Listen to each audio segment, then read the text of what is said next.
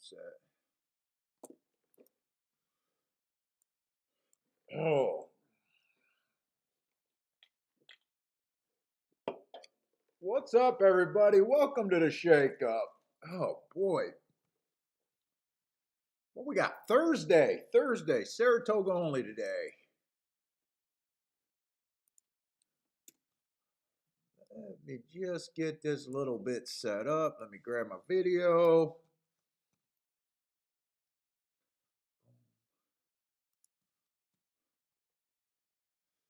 I think we got about a half an hour for the first race.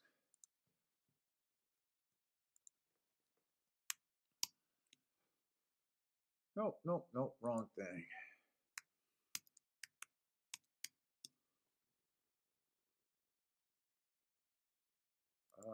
What the fuck's the problem? There we go. Yeah, I'm logged in.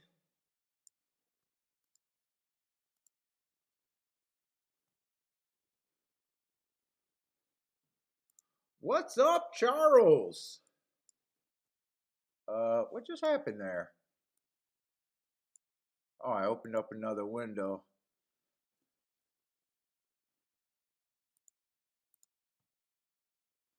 Oh, man.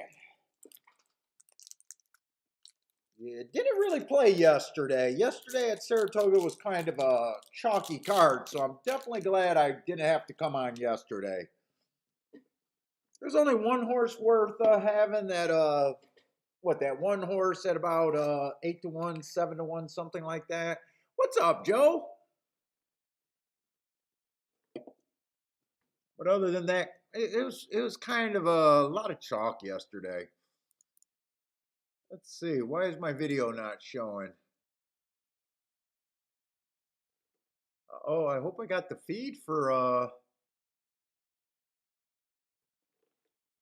Saratoga. Yes, I did see the marks already. I haven't looked at it yet, but I'm definitely going to look at it. How you been doing? Let's see. I didn't stream on Sunday either. Sunday I took off streaming anyways.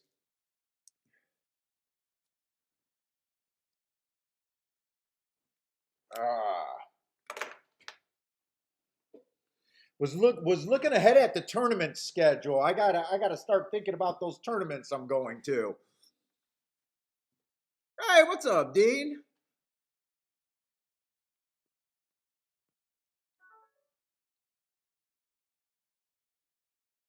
Oh, Charles, you've been taking a little break too?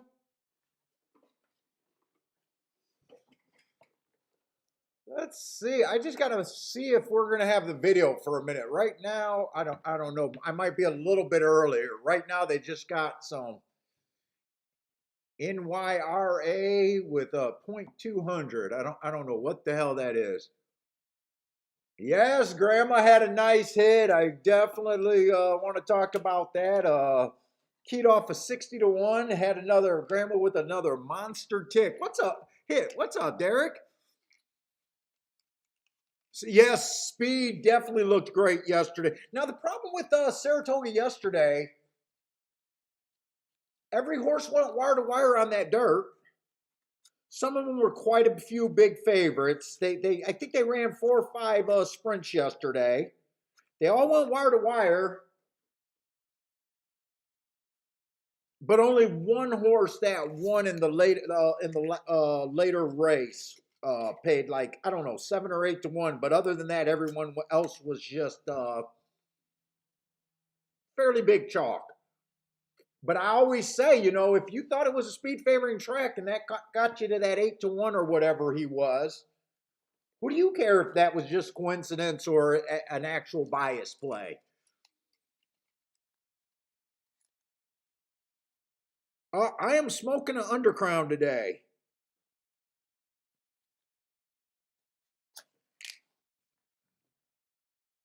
If I can get it lit.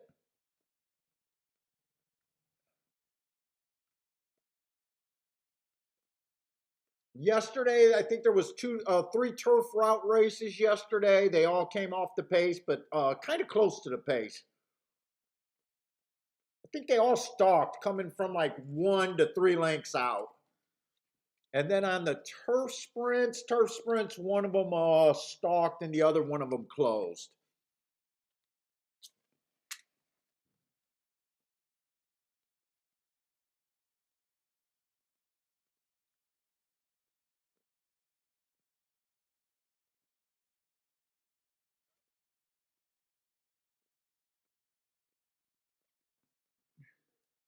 Well, let's see. What is Charles? Oh, Charles says hot weather and his bets don't seem to agree. Oh yeah, Undercrown's a really nice cigar. Drew Estate is the company that makes Undercrown. Does anyone got the Saratoga feed? I'm still waiting to get that Saratoga feed. It seems like they should be up now.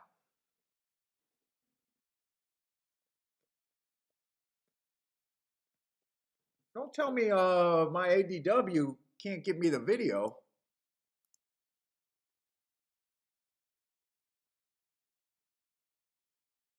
Huh.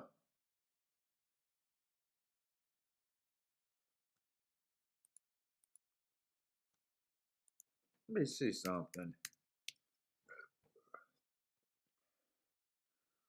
I hope I don't have a problem with video today.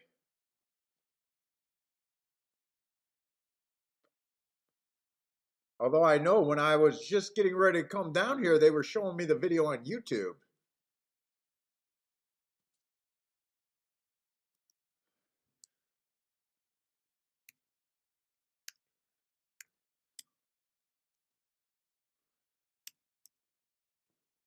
I could go to Saratoga Live though.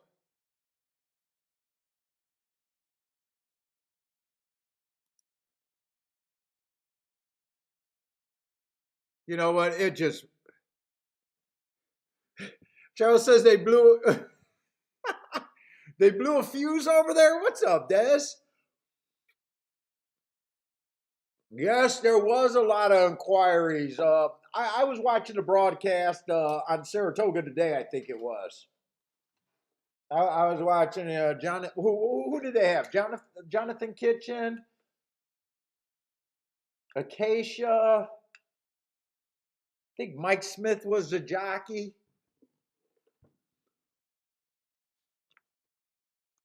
There was a lot of inquiries yesterday. They disqualified that 9 horse.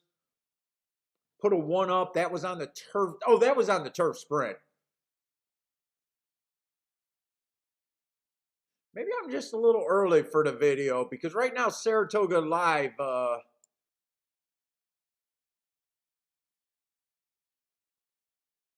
just want to get the video before I get started. Dude, they're gonna give me the video before 20 fucking minutes, right? They got a countdown over there on Saratoga Live. Anyone else using Twin Spires? Am I the only one having problems here? Oh, Charles, you had that 9 that they took down.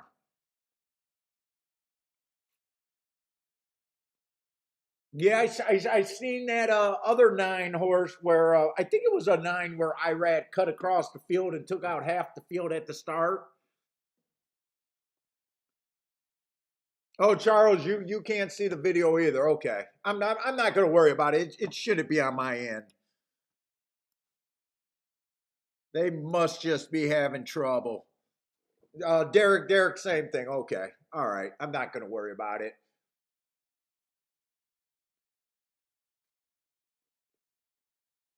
Yeah, so I didn't do yesterday because I didn't want to only do one track 2 days in a row. Plus, I wanted to see if it'll help me have more energy for Saturday or Sunday if I want to do those shows. I got pretty much all my forms marked. I got a Saturday and Sunday started. Or no, Saturday's form for Gulfstream and Woodbine started. We'll see if I still want to do Sunday. I might do Sunday and maybe do a tournament this weekend.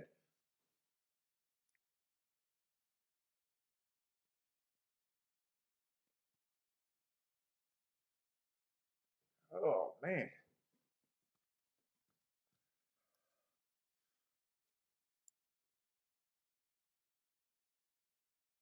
Oh, this is so annoying. What's up, Greg?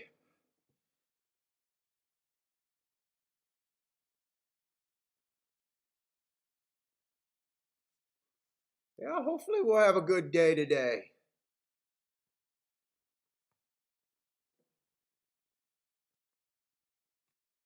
What am I looking for? Looking for running style, Saratoga. Let's get that out of the way. Let me see what they did last week. I don't think there was any big difference last week. I think last week ran with how we thought it was supposed to run. Dirt sprints, not so worried about post position. Although I found it clear, so or straight. Someone mentioned that they watched a show talking about how all the trainers are bitching about the dirt rail, about how the rail's not good. I don't know if I could possibly agree with that. For the dirt sprints, the post 1 through 3 is winning 35% of the races. And for the dirt routes, fucking 1 through 3 is winning 62% of the races. I don't know what else more they want.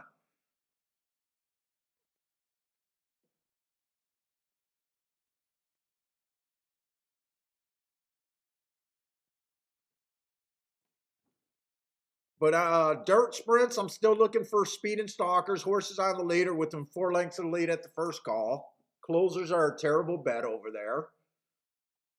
Same with the routes, dirt routes. Other than the track favors stalkers 1 to 4 a little bit more, 68%. Closers are winning. Only one horse came from 5 lengths out for farther to win all meet. And that inside is still winning 62% on the dirt sprints.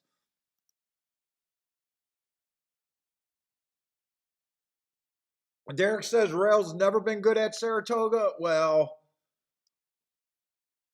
unless the one horse is never winning and that's just 2 or 3, I'd say on my fucking stats it looks fine. I don't know what more they want than 62% on the dirt. They should be complaining about the dirt routes. Charles says rail is thicker, so middle is better.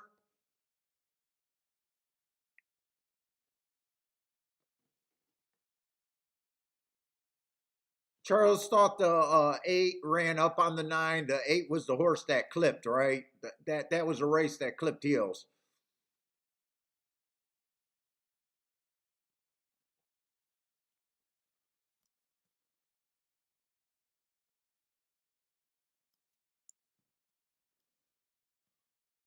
All right, looks like we got our video. All right, good.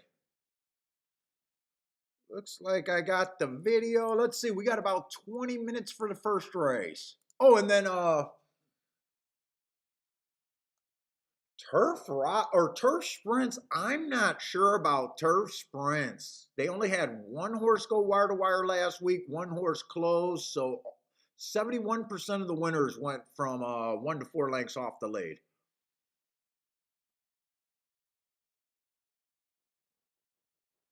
Someone's at my door. Let me go grab that. I'll be right back.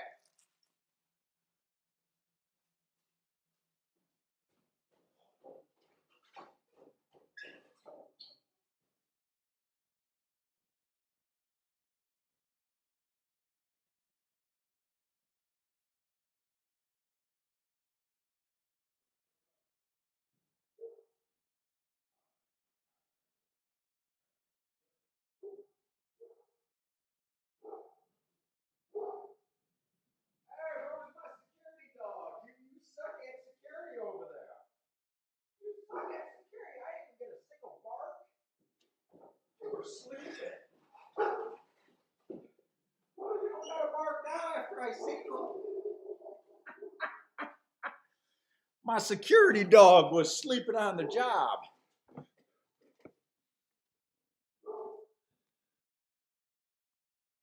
Yeah, so turf sprints actually evened out. For the first half, I was looking at stalkers or speed and stalkers. It turned into stalkers closers big time. And maybe just look for stalkers on the turf sprints. Turf routes, I still only care about stalkers and closers. They've only wired 14%, only 8 times in 56 races. That will hurt you.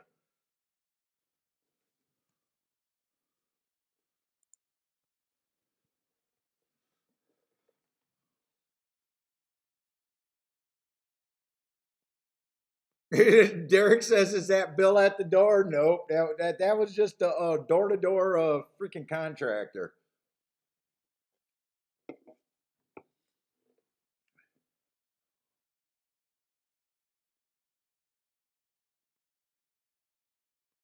Charles says, Sunday at Del Mar was good racing.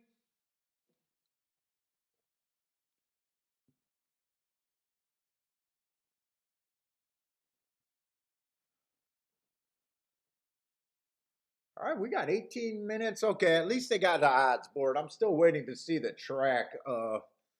I'm gonna assume the track's not wet or anything. I didn't even get the scratches or anything. So I'm looking for speed and stalkers over here at Saratoga on the dirt sprints.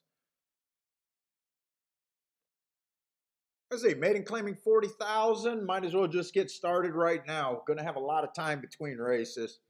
With only one track. Let's see, one's a first time starter, so I don't have anything on first time starters. Let's see, the 2 horse, 2 races ago, it was an inside early pressing day. I gave the horse an asterisk because he was in the 5 hole on the day that I thought the inside was good. Wow, he was bet down to 80 cents on the dollar that race. After that one kind of ugly sprint race. Wow. But he did run against the bias that day. And then last race, I thought the inside was good again. And he, again, he was on in the 6 hole. So I got 2 races where this horse, as long as I'm right about running against the bias, I don't know. I'm just not that excited right now.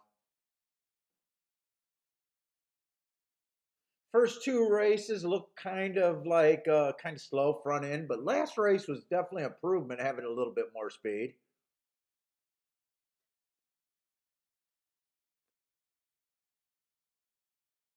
Not really sure where he fits in, or do I care even? Let's get through the rest of the horses to even see where I might be at. Let's see the 3 horse early pressing day 4 races ago was just slow, slow, slow. Chased one of the slower paces of the day. Didn't do anything. 3 races ago, I got bad rail stalking closing day, so did have the 2 hole. Willing to forgive him for that race. Having a 2 hole on a bad rail day. Let's see. 2 races ago, inside of the track was good. Had the 5 hole. Then last race ran against a good inside. I mean, the horse got a lot of excuses, but doesn't scream at me that this horse might be fast early though.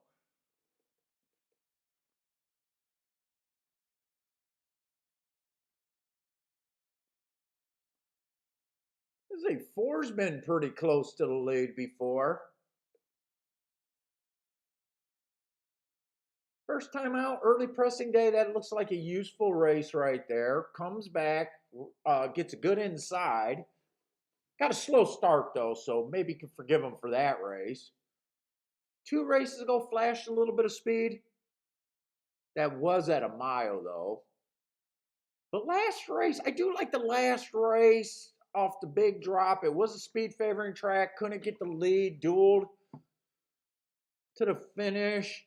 And that also looks like that was one of the slower races of the day. I guess there's upside on him. Probably not too much upside now that I'm looking at him with the odds at 2 to 1. I mean, I think he got a good chance to win. I just my biggest problem with him is the price right now.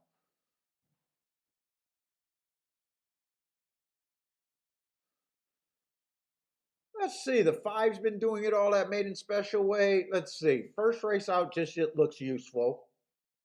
Second race out ran against the inside early pressing day.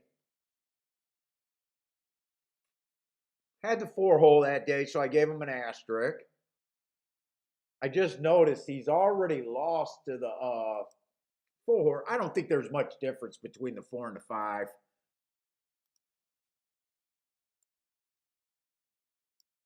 Neither of them look fast. They just look like they should.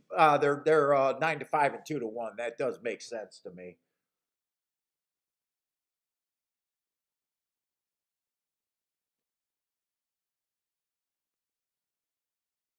Let's see, six horse. I like that first race out. It was an inside speed favoring day. Had the inside, but didn't have the kind of speed that day. I like that race. Comes back. Second time out after running against the bias and putting up a nice speed figure. I could see him bouncing there. I can forgive that second time out. Let's see. They laid him off a little bit, comes back in like an 8 months layoff, ran almost an 80, which would be good enough in this field.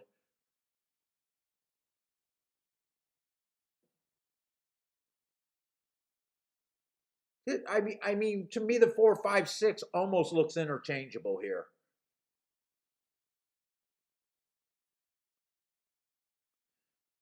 The last race, the inside was good, had the good inside. I don't like the slow, but that looks like he chased the slowest pace of the day. Hey, what's up, Mr. Hobby? Thank you for the sponsorship of the cigar fund today. You're back and ready to play some ponies. Good luck. Yeah, I don't think there's much difference between the 4, 5, 6 here. I'd be hard pressed to even make a case which one I like better. They pretty much all have the same thing I kind of like about them, and at the same time, the same weakness. Meaning the same thing I like about them, that all three of them look like they could get the lead. And the same weakness is all three of them looks like I can't trust any of those three to get the lead. But they are the horses so far that I'm looking at that just feels like, yeah, they should be the horses taking the money. I'm kind of just looking at this race, kind of agreeing with how they're betting this race. Let's see, a seven wins. Seven can wins, but he'll have to improve off that running line. I mean, he got bumped at the break, pinched. Probably wasn't capable of running his best race. I gave him an asterisk there, but he wouldn't shock me. But there's no like reason for me to bet him. 22 to 1 is a nice price, but I need running lines. I'm a guy that wants running lines. Eight, I'm not interested in.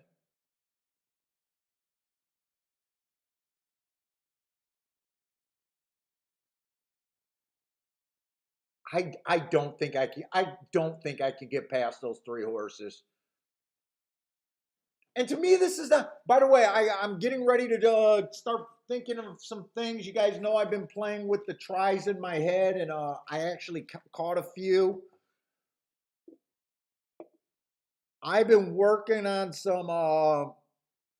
new thoughts about some of my betting things about how I want to do. Plus, I want to get ready for the tournament. Uh, some of these live money tournaments coming on. So I want to play with a little bit better, a little bit, not better, a little bit different betting style.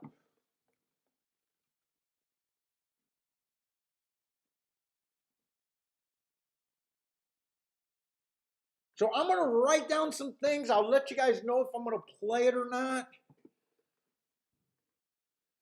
But this is kind of what I'm thinking.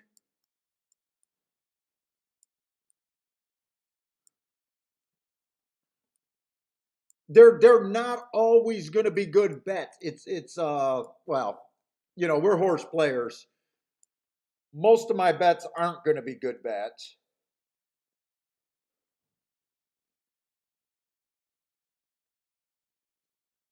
And I've been looking at a lot of result charts, seeing what I could do a little bit different on the betting end of things.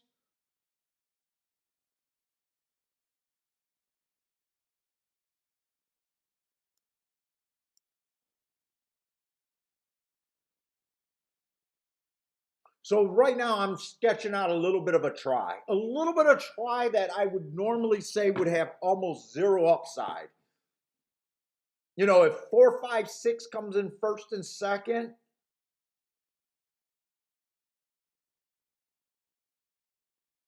for this to be a worthwhile try, I don't even have to handicap third. For me to want that try, you know, this is pretty much ABC, ABC.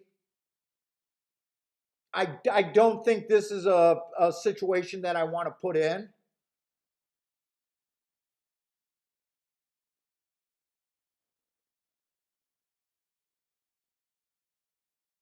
But I think the theory that I've been working with on a lot of these low price exactas don't even handicap the first spot. Look at what would be the only horses that I think I could use for third that can spice it up. You know, so if this came in this, the only horse for third that you could have is actually this. So this would be the only combinations I would want.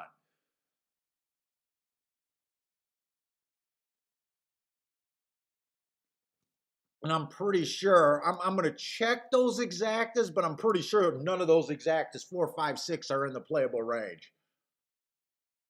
4, 5 is paying $10. 4, 6 is paying 9. None of them. They're all paying between $9 and $12. What's up, PDT? No. My tournaments are in November, but I'm getting ready for it, and I'm even thinking about, do I want to buy into the fucking Breeders' Cup Challenge? I'm even thinking, do I want to buy into that?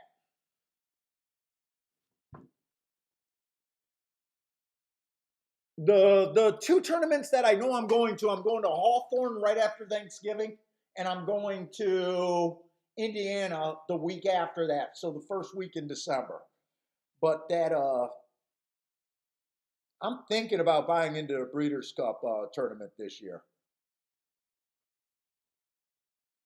It's more. It's honestly more of a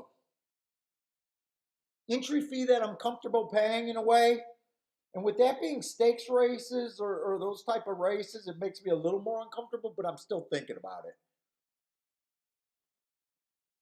That buy-in is 10 grand, but I'm thinking about it. Yes, JW Hawthorne is a great tournament. Do you go to that?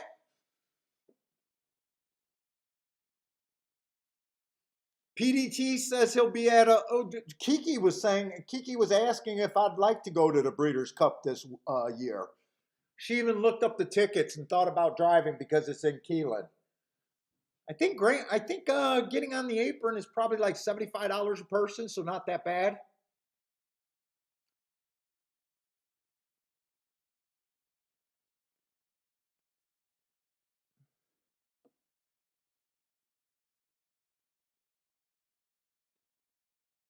Oh, the Hawthorne is too far for you to go to. How about Indiana? Indiana is the same tournament. It's just a little bit better. Well, Hawthorne is better because they do it 3 days in a row. So that makes Hawthorne a little bit better because if you're there for the weekend, you can play and have 3 stabs at it. Where Indiana is just a 1 day thing. But Indiana gives that prize pool that makes it a plus EV bet for all you people that worry about takeouts.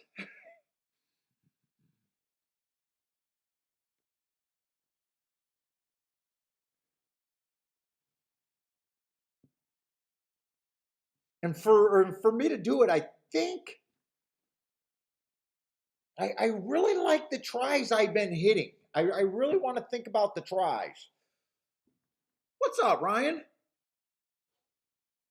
Let's make some money, you degenerates. Let's see, Mr. Hobbies rolling with the 6 here at Saratoga, and he agrees that this race is most likely 4, 5, 6. I feel that way unless someone surprises me. So this is basically, so what I'm thinking about is a try that's basically, I think this is pretty much the exacta,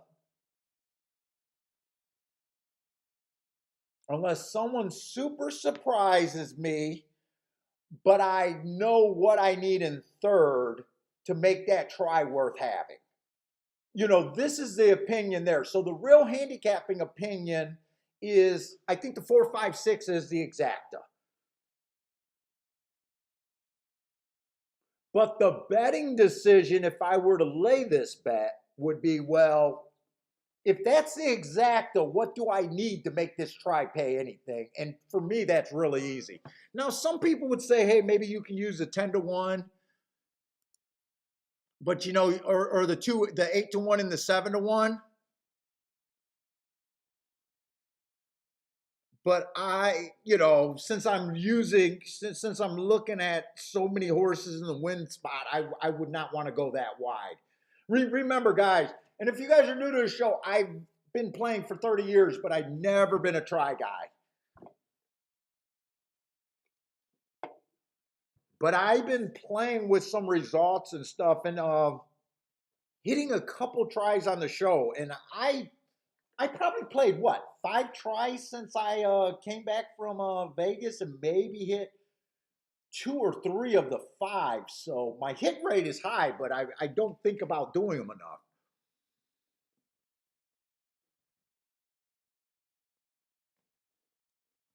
What's up? Dennis is here. What's up, Dennis?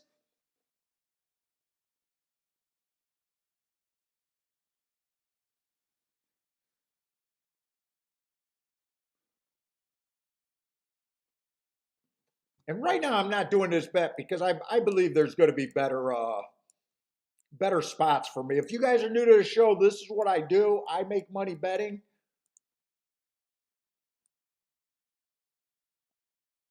Uh, so I don't have an opinion every race. Well, I have an opinion every race, but a lot of times my opinion is this race is not something I want to be in.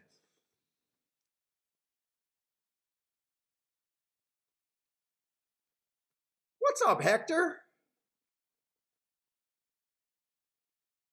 Oh, don't worry about your English, man. I got problem with my English too. What's up, Hector? Welcome to the show from Cambodia or Colombia.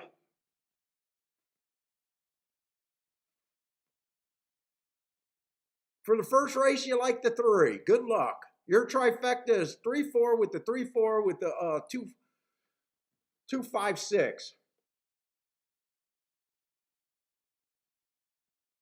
Barry, what's up, Barry?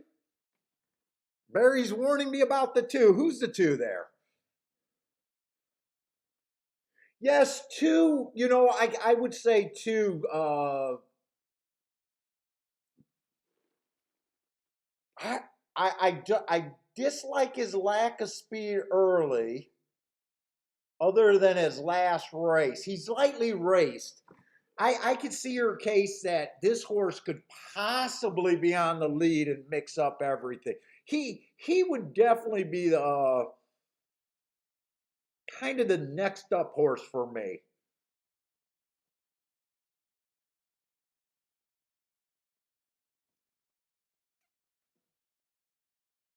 He's lightly raced, so my biggest problem is, do I trust him going to the lead, or is he going to be 4 to 6 lengths off the lead like he was the other 2 races?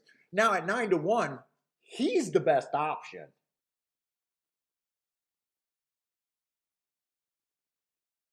The 4, 5, 6, I don't think they offer any extra value to the bettor unless you love one of those 3.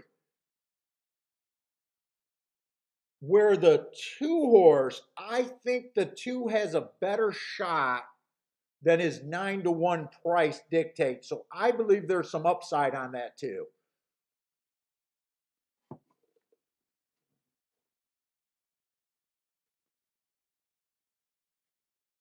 Yeah, I did. Dennis is saying two's a decent wild. I agree with that.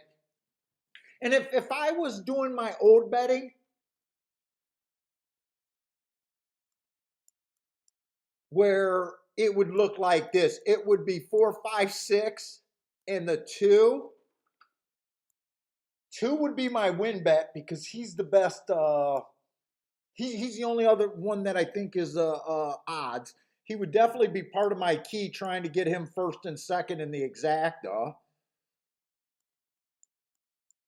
So the old way, the two is a horse that I would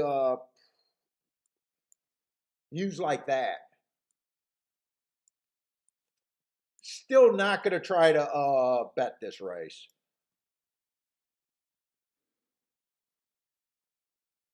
Hey, what's up, Omar? And if the one has speed, Omar's interested in the one and the two. The one's just a first time starter, and I'm ignoring him. Would not shock me either. Hey, Dennis, that was that. I seen Razor had a nice ticket over the weekend or last Friday or something. I seen him hit for like $15,000 or something like that on a ticket. I'm still waiting for Grandma. If you guys haven't seen Grandma's post, Grandma hit another monster ticket, almost 7,000 on a $2.40 bet. The first lady of handicapping keyed off of a 60-1 horse. You gotta love Grandma. But I'm waiting for Grandma to really talk Grandma up. What's up, Barry? Turf Daddy Frankie. What's up, Turf Daddy? Lanier is here. What's up, Lanier? 2536.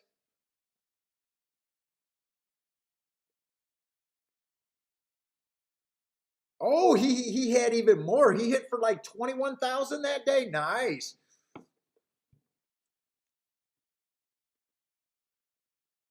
Well done.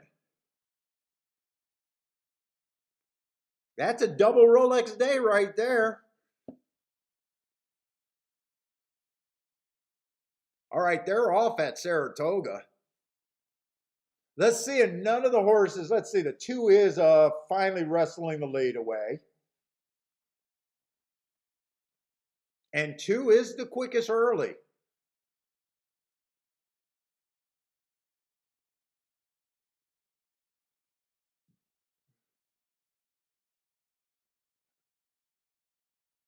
I did write no bet down, right? Yeah.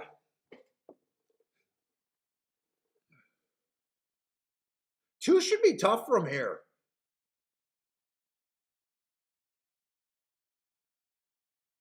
22-4 on the first call. Let's write this down.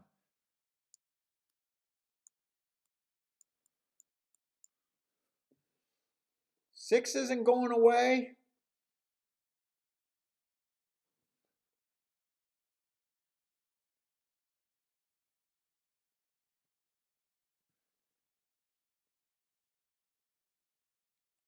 Five just got wobbly, ducked out, and looks like the five just pulled up.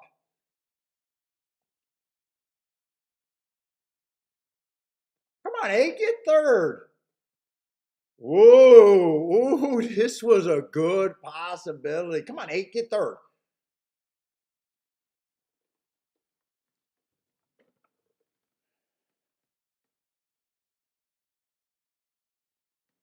So the old way of betting.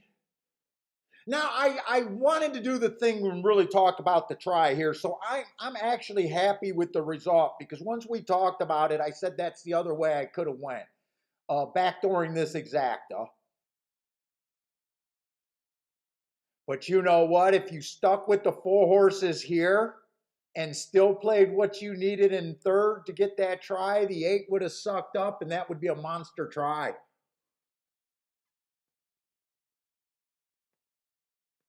Now, my theory is I only want to do the tries when they're in the range right now that I'm going to start playing because I'm going to let you guys know what I'm trying to do. I want to do the tries like this when I think the bet, instead of trying to get beat on some of these exactas that are unplayable. I've been seeing some opportunities extending the bet to the try, and the tries are making sense. Now, if I have an exacta that's paying $50, I probably just want that 50 to 1 exacta. Is how I'm going to start out, unless I'm doing so good in the tries that I just believe that long term it's a right. But for me to do something new, like I'm not, because I'm profitable, I won't throw away with what's been working. If you get what I'm saying. So if the try's paying like 40 to 1, or I'm sorry, if the try's paying like 40 to 1, 50 to 1 in the exactas, I probably just want to hit the exacta. But I'm seeing how even this bet could have been extended down, to the same 178. In this situation, it would have been a monster ticket. But, I got to play a little bit on paper. I'm going to be playing, real life too. But I just overall didn't think this race was worth that much to me. Let's see. Omar had 20 to 1 place in show. Because I'm seeing some of these hits.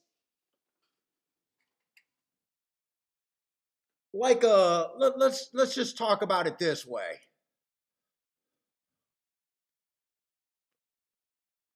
That 6-2 exacta is paying $21. So if I would have hit that for $40, I would have got $400 back.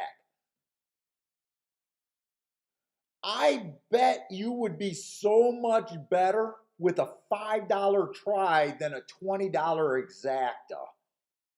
It's just, sometimes you're going to go for the try and you're going to miss completely when you could have got paid off on the exacta. A $20 try or exacta, I might be willing to extend that some, depending on where you're at in the day. But I bet in this situation, you would have been better off with a $5 exacta than a $20, or I'm sorry, a $5 try than a $20 exacta. It's kind of, Charles, you kind of woke me up to this thinking. I'm giving Charles credit, and talking back and forth is kind of opening my eyes up to a little bit more things betting wise.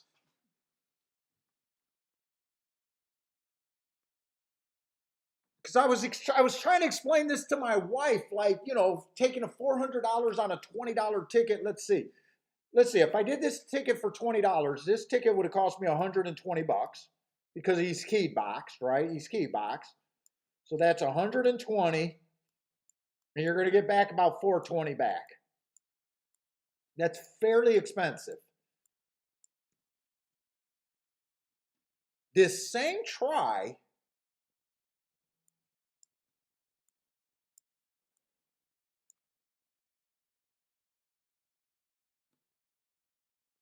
so this would be $15. That would be $45 for the 2 in first, and then another $45 for the 2 in second. Overall, it's pretty much the same bet. It's $30 cheaper. Why am I doing math wrong? That's a $90 ticket opposed to a 20, and I bet that $90 ticket will pack quite the punch there. I'm keeping an open mind.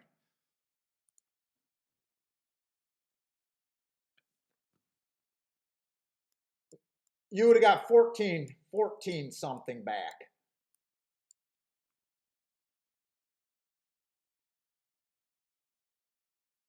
So you can see how many more times you have to hit this ticket than you would this ticket, and how much more powerful extending one horse is.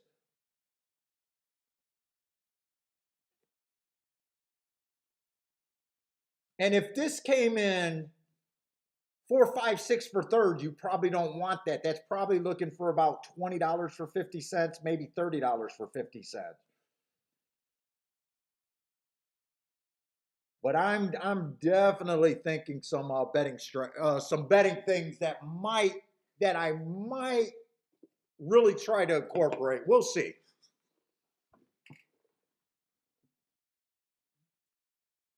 Let's see. Charles played his marks and hit it. Dude, I don't like I said, I don't even think you had to handicap for third. I don't even think you had to handicap for third. I think that ticket, the exacta made sense. I think the try, just knowing what you needed to spice it up made sense as a money management kind of thing.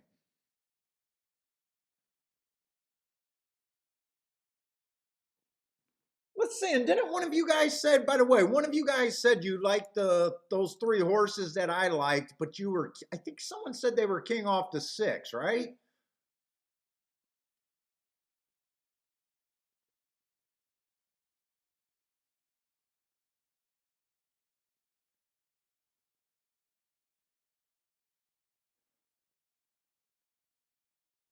I think I seen someone said that they thought those three horses were going to be tough, but they were just going with the six. I'm pretty sure I'm giving someone credit.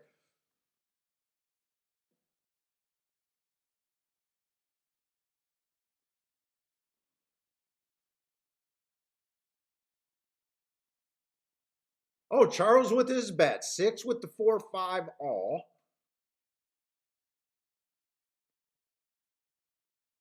PDT likes the two. Two ran well, just wasn't good enough. No shame in the way the two ran there. Oh, what's the shirt? Oh, it's just an up north shirt. My wife dresses me and she goes up north and buys me a ton of t-shirts. She loves up north for some reason.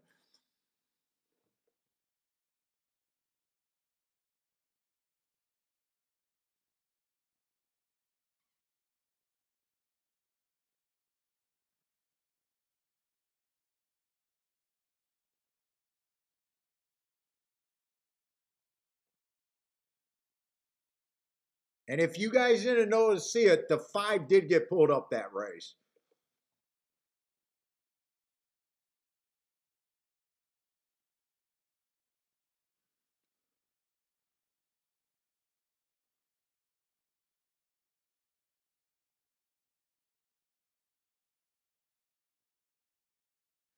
Oh, Charles was the guy that says six was his key there. Oh, and Mr. Hobby did too.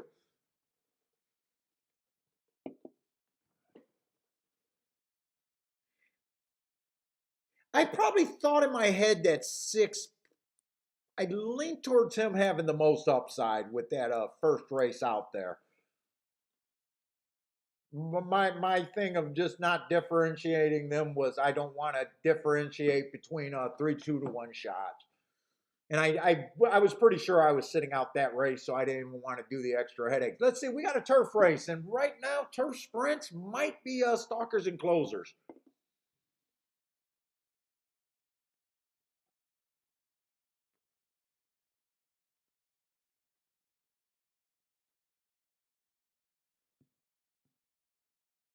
Yeah, that try would have been huge. Try's huge there. I mean, look at the difference in that exacta. You turn a 21 to 1 exacta to $141 trifecta for 50 cents.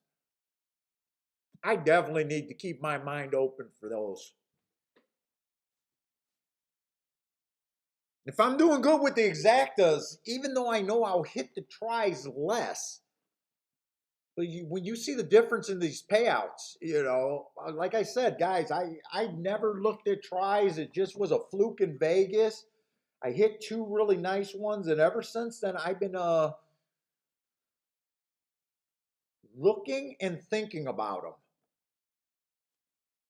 But at the same time, it's still hard for me to break my motive. But what's been really good for me.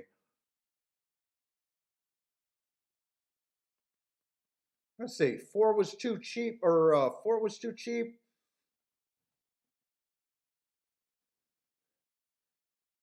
Yeah, he did go to he. I did spot that he did go down to Maiden, claiming 25,000 when everyone else was just now making the drop.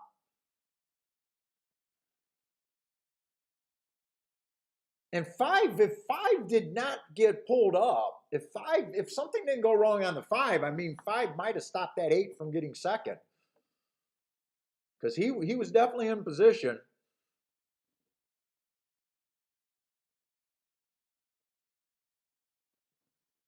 All right. So I know I don't have the scratches today, so I'm gonna have to get the scratches, make sure I don't everyone's numbered the same.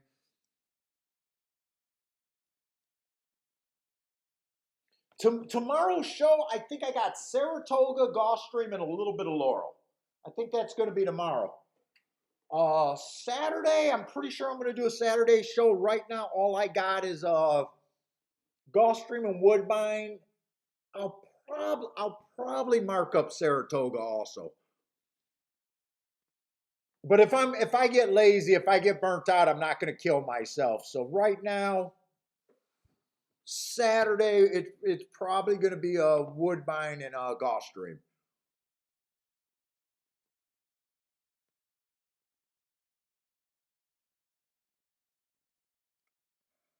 I hope you guys like the new thought process of doing it because this is a handicapping show, and I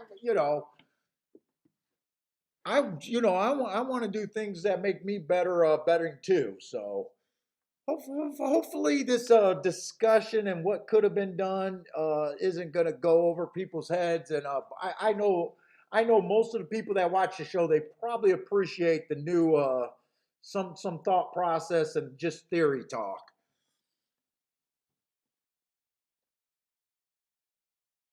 Hey, Charles, I know Churchill was running Saturday. I almost downloaded the form for Churchill. But when I looked at it, that it was Arlington Millions Day, dude, to me, it's almost like I'm in the street. I just got murdered, and my murderer is now doing my eulogy at my fucking funeral. That's almost what I feel about Arlington Millions being run on Churchill. So I don't want to do fucking Churchill on Arlington Millions Day. I thought about it, but then I was like, you know what? They killed Church. They killed Arlington. Fuck them. They shouldn't have the Arlington Millions. Fuck them.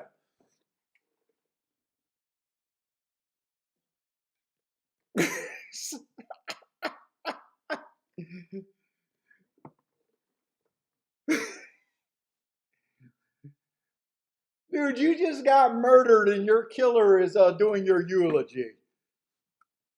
Does anyone else want to come and piss on my grave too?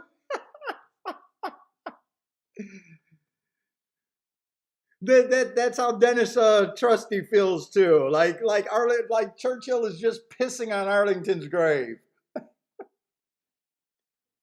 It does not sound right. I don't care that it's a stakes race and all that. It just does not sound right to me.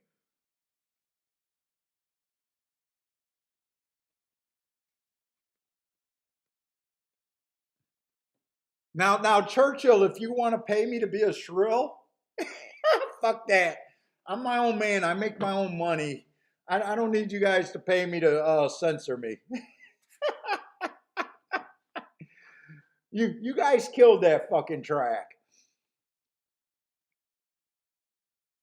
Dennis says he wants now. Dennis, you're local, right? Dude, if I was local, I would still go play at Churchill Downs. I'd have to go dance with the devil. I'm still gonna play some Churchill Downs. I'm just not gonna do it on Arlington Million Day. Yeah, Charles, it'll probably be. It should be a good card. It should be a good card. But I'm gonna do it as a silent protest. Well, I guess right now I'm not being that silent about it.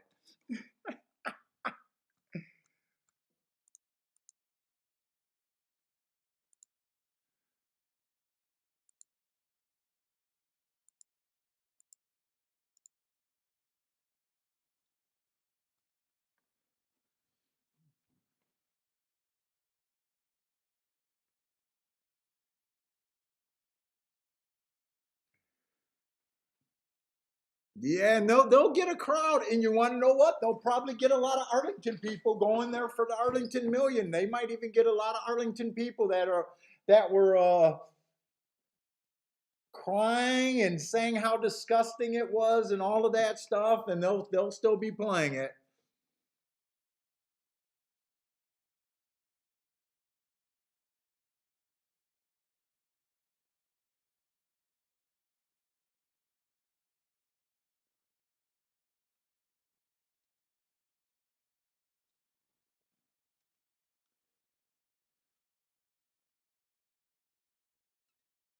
I say we got a claiming $32,000 race on the turf here.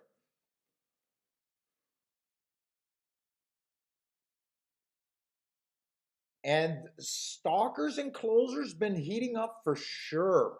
Really, stalkers have been having the biggest advantage, but closers are now heating up. Hey, what's up, Franklin? Yeah, it'd be interesting. They had to take the races off the turf. I think they needed it to seed more.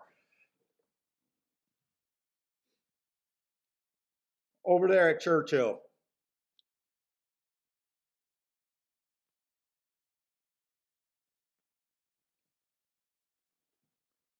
Let's see, this one horse, 4 races ago, ran on an inside track. Slow, slow, slow, had the 4 hole. I gave him an asterisk in that race. 3 races ago, stalking closing day. Again, average, slow, slow. Doesn't look that good. 2 races ago, early pressing day. The horse is just a deeper kind of closer. Slow, slow, slow. Gave him an asterisk. Last race, I didn't have a bias or a profile that day. I just thought that was a slow, slow, slow race. I don't think I can get to that horse at all. Even she even went down to $10,000 last race. Before that, she was at 25,000 or a close enough level, but in a way, I even think she's overbet at 9 to 1. I think she should be higher than 9 to 1 right now. Let's see the 2 horse. 2 horses coming from a circuit that I don't know where, but ran 2 races at Belmont. Let's see, 2 races ago, it was early pressing day. Average, average, that was a route. Last race was another route. It was early pressing day, but the timer malfunctioned. I don't like route to sprint. Horse is definitely taking a class drop, even from the last 2 races. Allowance 1X should be stronger than this race, but I'm probably not that interested in this horse. Wow, wait a minute. That's the favorite. They're going to force me to get interested in a race that I didn't want to be that interested in. If you don't like the favorite, and you know you don't want to use the favorite, they kind of forced my interest to get peaked a little bit. Let's see this 3 horse, 4 races ago, speed favoring track, asterisk. 2 races ago, bad rail stalking closing day, average, average. Then we got a couple races where they're either non-available or 1 race sample. I don't know. I don't like her or hate her. I kind of want marks on a horse.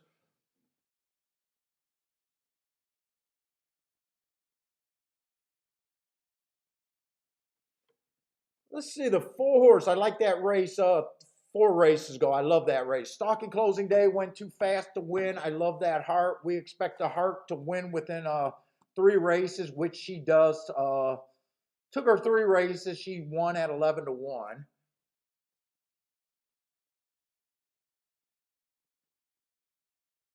My biggest problem with her is just is speed doing anything. She also fits in a stalker profile. If she stalks, I can see her winning. I can see a chance that she tries to go wire to wire here.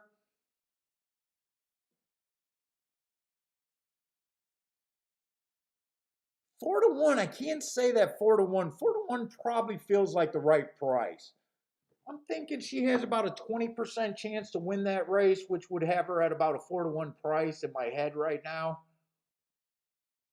Maybe if she goes up a little bit and becomes a bigger overlay, or a real overlay, I might be interested. But right now at that price, I'm probably just looking at her like, I think she has a chance to win, but I don't think the price is really calling me. Hey, what's up, long shot? Of course, long shot Louie. I'm waiting for Grandma. I need Grandma to come in here today because we definitely got to congratulate her. I retweeted her tweet on Twitter, so I know a lot of you guys already seen it, but I'm definitely waiting for Grandma. In fact, I almost just popped on yesterday just to cheer on Grandma, but I couldn't guarantee that she would have tuned in yesterday. She just sent me an email the day or two before that, and she sounded a little despondent. And the next morning, I think it was a day or two later, in the morning, I seen her email with "Hold my beer." Hold my beer, and she sent me that ticket.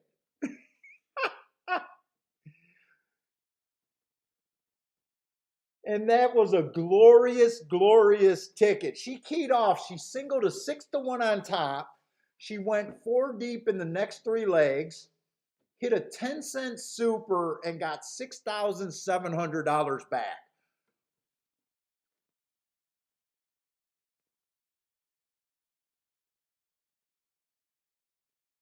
You can tell Grandma's a shake-up baby. Grandma's a shake-up baby for sure.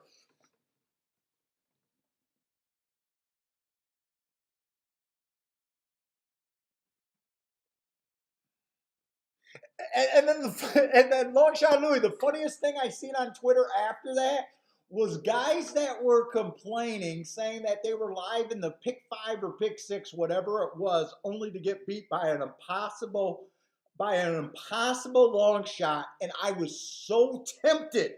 I was so fucking tempted to retweet Grandma's ticket of her keying off that impossible long shot. No matter, hey, Grandma, first of all, thank you very much for the super chat. But Grandma, I don't know if you just got in here, but we were talking about your glorious, glorious ticket. Well done to the First Lady of Handicapping on the shakeup. Thank you very much for the more than generous and unnecessary super chat, Grandma. But we love seeing you do these tickets. Absolutely. I can't be prouder of anyone when they send me those tickets like that. I love it when the Shake Up family has to send me a ticket like that.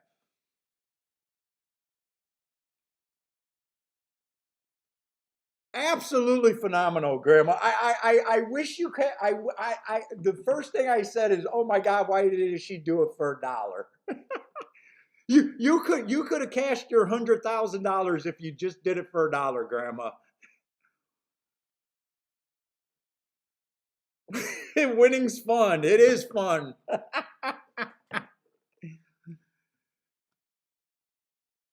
Hey, Grandma, were you laughing when you posted that on Twitter and then seeing how many people were saying impossible long shot? I'm I'm guessing from the horses that you bet. I'm guessing you thought there was a closing bias. Is that what you were thinking? That it was a stalking closing bias is what you were kind of keying off of there? I didn't look at all the races that day. I just noticed that all the horses you used looked like they came from off the pace. So my guess is you were probably thinking that you had a dead track and was playing the closers.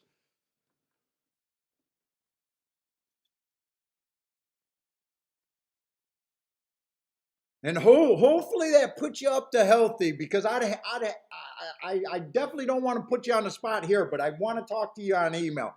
I hope you're up for the year with your fantastic hits this year. I definitely don't want to put you on the spot, but I would, we talk privately sometime, and I just have to believe that you're having a banner season this year.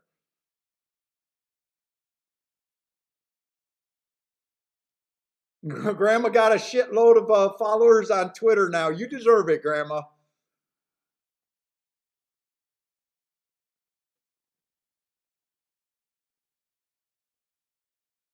Yeah, oh, she says yes, she is still winning. Uh, that's that's uh that's definitely what I want to hear. Because Grandma, you'll have no excuse at the end of the year to end up being a loser this year. I want you to have your first winning year, if you haven't had one already. I think you said you only been playing for about 4 years too.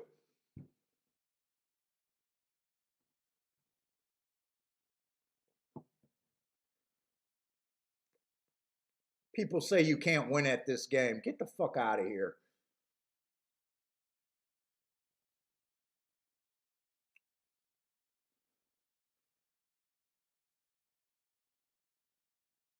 Let's see. I got all sorts of distracted though. I got super distracted.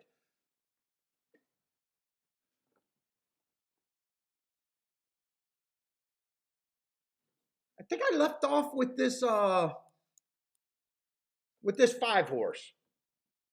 Looks a little bit cheap its last 2 races, but that last race was pretty nice. On a bad rail early pressing day, kind of running against the bias. I kind of like that race, but she does feel a little bit cheap. At least from her last 2 races. Before that, she was at this level. Let's see, that's the 5 horse at about 7. Oh, I'm shocked she's 7-2. I don't know if I like the 7-2 on a horse that I feel could be a bit cheap.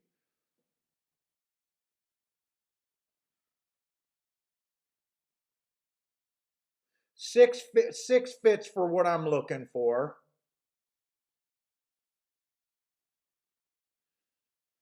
7 coming from Finger Lakes and Parks, possibly going to lead. I don't think lead's been really good. I think I'd be against a 7.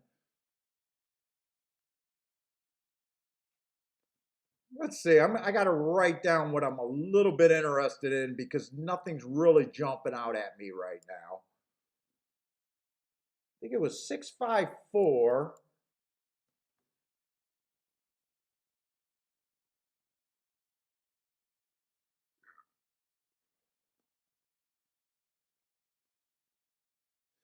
6 and 4 are probably the safest side.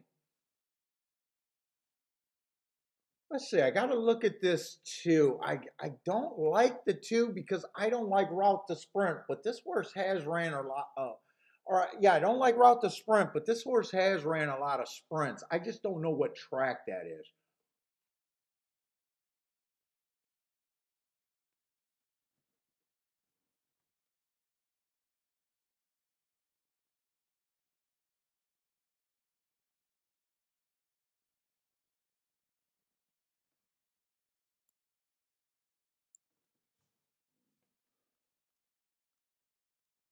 Dude, I probably want to use like the 3, 4, 5, 6 there.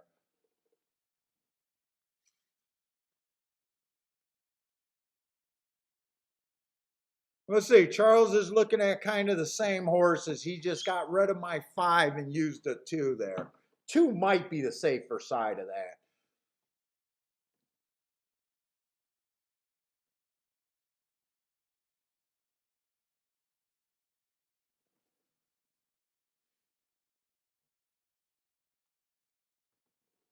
To me, I'd want to key off of the 4 and the 6 is where I would want to be. I don't think I'm thinking tries in this race either. Everyone's mid range. I think the exact is going to pay on its own. Maybe I'm wrong for having that attitude, but I'd have to include a lot more horses. Let's see. Am I going to have time to look this up? Let's see. 4-2 is paying $35. Oh, I think I'd rather use the 2 than the 5 because 4-5 is only paying $11. Hold up. I got to look at this.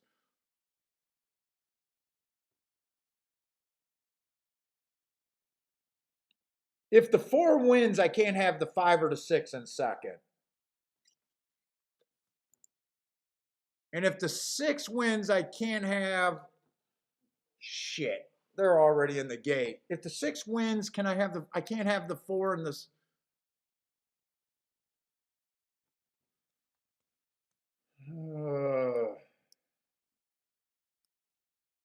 leave those 2 out, play that straight. I wanted to look at the tries for one more combination. I don't think I'm going to have. In fact, why can't I bet? Betting is closed for this race. Why would betting be closed? Why would betting be closed? They're loading in the gate. All right, I can't bet because for some reason it seems like they closed the or maybe my video's behind. So I could not bet this race.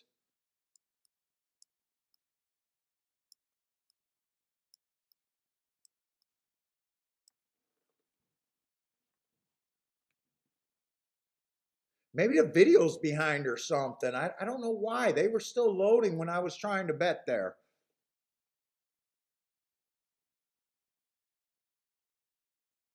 Let's see. PDT likes the 4 and the 6 with the 5 and the double. Hey, what's up? Arthur likes the 7 over there. Thad, what's up, Thad? Come on, 4, go wire to wire. I want to at least feel like I was going to bet a winning ticket.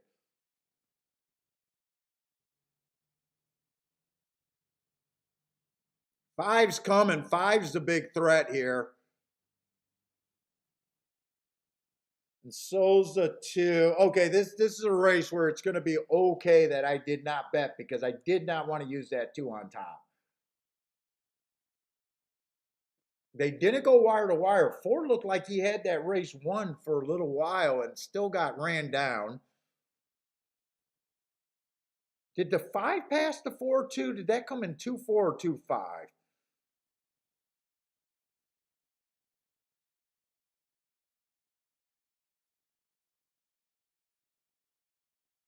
I think that came in 2-4, didn't it? 2-4. No, that came in 2-5. So the 4 got passed by 2 horses after looking like he was going to win that race. And 5 came from pretty far back. So that's going to be a 2-4 exacta.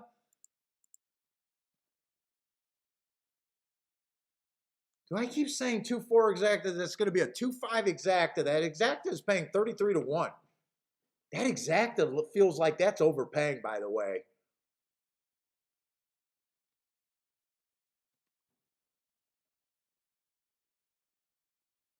Two four was going to pay 44 to 1.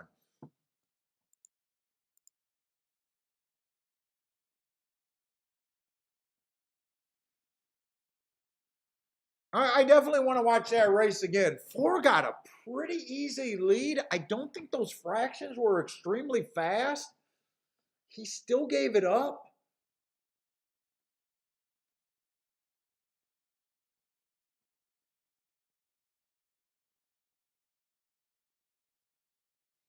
Two was the favorite, but 2 was not the favorite in the betting. 2 was not the favorite in the exacta pools.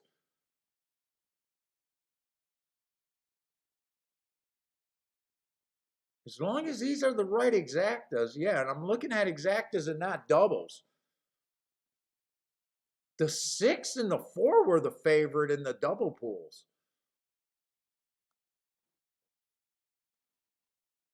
So I think a lot of people didn't I think a lot of people didn't trust that too, route to sprint.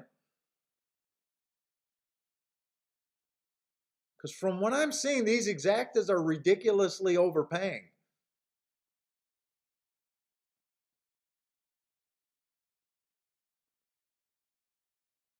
Derek hit the try. Nice. Hopefully that try overpays pretty big. Hopefully that try overpays because the exactas from what I see on the board don't make sense. 2 over to 5 is paying 33 to 1 and 2 over to 4 is paying 44 to 1. That is not that does not sound right. I almost don't trust what I'm looking at in the pools right now. I'm almost questioning that. And I wasn't able to get a bet down when they were loading in the gate. I'm advanced. I'm in the second race, but that does not look right. I'm hoping that's right if anyone had that ticket though, because those are overpaying. Another jockey with yellow silks are winning. Is in the winning circle again. Hey, what's up, Rex? Kid Enjoy?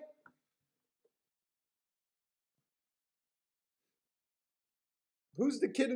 Who's the Kid Enjoy horse?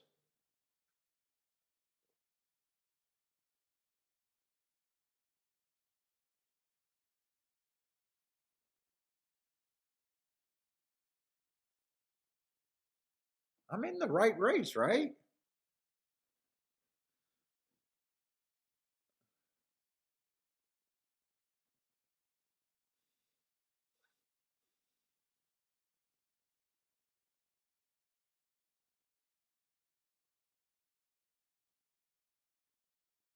So wait a minute. Hey, what's up, Boulder? Okay, so my payouts are completely wrong. Okay, that makes sense. 1460 for that exacta. So I have no clue what the hell I'm looking at. See, I'm in the second race. Oh, look at this. This is weird. See, I'm in the second race, and it's also saying I can advance to the second race.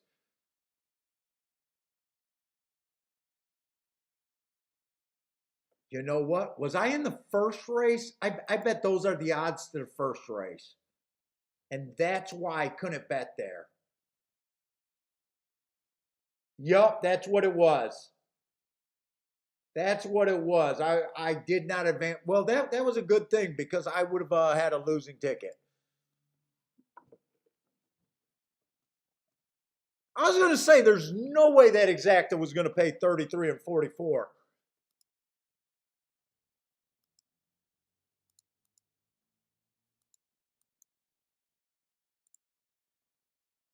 You know what? I'm signing out of my ADW and I'm going to sign back in because it's not letting me advance. I don't trust what's going on right now. Let me sign in and sign out of that.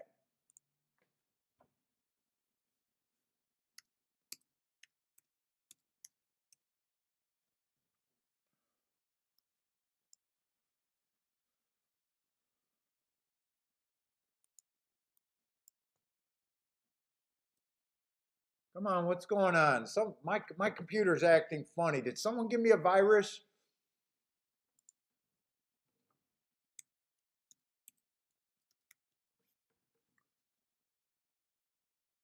All right, let's see if that fixes it. All right, that looks better. All right, I should be all right.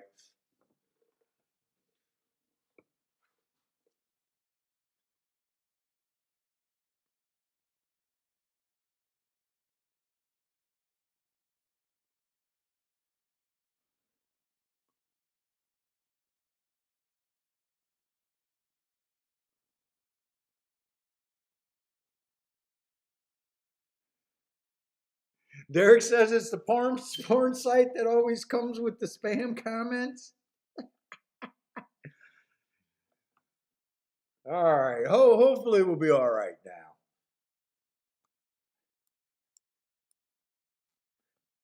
Shit, I remember a few years ago on the stream, I was trying to bet a 35 to 1 shot, and my computer froze like that. And of course, he fucking won, and I couldn't get a single bet down, and I was so fucking pissed. I'm surprised I didn't kick holes in the dining in the family room's walls that day.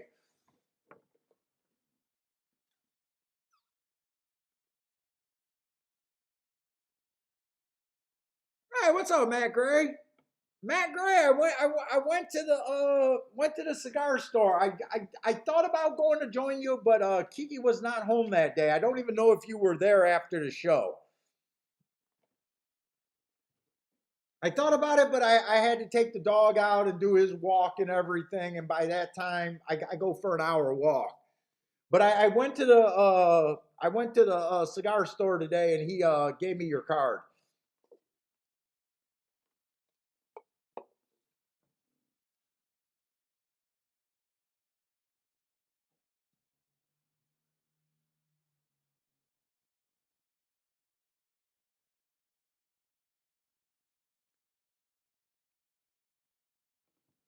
Let's see. He says if he didn't win on Saturday, he couldn't get his dog out of his pound. So it looks like the dog is home.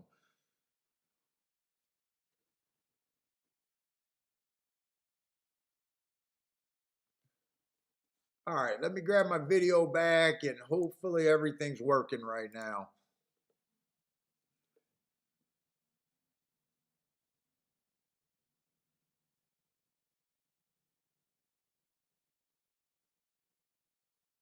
Oh, Dennis, everybody got a story like that with a slow person at a machine. You got shut out because some kids were putting $26 in singles.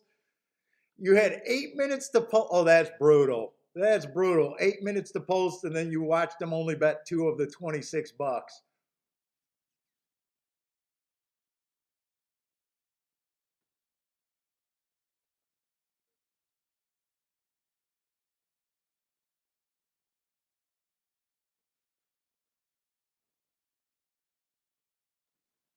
All right, let's get the scratches here. Let's see. The 2 and 6 are scratched, so we got a 5 horse field over here. Other than that, it's a nice, cheap little race that I normally would want to play. But it's a 5 horse field. Let's see if we can get to anything with some fat on it.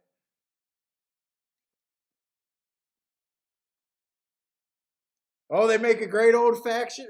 Were you there that night for much longer after I signed off? Or were you already gone?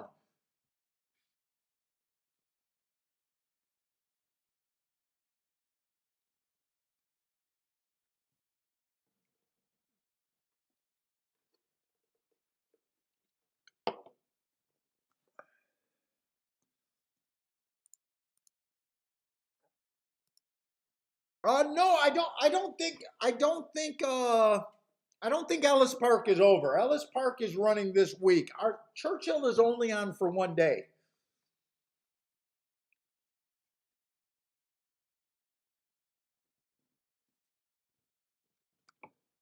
So I think Ellis Park still goes for about another month, I think.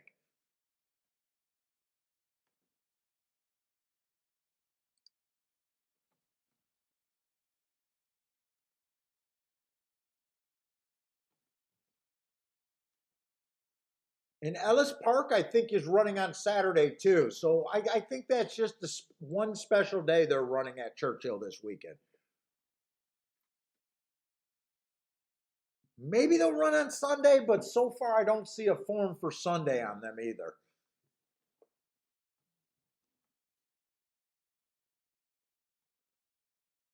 Let's see, the 1 horse, 3 races ago, I thought that the rail was bad. It was an early pressing day. I gave him an asterisk for being a closer that day. 2 races ago, I thought it was a bad rail early pressing day. Again, he gets the asterisk for being a closer. And then last race on an early pressing day, he stalked that day and won. But he's a 6 furlong horse stretching out.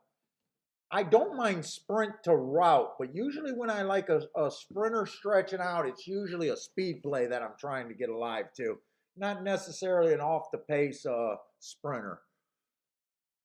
2 to 1, I'm not interested in him at 2 to 1.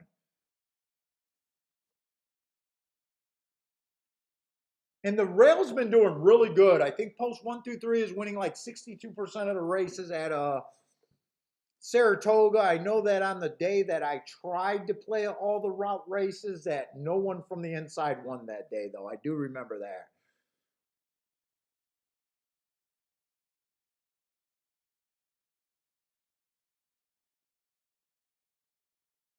Two does not look bad to me. Two got a little bit of speed. I don't have really good marks, but to me, I'm a little interested in him, but I don't like 3 to 1.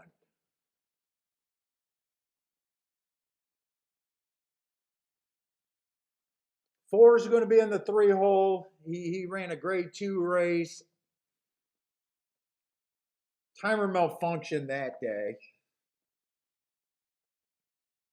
Overall, he looks like a closer. I don't think I'm that interested in the 4.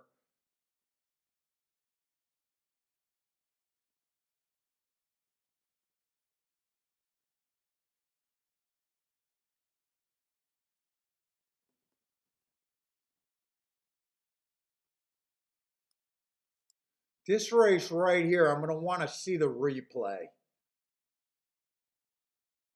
I like that he came out the gate decently fast. He was in the 4 hole. I do have on my notes that the rail was bad that day. I wonder if he was on the rail. That replay, but he's the 5 horse. Even money, I'm not interested. I don't think I could get to anyone that's long here. I'm going to watch that replay, but with him being even money, there's not much I can do in this race.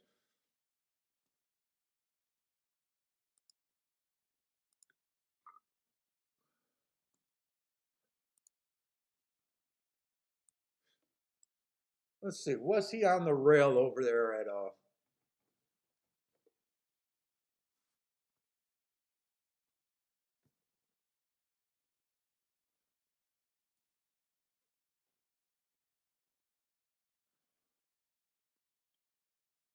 he's about 3 wide right now, so he's not really on the rail.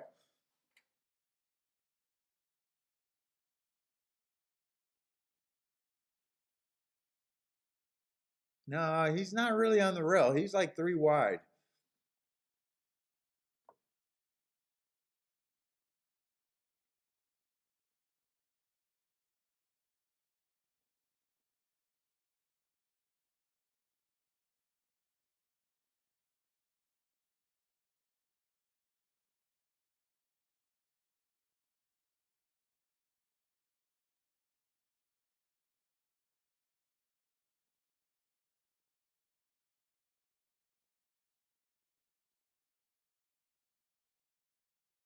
Or was he the 4 horse? Wait a minute. I think I read that wrong.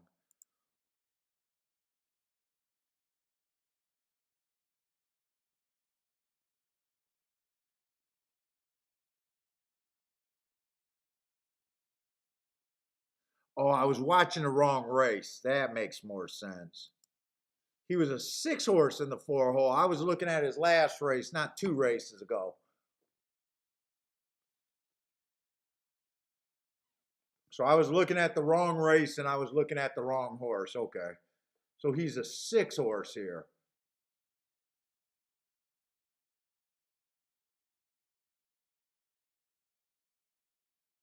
And he is on the rail. He is on the rail. Okay. That's what I wanted to see.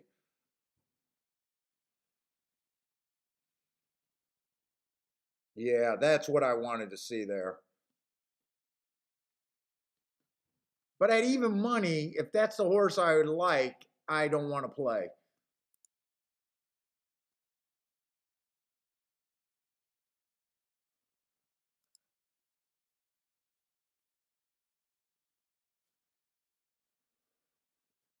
Is there any doubles or even maybe a pick 3 if I extend the bet? Maybe I can look at a pick 3.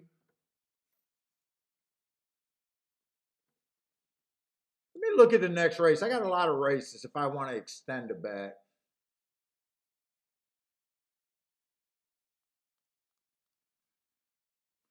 Let's see. Next race is going to be a turf route race, and that race looks pretty good.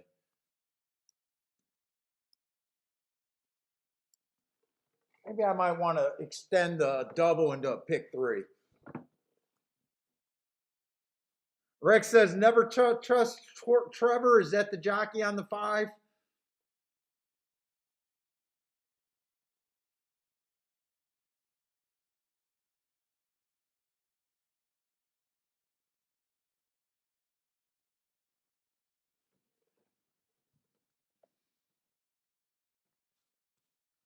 But I'm gonna have to go. I'm gonna have to look at the. Let me get the scratches ahead of time.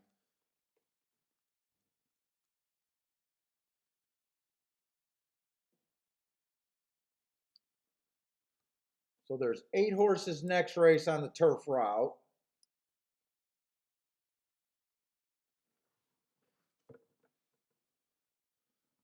And then in case I look at a pick 3, let me get the 5th race scratches too. We got turf back to back. And it looks like just the also eligibles are out.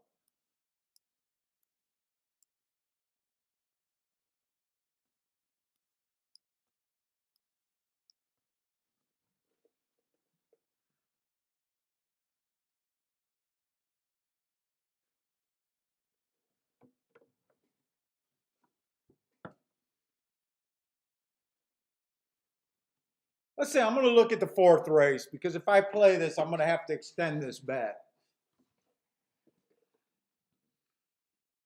Let's see, I think turf routes, speed's been bad. I've been looking at stalkers and closers. That's going to be a optional claiming 45,000. Let's see, the 1 is interesting. I could use the 1. But I got to get in that race because I got to see the morning lines to even see if, let's say 5-1 morning line on him. 2 fits. He's going to be 5-2, but he might also get the lead.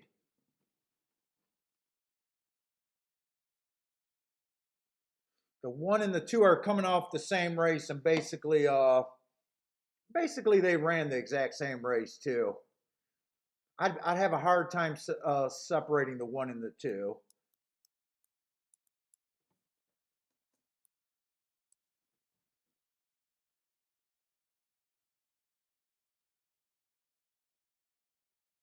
Three's coming out of that same race, ran a nice race, but he looks more like he wants front end speed.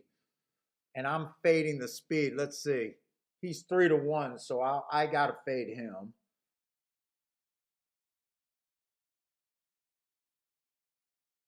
Four's coming out of that same race too. Four's 15-1 morning line. I'm going to have him on my short list of contenders.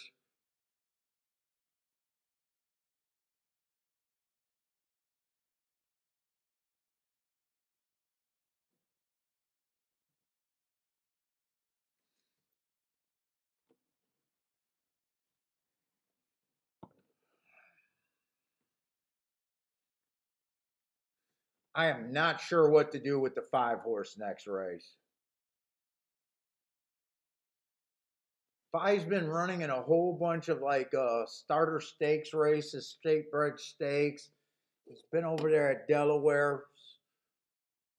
He does look like he has the right running style. Let's see. He's 20-1. I'm going to leave him for an option, but we're going to see because I think I'm going to be singling in the first leg.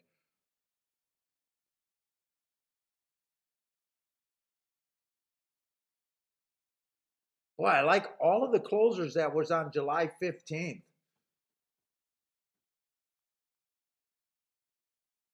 And I don't want to use the 8. I got quite a few horses in that middle leg. I don't think I want to use all of them. Let me see what I got there. Let me see what those doubles are paying. Let's see. I got to go back to the 3rd race to see the double. Let's see. 5 with the 1 is paying 17-1. 5 with the 2 is paying 7-1. So I don't want to play a double with the 2. The 4's 24-1. I want that one.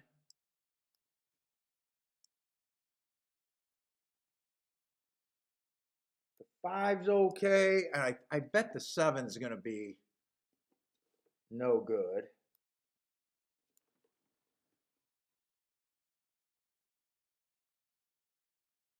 If I use those 2 horses, I got to play a pick 3.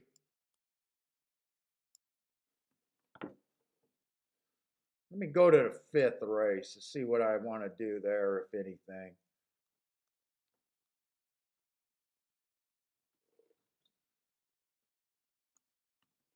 Let's see, I got to get the odds.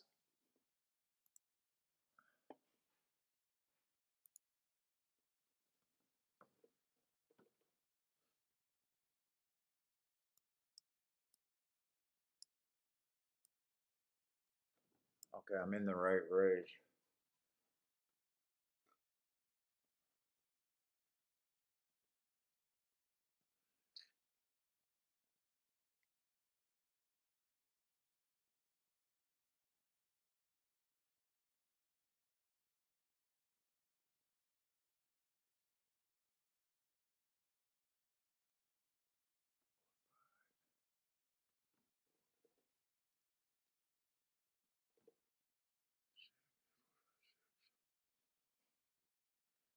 I could use 4, 5, 6, and 8 are probably the only things you can use. I can use.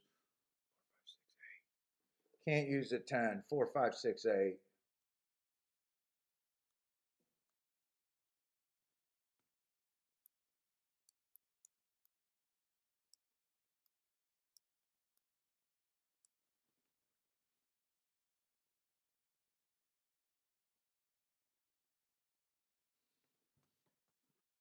Let me look at doubles again. Man, this is a lot of work.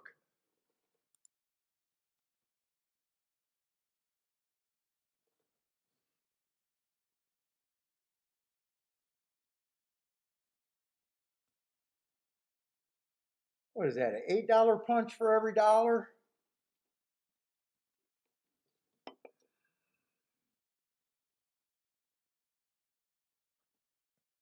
And this 5-1 is dropping to 16 bucks.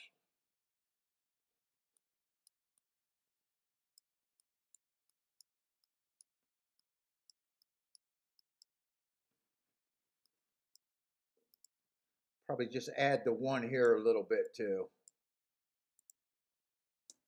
But I'll probably play the 5-1 double also.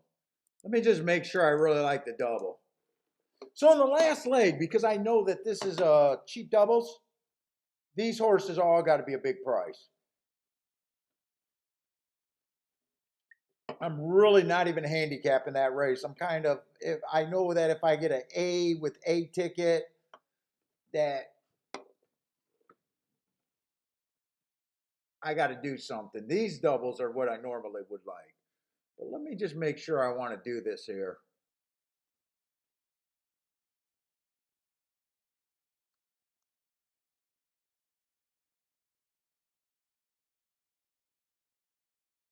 Who can beat me? The 2 can beat me.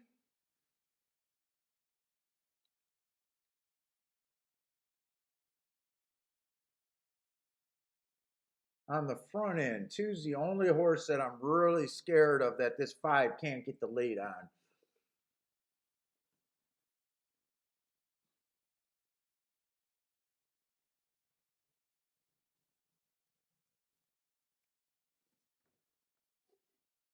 Let me look at those doubles. 2 to the 1 is paying 30 to 1. 2 to the 4 is paying 63 to 1. 2. I might even do this. I might even do this.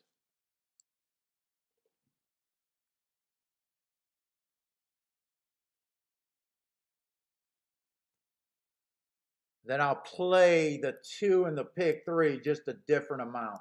Let's see, I won't play the 2 to the 1 because right now I have the 2-1 double. That's already going to pay 30 to 1. I want that. So really only 2 with the 2-7. Still want the 5 there, so I'm going to try this. I'm going to try to be a little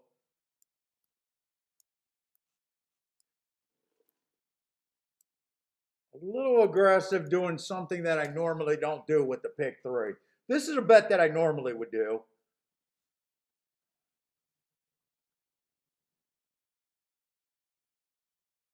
So that's an $8 punch. This turns into a $12 punch for every dollar I want it.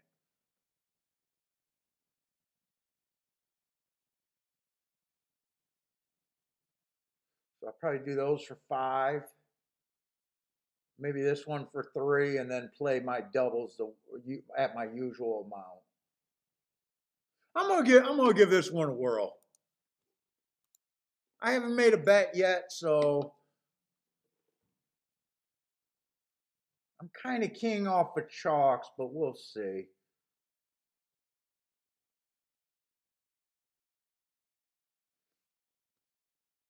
And I might play the 5 double for a little bit more. That way the 5 and the 2 will pay the same. That's how I'm going to play that. Let's see, doubles. 1, 4, 5 in the next leg.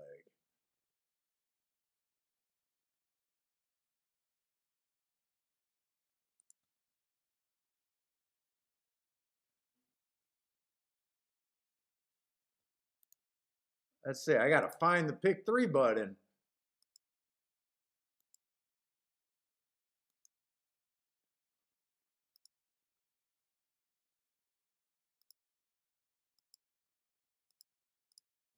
Four, 5, 6, and 8.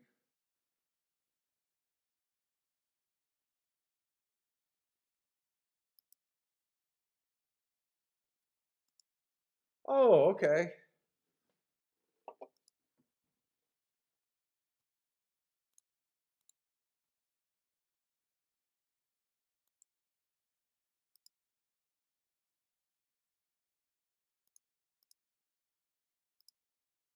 Four, 5, 6, and 8.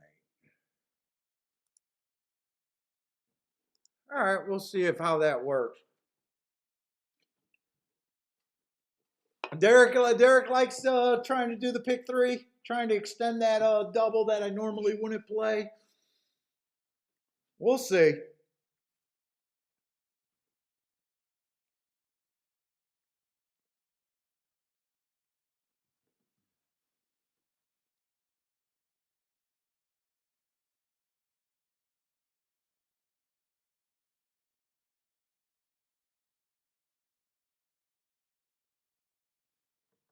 Oh shit! Oh, slow day with one track. That is doing an exacta box. 1, 2, 3 exacta box. Hey, Thad, your 3 horse is scratched. I don't know if you mean the post 1 through 3.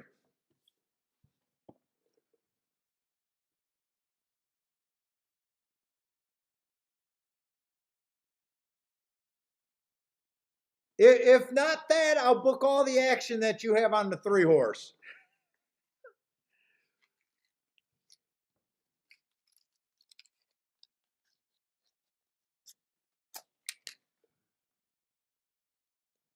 Boy, it feels different playing pick 3s.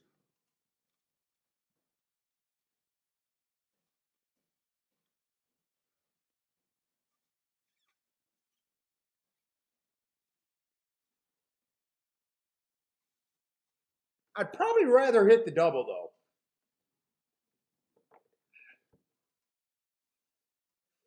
Thad, I'll book that action, man.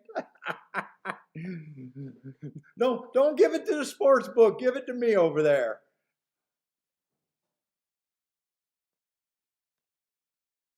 What you getting in the fridge for? What's for lunch, Kiki?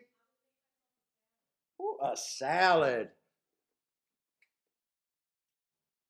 I'm starting my theory with the extra bets today a little bit, Kiki.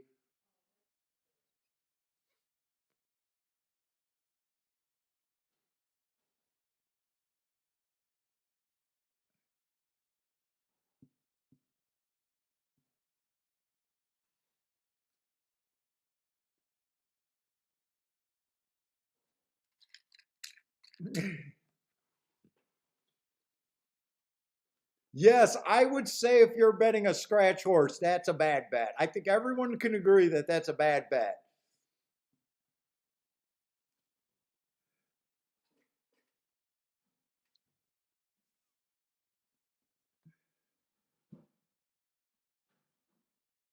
Grandma wants to punch Irad in the face. Look Who did he fuck up in that stakes race with Life is Good? I would have liked to see what would have happened if Life was Good was actually making a move there. I don't even know how they didn't look at that. I think the owner or the owners or the trainers were all the group of horses that they weren't even going to look at it. Someone told me that. Who was that? Happy Saver that I bet in that race that ran second to Life is Good? Was that Happy Saver? I can't even remember these guys' names. Dude, I was still proud of that bet. Dude, just recognizing that that was the only place you could go. I probably should have. I would have hit the exact if I knew that exacta was going up and not down. When I looked at that exacta, that exacta was I think paying $8, and I think it ended up paying 15. Oh, I did not want to see the one horse get the lead here, though. I'll say that right now. One, I knew he was a sprint horse stretching out. I know there was a possibility of him getting the lead, but I did not want that to happen. I thought the 5 was the most likely horse to get the lead here. He's still in good position. He doesn't have an excuse. Just for my sake, I didn't want the 1 to get the lead. 2 still in good position. I just need the 1 to go away.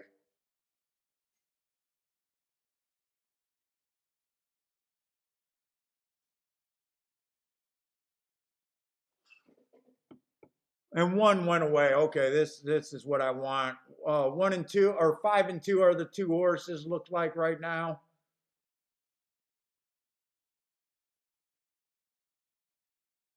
Come on, 2, keep running at this. I'd rather it be the 2.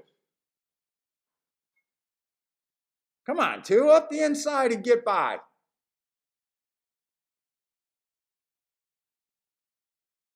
I think the 5's still got enough. 5 still has enough. And I played the double more with the 5 and the pick 3 more with the 5, so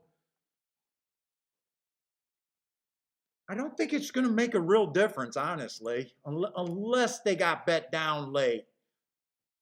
5-1 is still paying 13 to 1. 5-1 is paying 13 to 1. 2-1 is paying 30 to 1. So me playing that double was basically trying to even that out.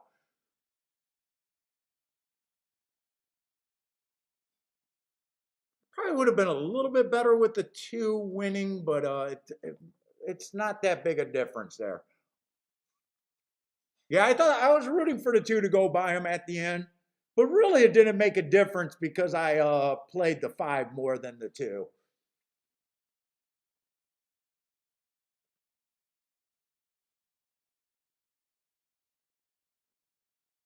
We'll see. We'll see. So I got the horses. I think I'd rather just hit the double and get paid, by the way. Because the last race, I didn't really handicap the last leg of that pick 3. I just knew that if I got alive in the first 2 legs that I needed beef in the last leg. So to me, the double would be the better the bet that I want to hit. And I'm even better off with the 5 winning because I even got the 1 X. I got the 1 in the. I got a third horse that 1 in that pick 3. So where if the 2 would have won, I wouldn't have had the 1 in the pick 3. We'll see if it works out. Now my doubles are still paying, so my double is paying 13 to 1, but I'll still have a shot at the pick 3. The double to the 4 is paying 37 to 1, so I'm happy with that as long as that didn't change. And the double to the 5 is paying 52 to 1. So two of my 3 doubles are beefy. 2 of my doubles are beefy.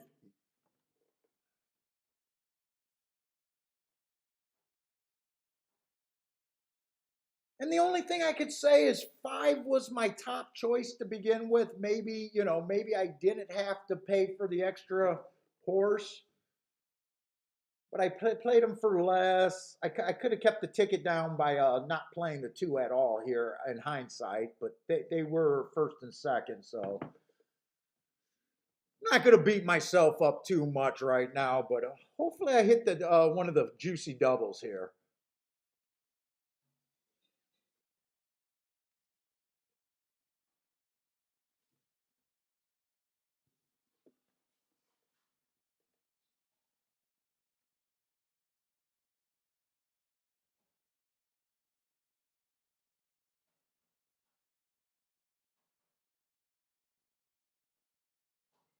Dean says, why is betting the 4 scratch horse a bad bet? If you can bet a late scratch, why not a late entry? Yes, Grandma, I did say that you sent me a letter a day or two in advance before you had that hit. And just from the tone, you sounded a little discouraged. I did say that, and I said that the very next morning after I got that email, I seen another email from Grandma with the title, Hold My Beer. I love that, Hold My Beer.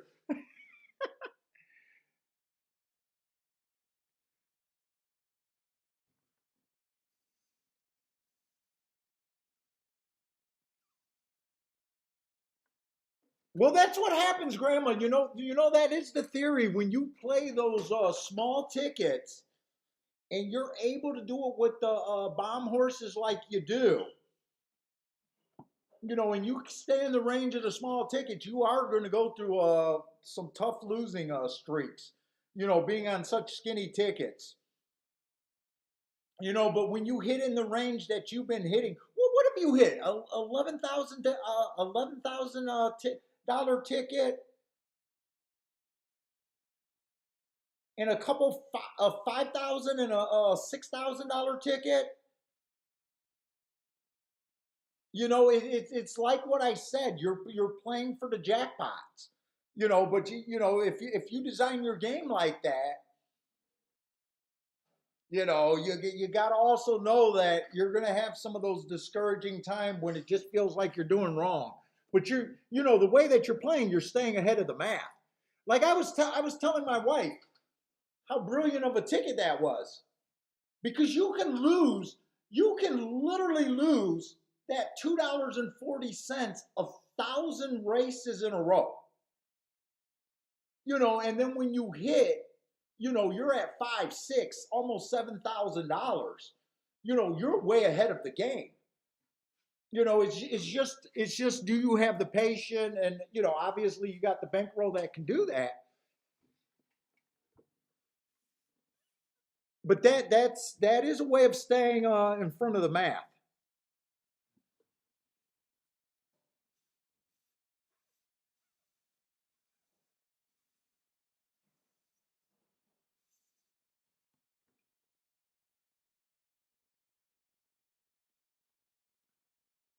I just love how Twitter was saying, "Oh my God, an impossible long shot," and I wanted to tweet all of those guys your ticket.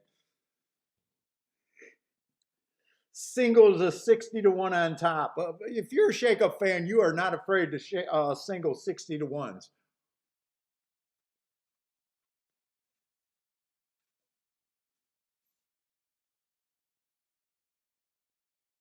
Yes, 6 months. You could go 6 months out if that's how you structure your game. Now I would mix it. To me, my temperament, if you guys see, the way I handicap and stuff, I need to hit fairly regularly. Uh, not it's not just because I'm on a stream. It's also that's my temperament. Yes, and Grandma definitely posts her ticket. Those are tickets. Every ticket Grandma sent me, those are tickets to be proud of. Did you? But here's my question, Grandma. Did you have a win bet or anything else? Was that the only ticket you had in that race? Because that would have made me sick if the 60 to 1 would have won and then I would have got beat by fourth.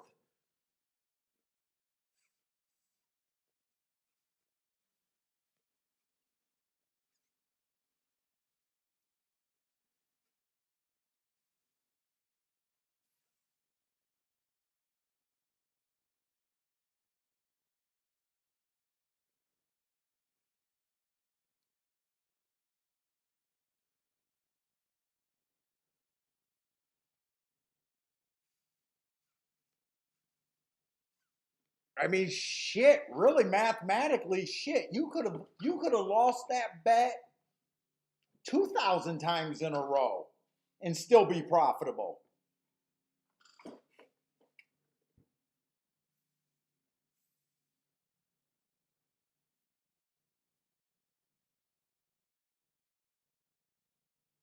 Oh, for the five races before that, you were doing a win bet with a. So what did you see? What was it a stalking closing day that you were trying to take advantage of it? I don't know if I ever seen your comment from that.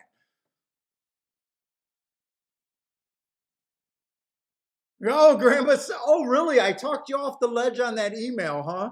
Got her focused again. See that's why my game is designed where I got to hit more tickets, because if I played like you did, it would be harder for me to keep a positive spin. I got to be winning like I'm probably pretty close to 40% of the days that I play. Not every day is a big banger though. I wish I could say every day was a big banger, but that's why I need those $200, $150 win days. I got to be able to stay positive for the whole year.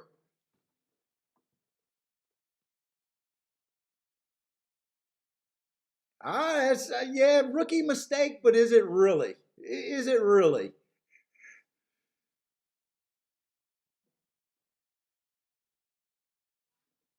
So he was a closer plus he was a kitten's joy. Oh, so you got it on the kitten's joy, a little breeding angle and a little bit of a closer angle.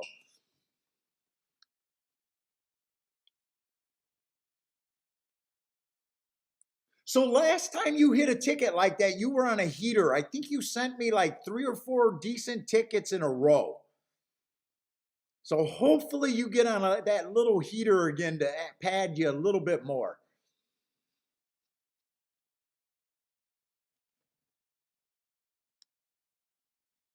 Oh shit! If you're a kid and joy person, if you do a breeding angle and you're getting to a 60 to 1 shot based on that, dude, I don't care how you get to the 60 to 1.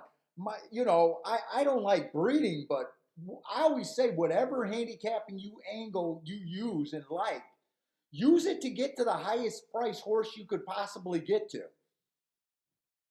So that's not something that I necessarily would disagree with. If you're a breeding handicapper, to me the math rules are more important than the handicapping rules a bit. I want to take Kid and Joy angle at a short price. But fuck, if you like Kid and Joy and that's part of your repertoire, trying to get to that breeding angle 20 to 1, 10, even 10 to 1, depending on how often that angle pops for you. The math is what makes, where I say, fuck, if you're a breeding handicapper, fucking sure. Play the money shot on a 60 to 1 shot if you're a money shot handicapper, more than a 2 to 1 shot.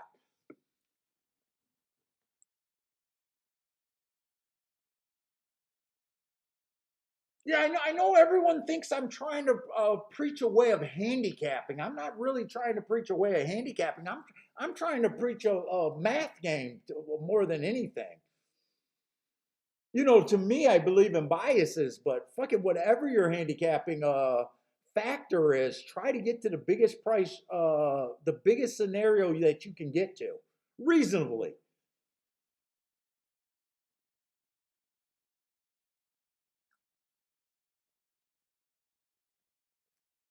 Play for the jackpots when they're there. Play for the scores.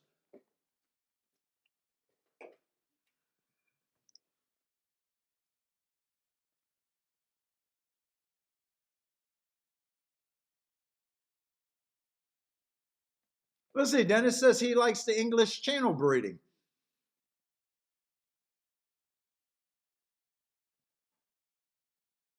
Yeah. So for me to say I don't like breeding, it's just a personal preference. I just never learned breeding because it's boring to me.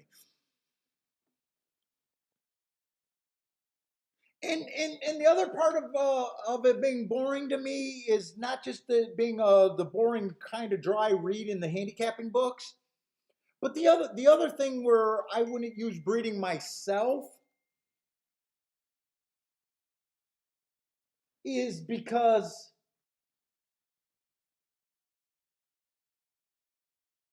I couldn't make bigger bets just based on breeding. Like every breeding play that I could possibly make would just be me playing them in the low because I just can't form that thought in my head.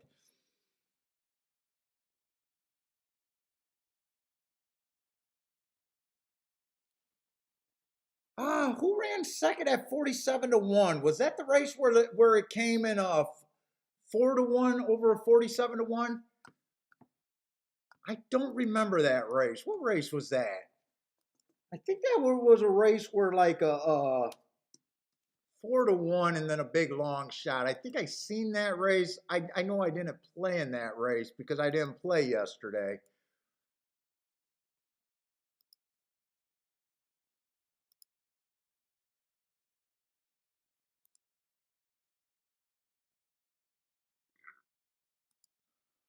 I think that was on the turf, right? And I think that horse tried to go wire to wire. So I didn't even have a form yesterday. Who was that horse? Oh my God, they get me on these group texts and they drive me crazy.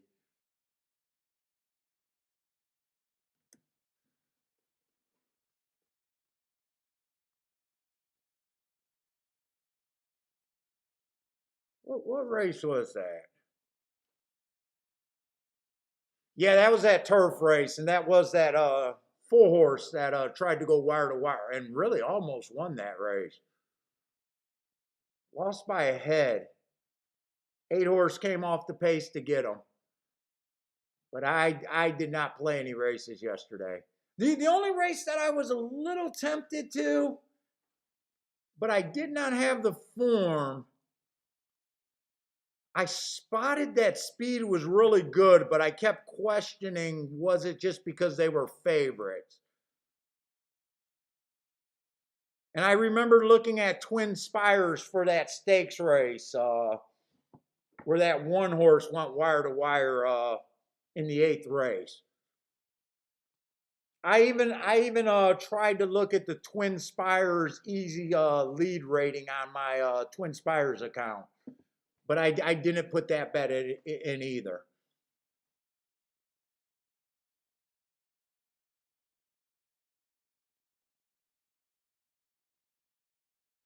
The human anchor ran second at a price yesterday at Colonial. Oh, is that where he's at right now?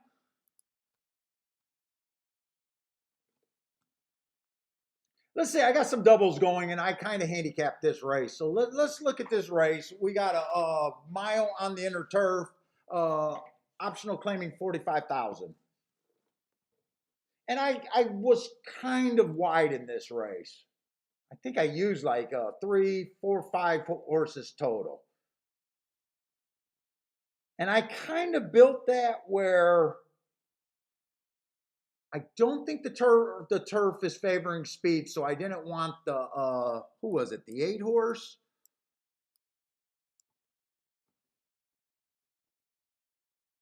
And who was the other horse that I thought could go wire to wire? The 8 horse and the 3 was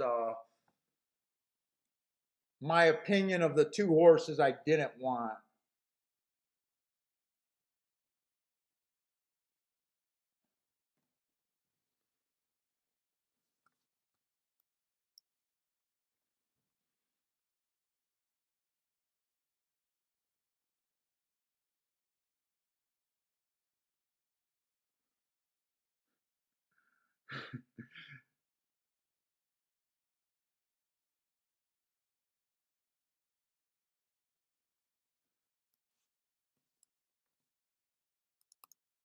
Let's see.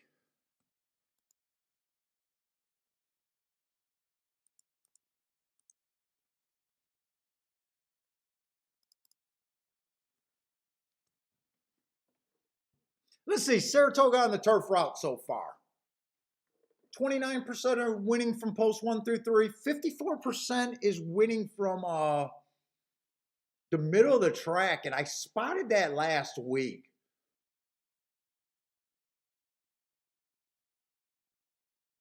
So there does seem like there's something going on with post 4 through 6 over there at Saratoga. And 18% on 7 and out. So I'd be a little leery or a little keeping my mind open about 4 through 6 post positions. The middle of the track does seem like it's doing something at Saratoga right now. 54% is a pretty big number. Let's see, they're only going wire to wire 14%, so only 8 times this meet that they've went wire to wire. So I'm still against wire to wire. They're stalking 41%, coming from 1 to 4 lengths off the lead, and they're coming from 5 lengths off the lead or farther, 45%. And 45% for horses coming out from 5 or farther is a pretty big number.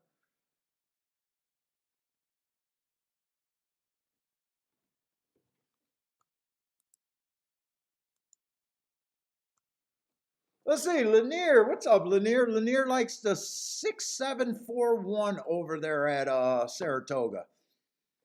Hey, what's up, Lloyd?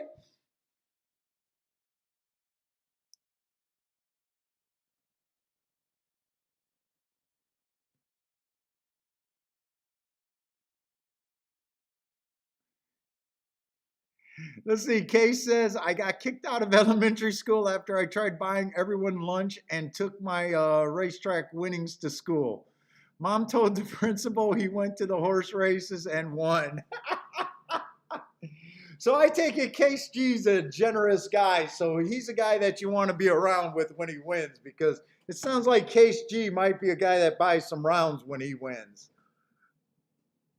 That's in Case G's breeding. He hits a score and he wants to buy all the kids lunch.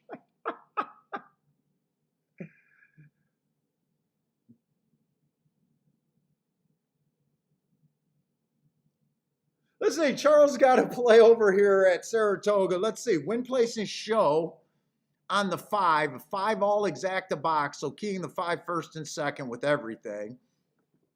And then 5 on top of the 1, 2, 3, 6, 7. Who is this 5 horse, and do I got him? Oh, I got him on my big. He's one of my big doubles that I want.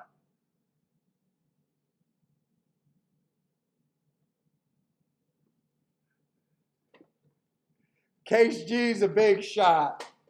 In elementary school, all right, kids, go up there and get lunch. I got you covered.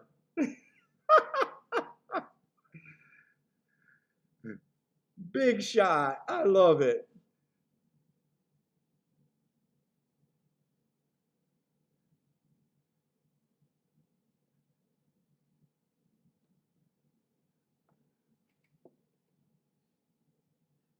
Let's see, the one, I was interested in the one, so I do have the one a bit. I like him because of stalking, closing, running style. I really like his race 2 races ago where he ran against the speed favoring track. He comes back. He didn't win that race, but I love that his speed figure went way up. He went too fast to win. He was running the right running style that day, but he still went too fast to win. So that actually plays like an asterisk there. So I do like the 1. He's one of the horses that I'm alive to. I like the 2 because 2's the exact same horse pretty much. They're coming out of the same race.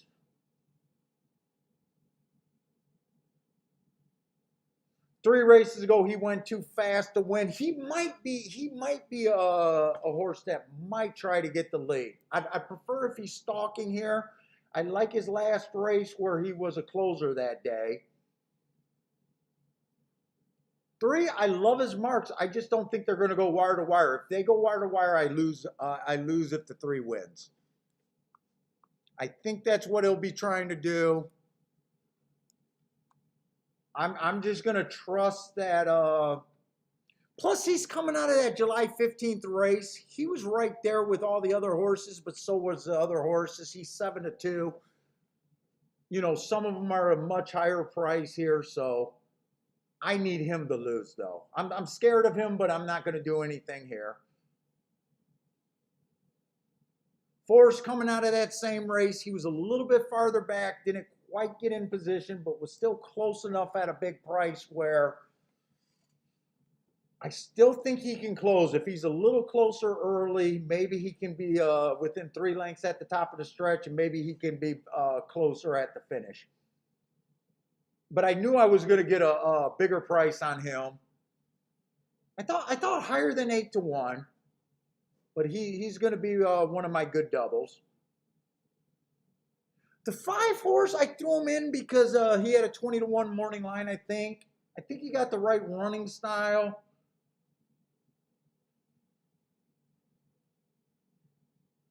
But other than that, not really sure what I think about him.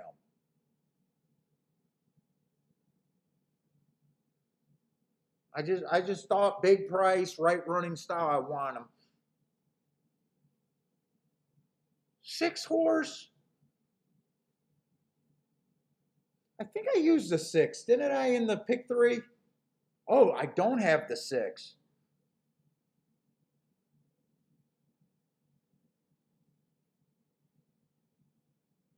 Six is scary to me because a lot of races he comes off the pace, but last race he went to the lead. If he comes off the pace today, he's the only horse that scares me that I might do something with, because he's 9-1.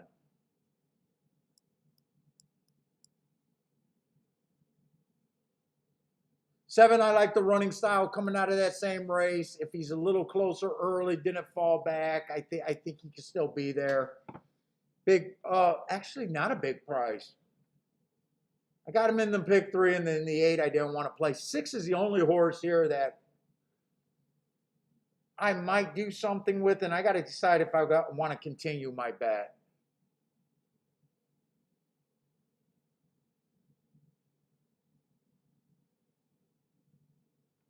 Let's see. If the 1 wins, I'm getting a crappy double, but I'll still be alive in the pick 3. The 4 to 5 wins, I cash decent doubles.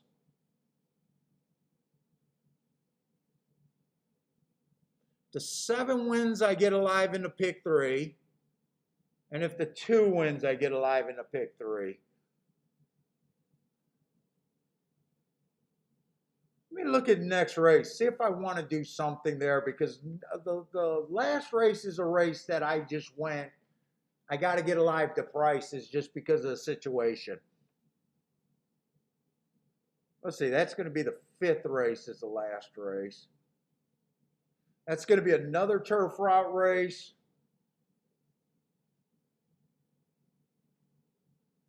I even got to write who I'm even trying to get alive to. 4, 5, 6, and 8. I think I couldn't use the 1 just because of the,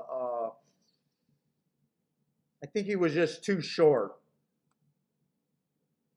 I do like the 1. I'm going to write who I'm alive to right here. If I do a double, I'd want to use the 1 horse.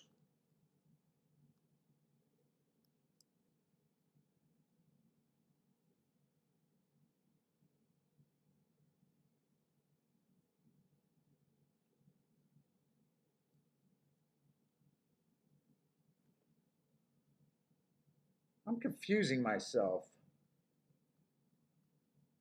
5th race. This is the race.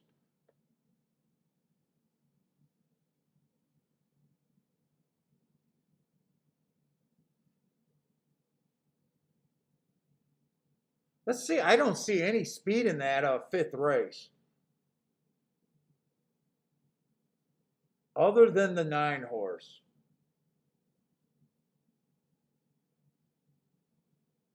Shit, that's going to be a tricky race. I think a lot of horses fit that race.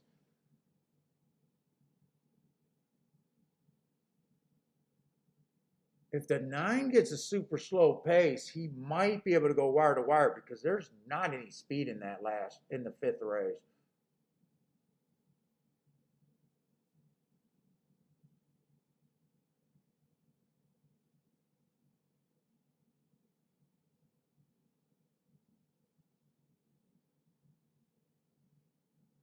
I don't think I want to continue anything here.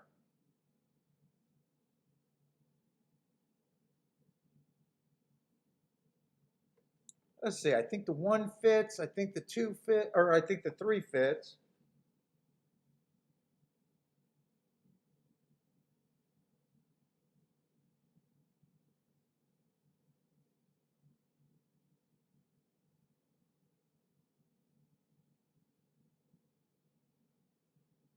One, three, six.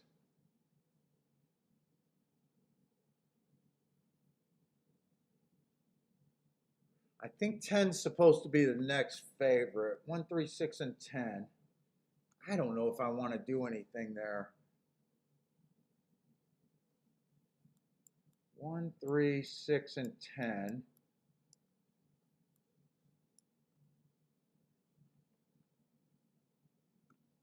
Six is the main horse that I want to get a little piece of at 10 to 1.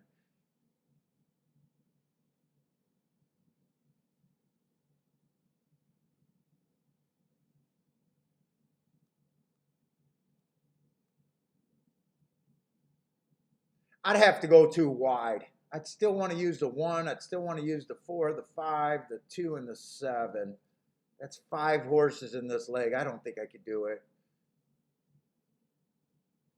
And the 6 makes it 6 horses.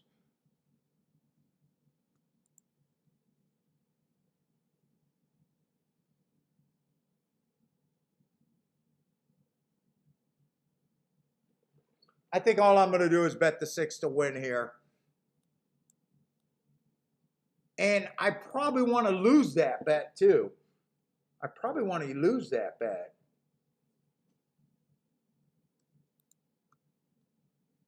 Fourth race, I'm just going to bet the 6 to win.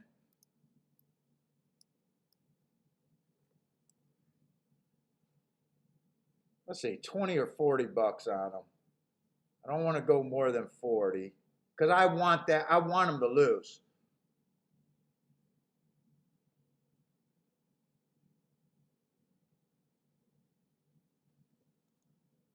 Let me get him to win.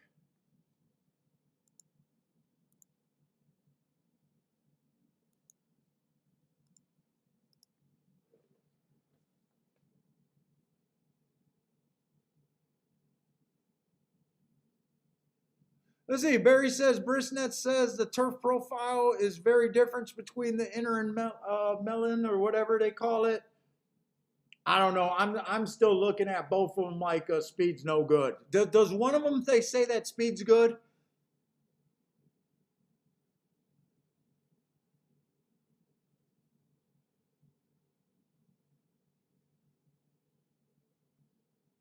Let's see. If the 1, the 4, the 6 wins, I get paid off right now.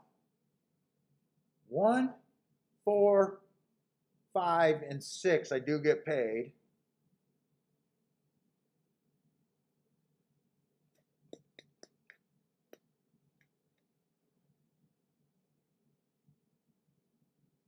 I just do not. If a horse goes wire to wire, this is going to be bad. They're off. I can't do anything else. Speed is better on the inner, worse on the outer. I don't get that melon. Why do they call it the melon?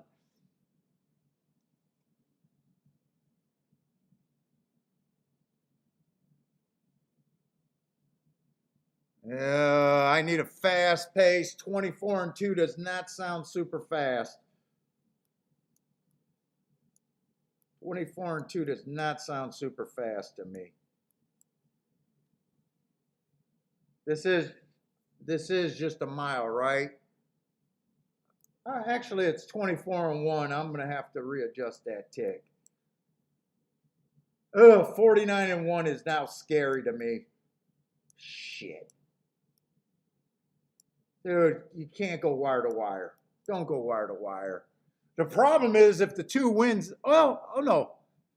If the 3 wins, he wins stalking. I need someone to come off the back end now.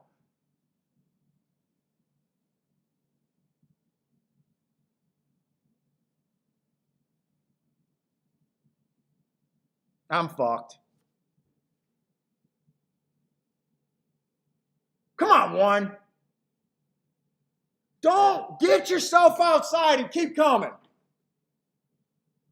I never had to worry. I never had to worry. Oh my God, I was so worried. That's my worst double, but I am gonna put. I'm gonna have a pick 3.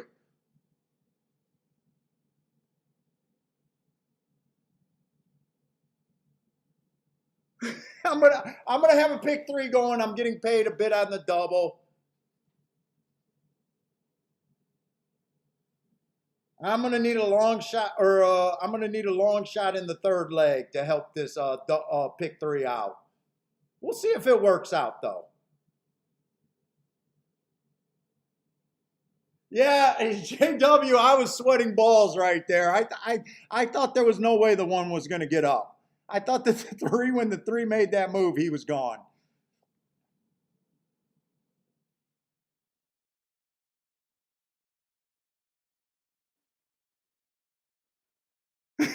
I'm fucked. Oh, never worried. 1's a nice price, but with a 3 to 5 winning the 1st leg, I didn't fool anyone in the double.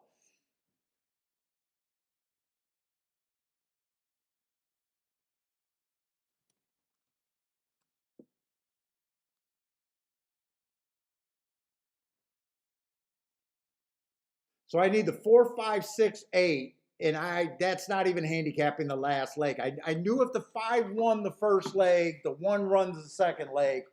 I need nothing but double-digit horses here.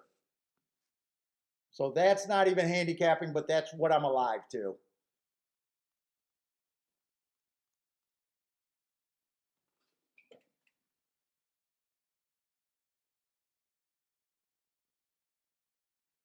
Eight got 3rd. Who was the 8? I don't think I used the 8 on the ticket. Oh, 8 was the speed horse. Eight was the horse that had the lead, and so speed held up pretty good there. Speed held up pretty good. Thank you, 1, for helping me out a little bit. And I'm so glad that that was 1 coming off the pace, other than the 2 and the 7. I preferred being the 1. Because 1 was a better price than the 2 and the 7, and 1 gets me paid a bit on the doubles. Not a huge hit, but I'm on a free ride with some profit right now.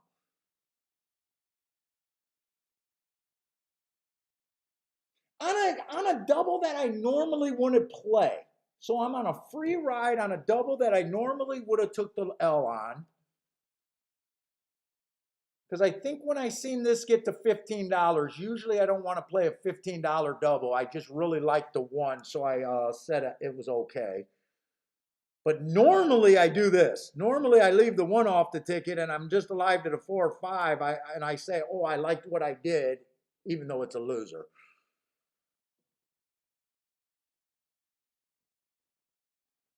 Oh, we'll see.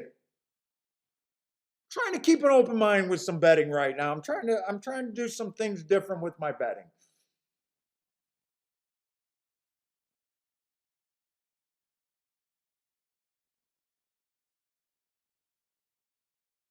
And if I didn't play the double, I could have came back here and bet the 1 at 6 to 1. But honestly, I'm the same with the $13 to 1 double.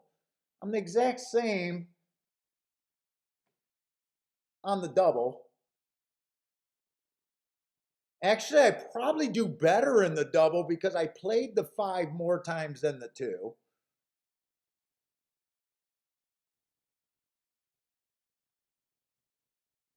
But I tell you what, trying to structure the bets like I am, they're giving me a headache. It feels like a lot more work. Feels like a lot more work trying to really think the bets through about what I need and what I want to do. If I would have sat out the race before, I think I would have came back here and played the one at 6-1.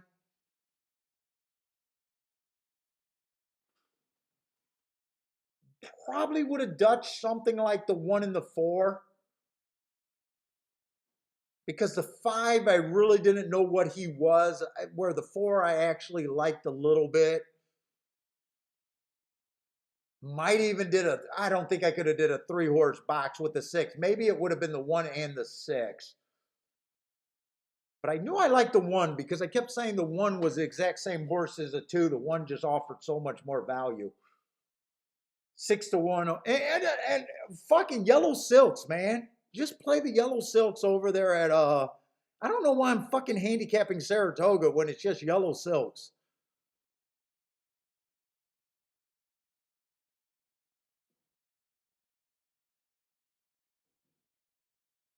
The exacta paid nice, 31-1, but if I would have used the 1 trying to hit the exacta, I wouldn't have had the 3 or the 8. So I'm glad I played the double in the pick 3, because if I would have been in this race, I probably would have did the exacta and the double. I would, or the exacta and the win, and I would have lost on the exacta for sure.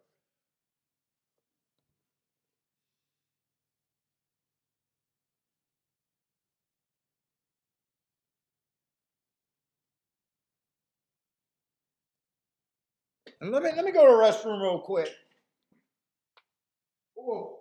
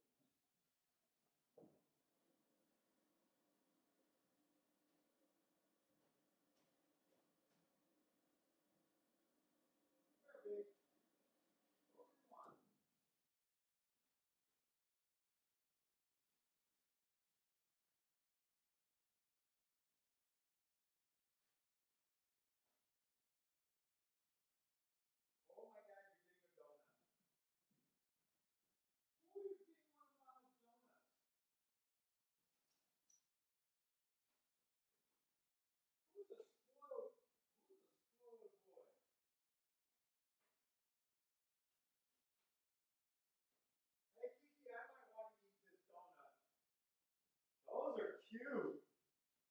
Dude, that looks good. It smells good. Oh my God, Bentley, I might eat this. This looks good. This smells really good. Look at this. Kiki went to the doggy bakery. Dude, I want to eat it. Oh, that's good icing. That is good. Yeah, it's yours. It's yours. I ain't gonna eat it. Dude, that actually smelled really good.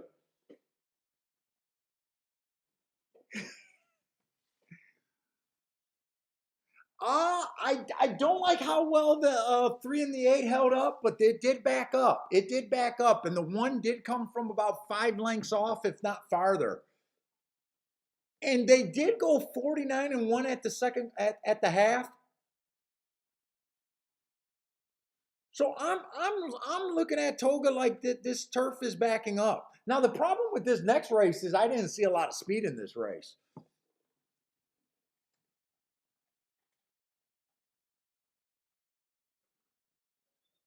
But you know what? 1 was the only horse that was coming. If 1 did not come, 3 would have stalked. 3 would have came from about 2 lengths back.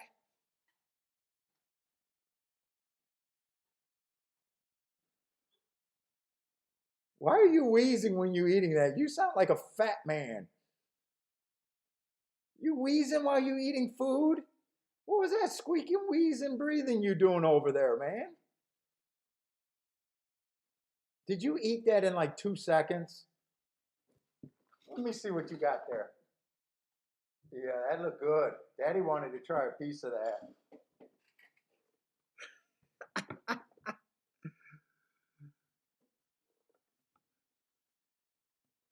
Is that good? You need to get a bath. I keep promising you a bath, and your day of execution keeps getting moved forward, postponed. Bentley's on doggy bath death row right now. I keep telling him every night, tomorrow's going to be your bath day. You don't stink. You just feel greasy. You just feel a little greasy. You just feel a little greasy. That's all. You're not a stinky boy, at least. Hmm? You're not a stinky boy.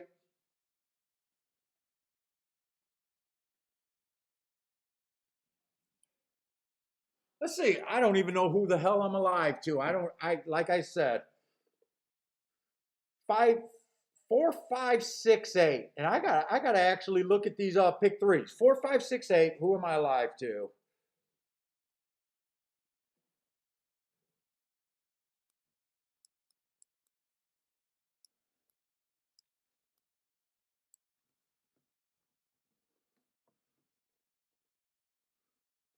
Oh my God, the four looks pretty hopeless. Five doesn't look terrible. Five at least earned some hearts 2 races ago. He looks pretty bad though. 6 does not look bad to me. 6 got the right running style. I think 6 might be my best chance.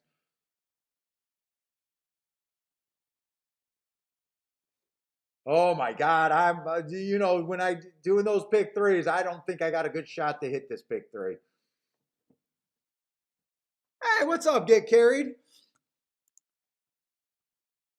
They got to be paying, right? 4, 5, 6, 8. Let's see. Pools. Holy shit! At least I'm on a score. At least I'm on a fucking score. $1,200 to the 4, and I got that multiple times. 2,000 to the 5, I got that multiple times. 142 to the 6, I got that multiple times. And the 8, 1,600 multiple times. I'm on a real score right here, actually.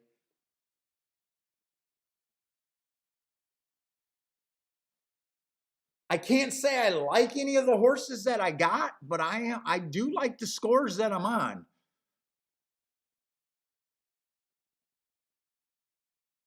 Holy shit, do I like the scores that I'm on.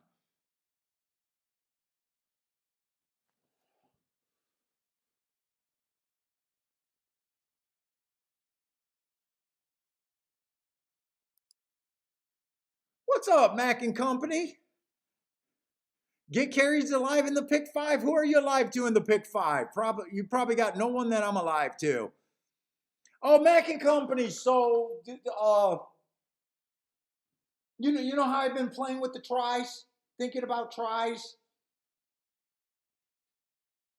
A try is nothing but a what? Vertical pick 3, and a pick 3 is nothing but a horizontal try. I started the first leg with a 4 to 5 horse, and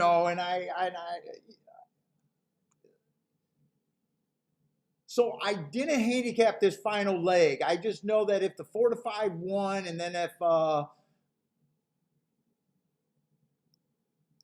needed something long here, so I did not do any handicapping this race, but I'm on some scores. It's just me thinking about extending some bets here.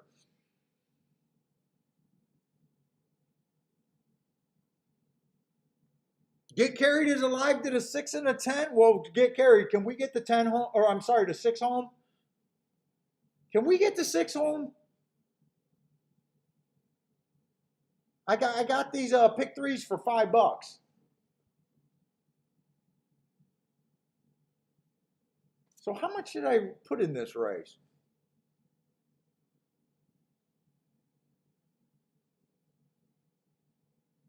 Got $60 here, and these I did for $3. $24, and these I did for 20 with the 5 and 10 with the 2. So another 90 there.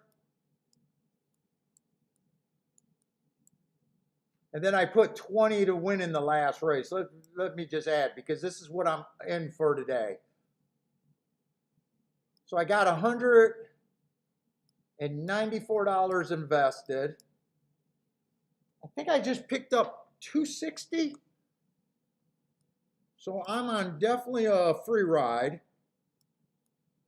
because I'm pretty sure that double paid $13, maybe some change. So I'm not up a ton.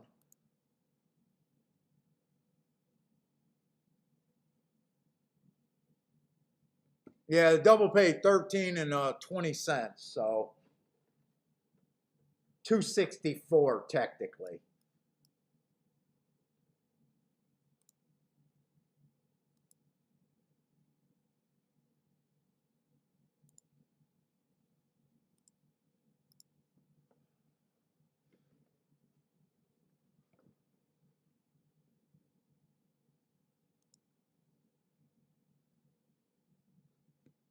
So I'm 194 in, got back 264.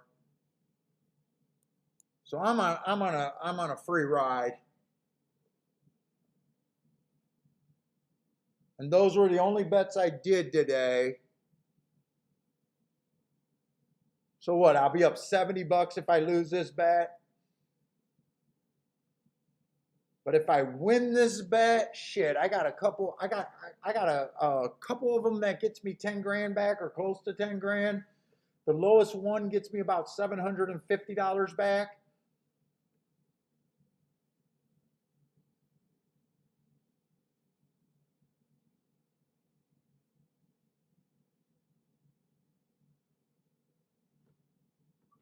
Yeah, I seen you hit that late pick 5 or something. That was on the stream that you hit that, right?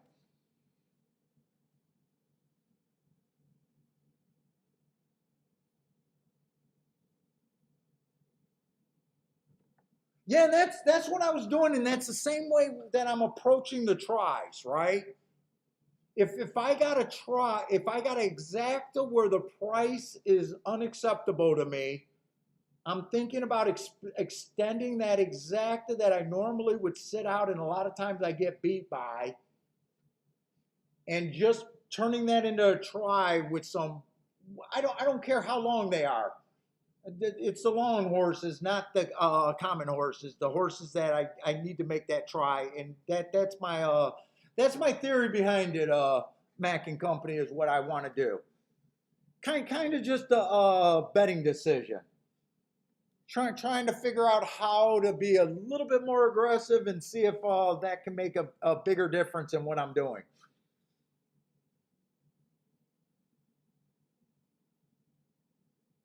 Lloyd says, well, I got the favorite. Come on, I got the favorite in top on a 5-horse race. The second race, I did like the 6-1.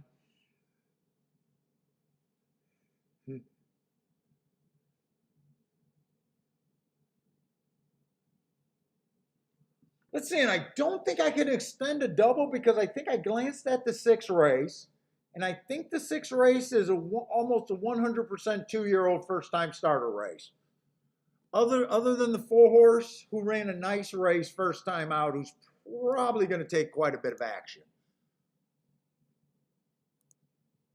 But I can't play a double, so if I do anything here, the only thing I can do is exactas with horses that I like or win tickets. But since I'm on a free roll, I probably just sit out this race. Because when I glanced at this race, I did think that there was very little speed. Other than the 9, I don't want to be on the front end. I don't want to support the 9, even though the 9, I like his last 2 races. If he goes slow enough, maybe Speed can hold on, but I don't want to play for a bunch of maybes. He did earn a heart 2 races back, the 9 did. What you still looking? That donut was really good because you're still looking for more. You're still looking for more.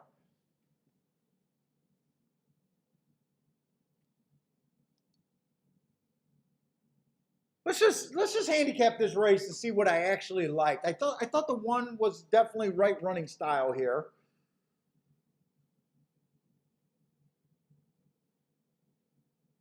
He's an off the pace horse. He doesn't got the best marks. He did run against the asterisk 3 races ago, but other than that, he doesn't have the best mark. But I think he fits. 2's a first time starter, so I got no story for him. Oh, 3 horse closing 2 races ago. I love that race. Going too fast to win on a stalking closing day, just missing. Wow, 6-1. I do like him. 6-1, I might put a bet on him.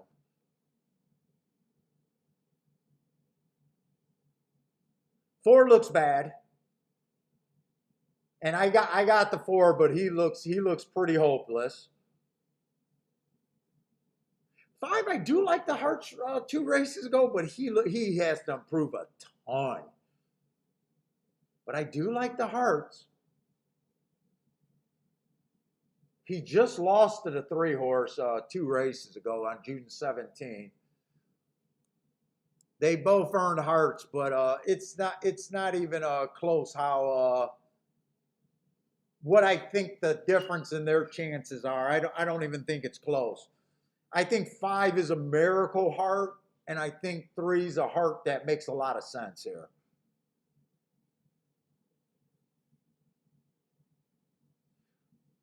6, I don't have to do nothing with him. 6 is a horse that I actually like. 6, I actually like him.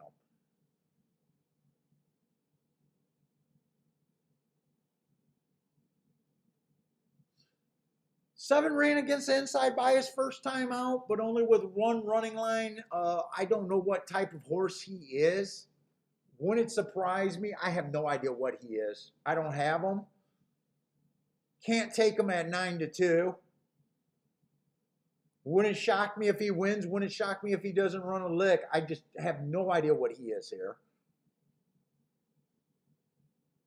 8 I got, but he looks pretty terrible.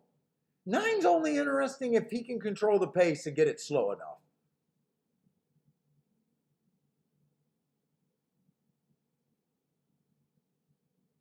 And 10, I definitely think 10 fits this race perfectly, and I think 10 should probably be, if not the favorite, one of the top 2 or 3 betting choices here. Let's see. The horses that I actually like are the 10. 9 I like. I just don't think they're going to go wire to wire.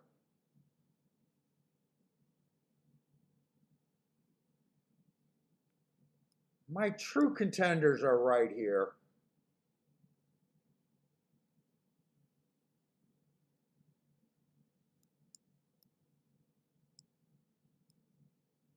One and 3. 1, 3, 6, and 10.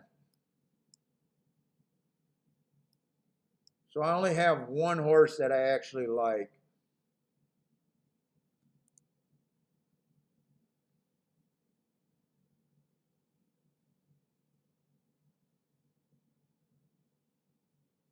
Yes, I want those. I get paid big time on a $5 cheap ass ticket. I love what I'm alive to. I just don't think my chances are. Let's see if all the horses I like got a 5% chance to win this race. I think I combined for a 20% chance to win the race.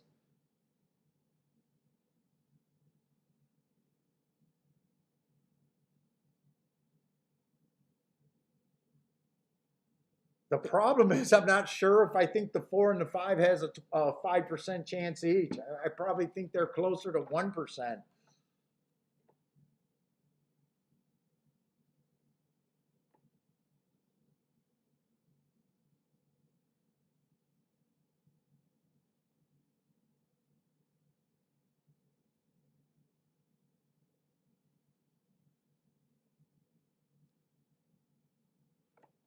Let's see. If I did something here, it'd be the 3 to win.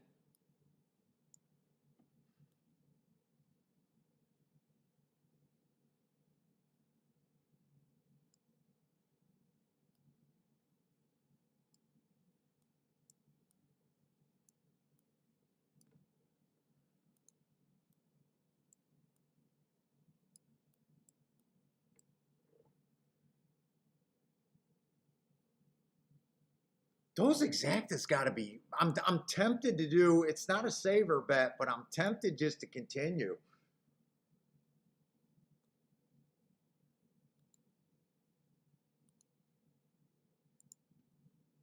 Am I that tempted to continue? Let's see. Probables, exactas. Let's see. 3 to 1 is paying 112. No, those are doubles. 3 to 1 is paying $29. 3 to 6 is paying 48. 3 to 9 is 67, and 3 to 10 is paying 25. I'd probably want to key box that with the 3 to win. But do I even want to do that right now, or do I just want to hope to get lucky with what I got? Because I put myself in a weird spot. I'm alive to a bunch of horses that I don't like because I played the pick 3.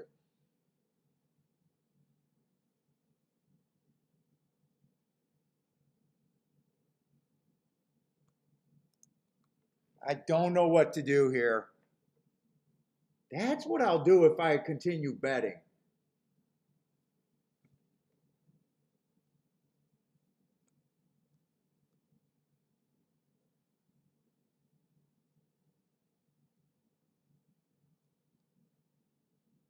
And really, if I wanted to go for this, if I wasn't alive right now, I would do 3 and 1 in the key box, I think. All right, what's up, Hector?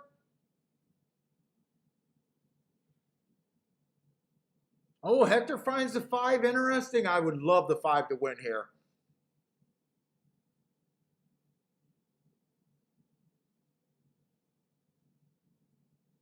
Let's see, 2's a first time starter, right? So 2 I'll never understand. I'm probably not going to do anything here.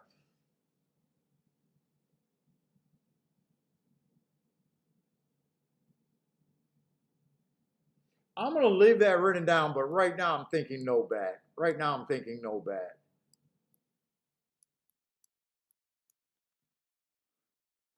Ah, we're doing good, Hector. What's up? How you been, man? I haven't seen you in a while.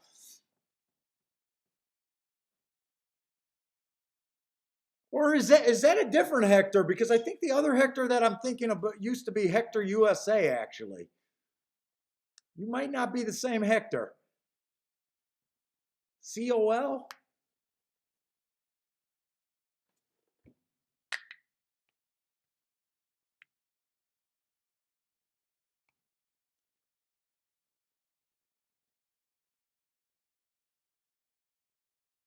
Or I can just put a play bet on the 3 horse just to win. I could also just do that. 7 to 1, he's still tempting there. Then I can root for my pick 3, and if the I think I'm just going to do that.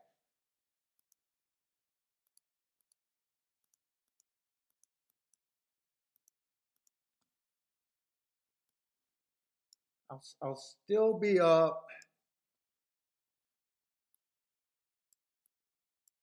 I'm going to put no bet right there because I look at these later. when I do my reviews.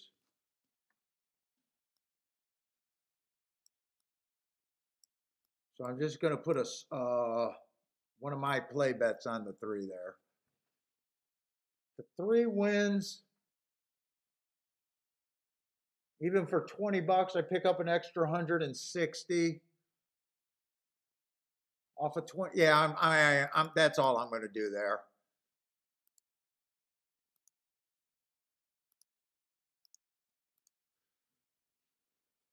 All right, let's get this one. Let's see, what does Charles got? Oh, 3. Charles likes the 3 too. King on top of the exacta and the try and the super. And a win bet on the 3. I want look, if my pick 3 doesn't hit, I definitely want the 3 to win. Definitely want the 3 to win if the pick 3 doesn't hit. Oh, you moved.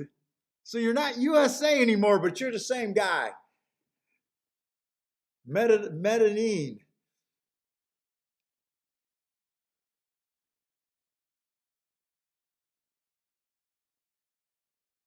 All right, they're making the slow walk to the gate. What's up, Jose? Jose only likes the 10 horse here. I like the 10. I just don't live in that price range of 6 to 5.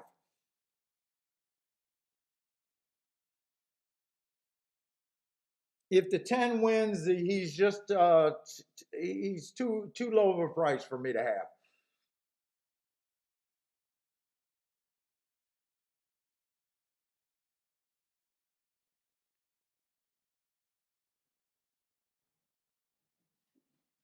Right running style, right everything for him. I think he should definitely be the favorite, or at least the first or second choice there. I probably think favoritism should be between the 1, the 3, and the 10 is kind of how I'm looking at it. I'm probably leaning that the 10 should be having the most money on him.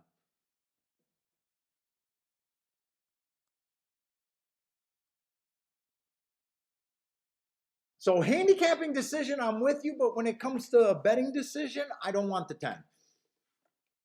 To me, the reason why I'm off the 10 is just a betting decision for me. Hey, what's up, William? Frankie 888. What's up? Frankie 888 likes the 10 all. Turf Daddy Turf Daddy likes the 10 on top of the 489. So another person with the 10 and dutching the 489 exacta box. 9 gets the lead like we thought. If he gets a super slow pace, I don't want him to get a super slow pace. I don't think the speed's holding up, but they can hold up if they get a super slow pace. 49 and change, I would consider a super slow pace. 24 and 2, that's not really what I wanted to see there. I was hoping we'd be looking at 23 and change.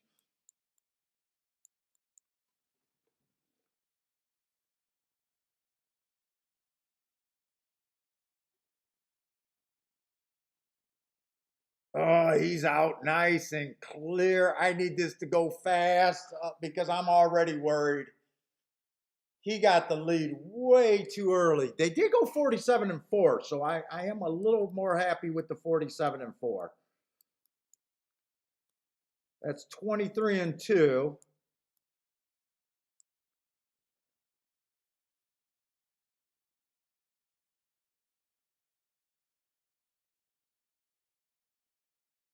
Come on, we can catch this horse. 1's the horse that's coming. Let's see. I don't have the first time starter. I need to root for this 6. Oh, 3's up there. Come on, 3.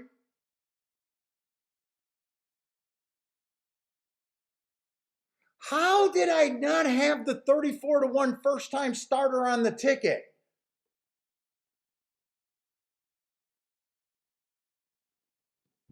He went off at 34 to 1? How did I not? All I was taking was every horse over double digits. How do I not have the two?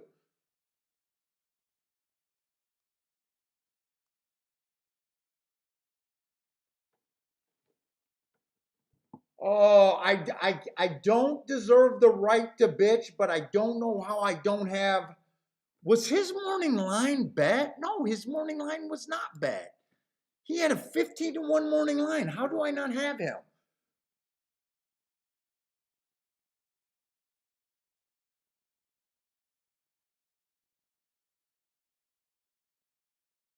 I didn't throw him out because a first time starter. All I did was take everyone that was over 10-1.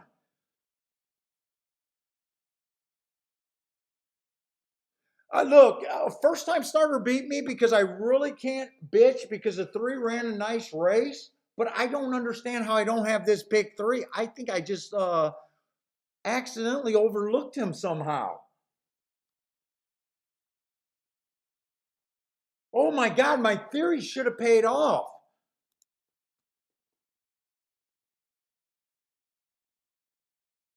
That was the perfect scenario. I got everything I wanted. My experiment was a six. If this horse is 15-1, he should have been on the ticket.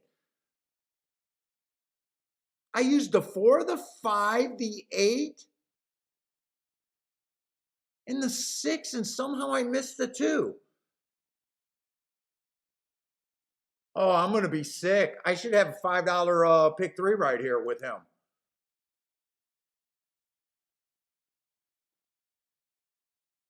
I'm sick.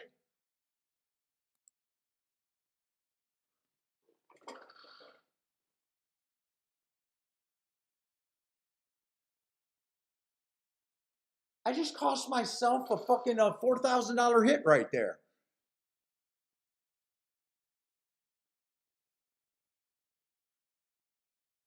You guys seen what I did with the pick three? You guys know that I made a mistake. It wasn't a handicapping mistake at all, dude. I don't know. I'm pissed at myself right now, but in a way, I should be celebrating on my theory of what I was trying to accomplish. I just cost myself $800 five times.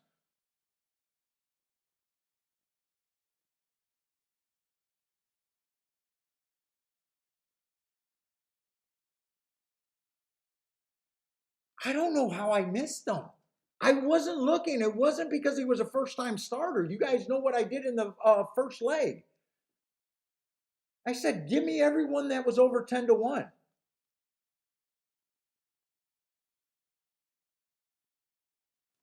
Dude, I think I found something that I like though.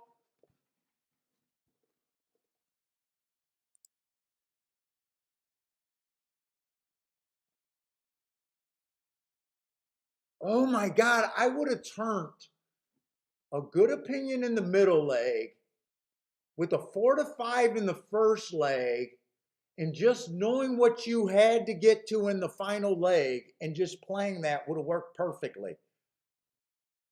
And I just mis executed it, but my head, that's what I was doing.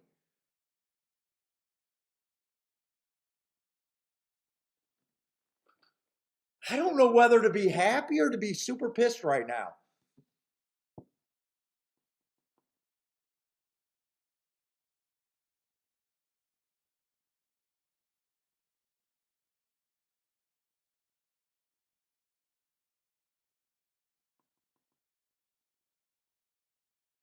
Oh my God.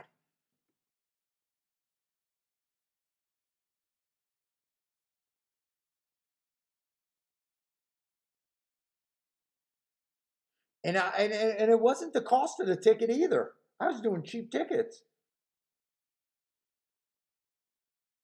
Oh my God, I should have had that. Without a doubt, I should have had that. I don't, in fact, I don't know how I missed it.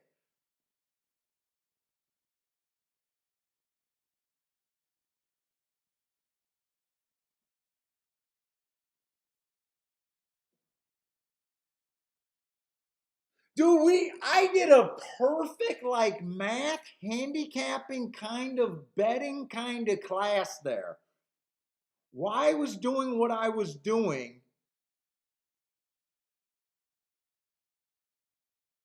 And it was just, I don't know, dude. I'm gonna watch this tape because I know I did not handicap that last leg.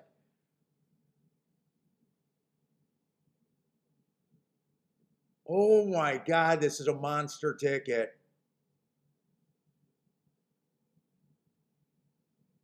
Actually, that did not cost me 2 grand. That cost me like 4 grand.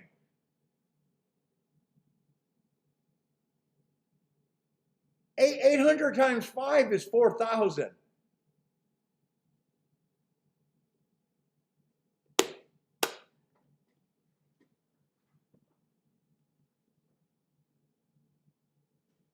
Am I gonna find that spot again?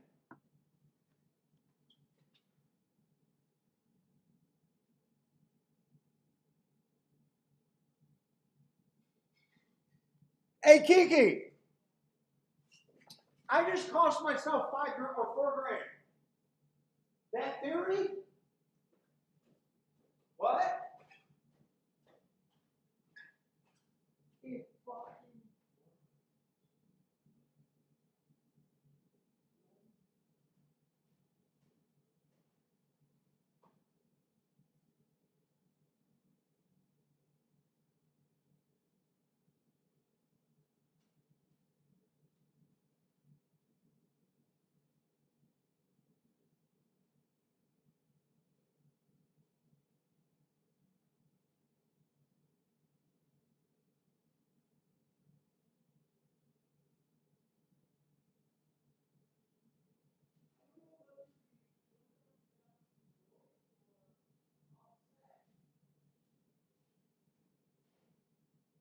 Although I loved what I did.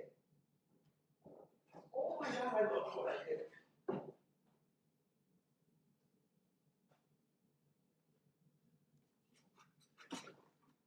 Oh my God.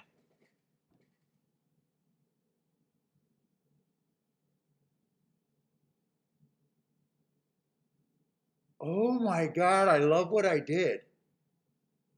I absolutely love that, what I did there.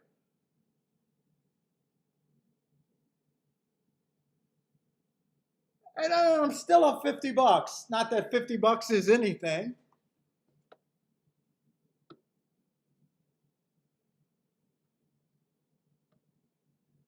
That would have cost me 25 more dollars.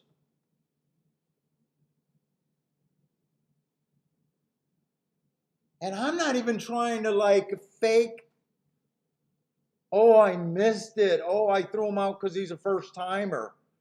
I was betting everyone over 10 to 1.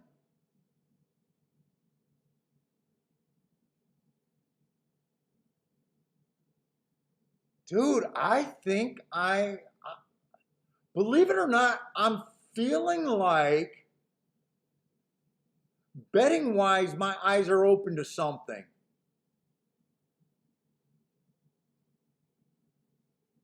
Now, next race, I'm going to dwell on this for way too long, but next race is an unplayable race for me. Oh my God, that would have been a perfect time for that first time talk and theory kind of play. Oh my God. Like half of me, seriously, guys, like half of me want to beat my chest because I know that I just made an oversight when I was betting.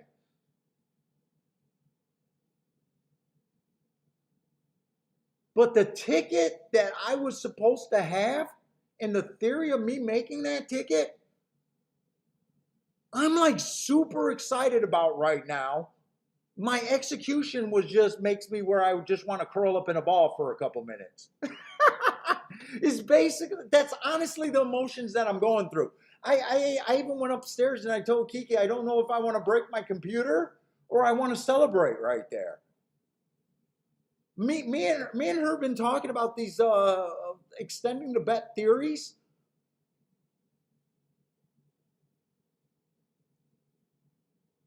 All I know is that that's going to be something. That's going to be something. That's all I know.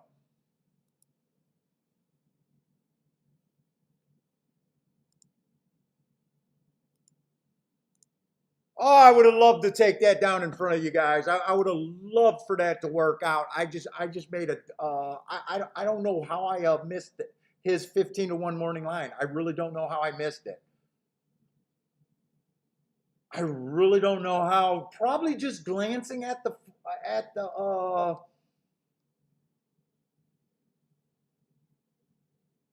Well, I don't have the odds on the form. I don't have the odds on the form. And when you're betting the pick three, you don't do. I know I glanced at the odds. You know what? That's probably why. Why does it have to be the horse that mattered? Oh my God! I think I got a handicapping breakthrough, right, or a betting philosophy kind of breakthrough here. I really do. Hey, what's up, block party? A block party. Wait, come on. Wait. What are you talking about? If you were here when I put the bet, I was clear what I was doing. What the fuck are you talking about? What do you mean? Why am I dwelling on it?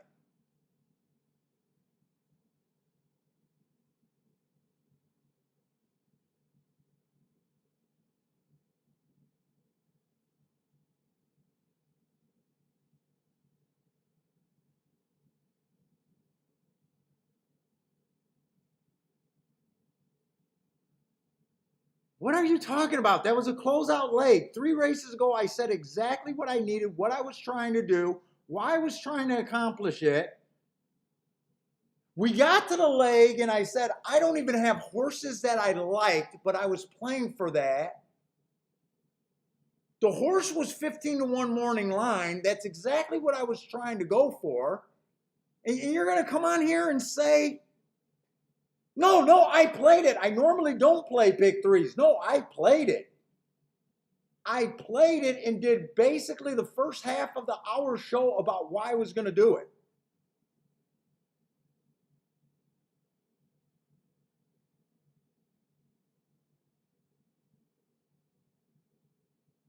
Dude, the people that follow me and know that and were listening at the time that I did the bet, they're Bluekin right here is vomiting over my mistake right there. I'm not sandbagging or anything. I'm not trying to do that. Actually,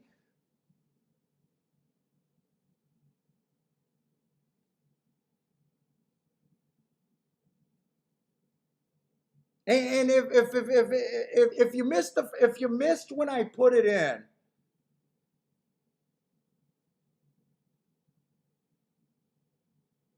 and really want to go back and watch what I was doing and what I was saying I was doing and why, you might have came in late and missed it because I normally don't play pick threes. That is a true statement.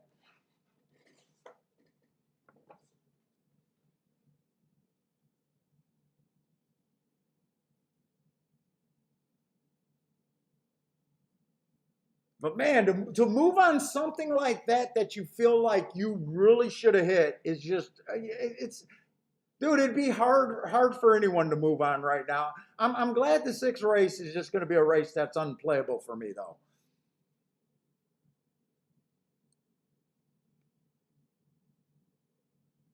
But yeah, they're right. I normally don't play pick threes though. I normally don't play tries. I'm adding something new and a new betting theory. That's why I'm saying that I don't know whether to be excited and to celebrate, but I'm feeling the pain of what should have been. I am feeling the pain there. Like no one can walk away from a $4,000 hit that that's why you were putting the ticket in.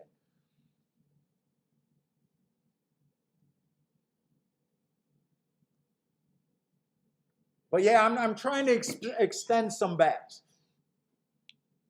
But you know what? It's not terrible. I hit the double. Oh, it's rough. It is rough though. But this next race, I probably need this next race right now, anyways. Uh, this is going to be an unplayable race for me.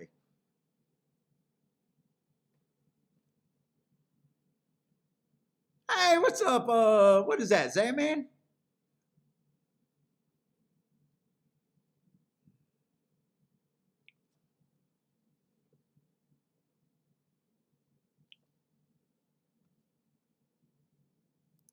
Yeah, but if you missed when I put it in and what I was talking about and why I was doing, it really started from the beginning of the show today about how I'm thinking about expanding into some tries and some pick threes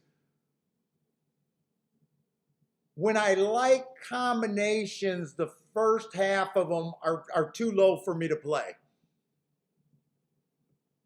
So if you guys missed that or jumping in and really want to know what I'm worked up about right now, uh, this would be a good show to look at that and see what I was kind of thinking there. What's up, Jevin?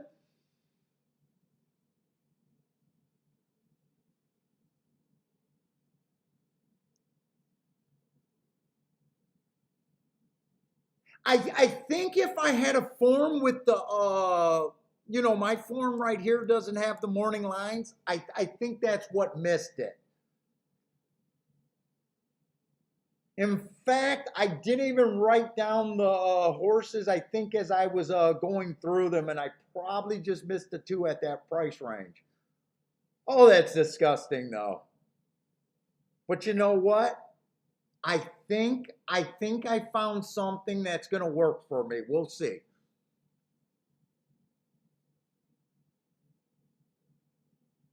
And Dennis, you're right. We are just experimenting. I don't know if going forward for the next couple years, I'm going to be on tries and pick threes, but I am I am liking where I was at. Oh, where's Joshua? I haven't seen the Canadians. We blocked all the Canadians, Grandma. I don't know where Joshua is at the last week or so. Maybe he's on a vacation.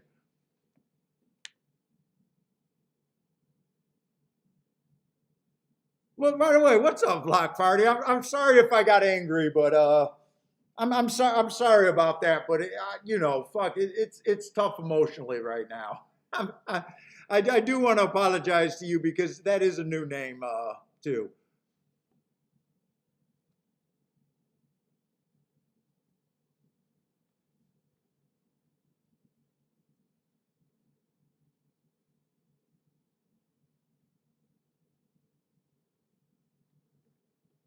Who's the favorite in this race?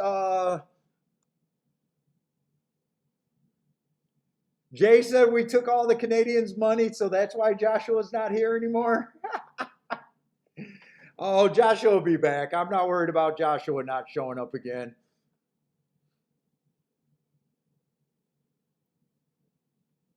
Let's see, what's up, Nasir Zeman? Zeman?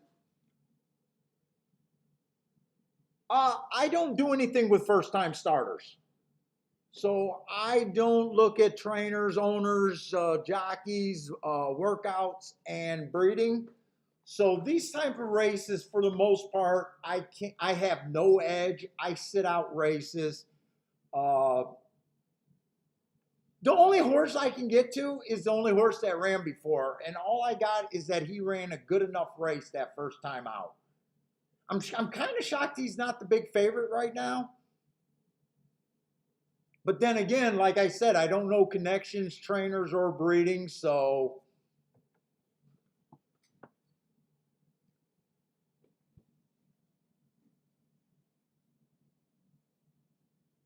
yeah, Block Party. I am sorry about that, man. I didn't mean to be upset. Sometimes I get guys that just come in here and troll. Not very often, and I first didn't know if that was it or.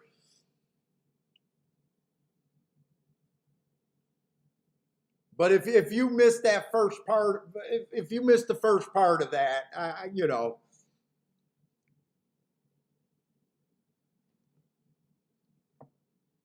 oh man, God, I love horse racing.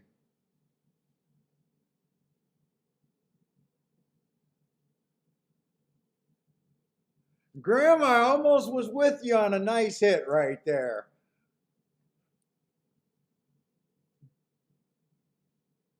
Let's see. Hopefully, we got some good races for the rest of the card.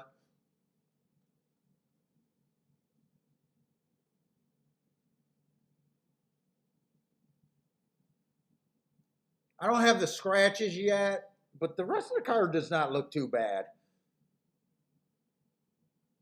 The rest of the card doesn't look bad. So right after this race, I'm sorry, I just have no extra insight, and I'd rather not even talk about a race where I will admit I have no edge.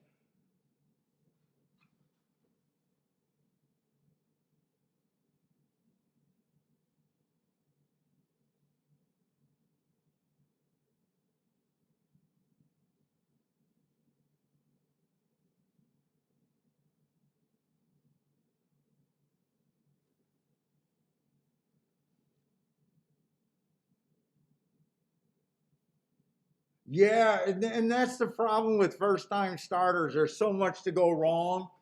And then when you get a field like this, a lot of times, I don't know what to make of the math. Right? Like 3-1, a lot of people can do something with 3-1. But 3-1 in an 8-horse, what we got, a 9-horse field where everyone's a first time starter other than one horse. Sometimes 3-1 shrinks up. 3-1 in a field that you understand the contenders, that you got a lot and you feel like you understand what's out there, is different from taking 3-1 in a field where, my starting point is I'm behind the 8 ball. If this was a 6-horse field and, I didn't like 3 of the horses and 2 of the other ones didn't look like much, sometimes I can justify taking 3-1. But in a race like this, it's hard for me to want to be a.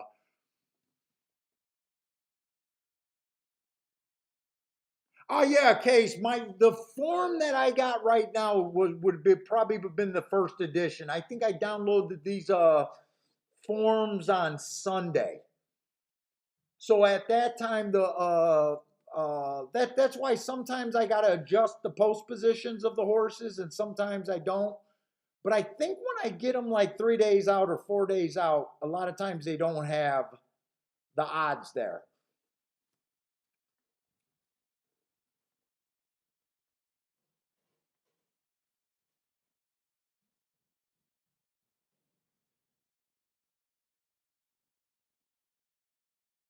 I'm shocked this floor is still 7-2, really.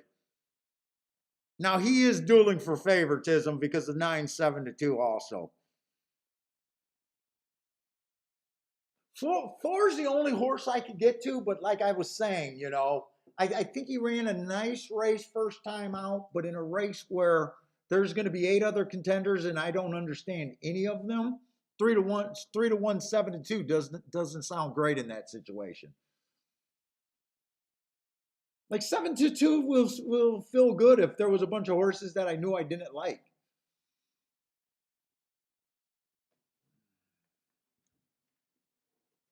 Oh my God, Kiki's going to be hearing an earful tonight. Kiki's going to be hearing an earful. She might not want to go on an evening walk with me tonight.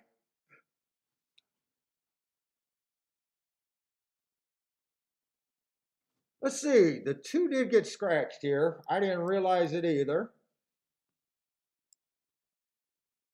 Is there anyone in the chat room that's really good with first time starters that want to show off right now?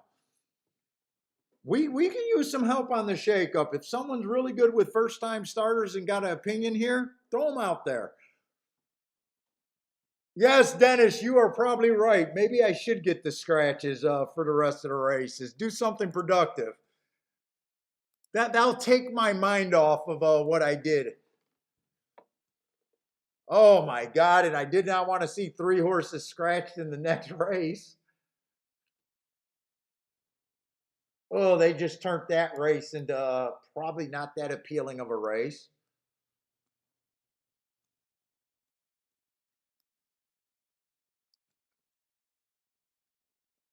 They turn an 8-horse field into a 5-horse field. Oh, that kind of sucks. Dennis is the program director right now. Stop bitching. Do something productive. Get the scratches.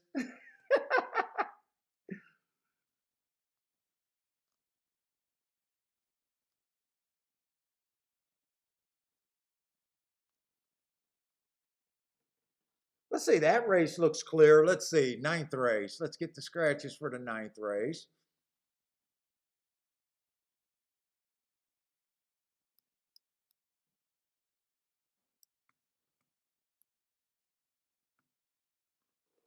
Dude, I bet if I get in that situation again with one of these forms where I don't have the odds, I think next time I'll write down the odds.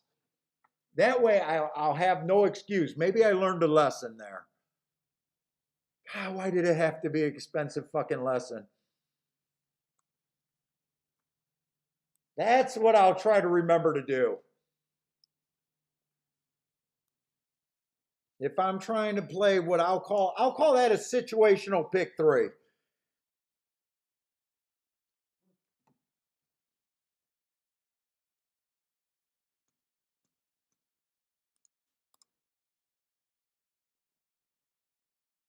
Ooh, and the 10th race is going to be nice big field. And you know what? I got to number these horses. So let me do that.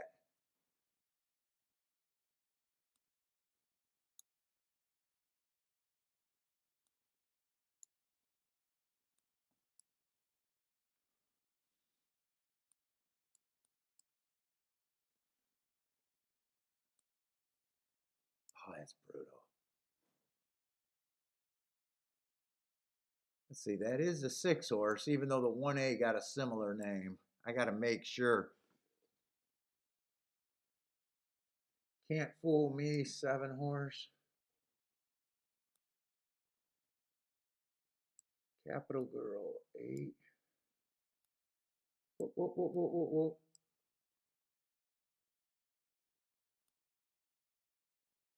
There's the, whoop, make that 9 a 9. So that's going to be the one. Twist just right.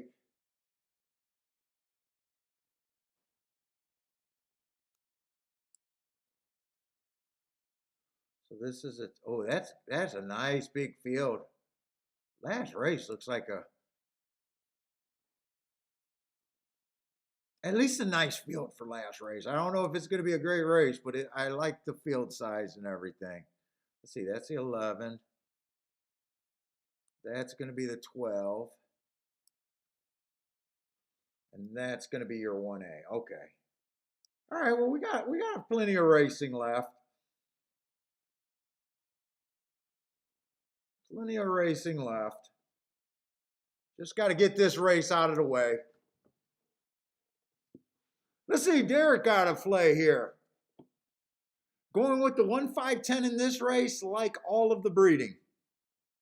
And he might use the 4 with it.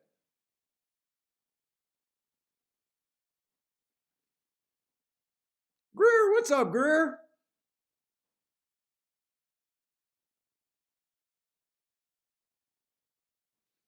Greer, you're asking if a horse doesn't match the odds, do you pass the race or pick another horse? It kind of depends. I imagine you're asking if the horse that I like. If the horse that I like is in a non-bettable range, more times than not, it's hit or miss. If there's some options that I can see that I can get to reasonably, even though I don't like him as much, I'll go and try to beat him. If I don't have any insight, past the race, now, maybe extend the bet. Maybe if I still like him and can't get by him, but I'm playing with that theory. That's kind of what we did in the pick three. That's kind of what we did in the pick three. So, that kind of thinking there. But for the most part, you don't want to be betting horses even when you like them that that you're getting underpaid on. You got to try to make something with the exact or the double or the try. When none of those match up, especially the exacta or the double, usually I would pass.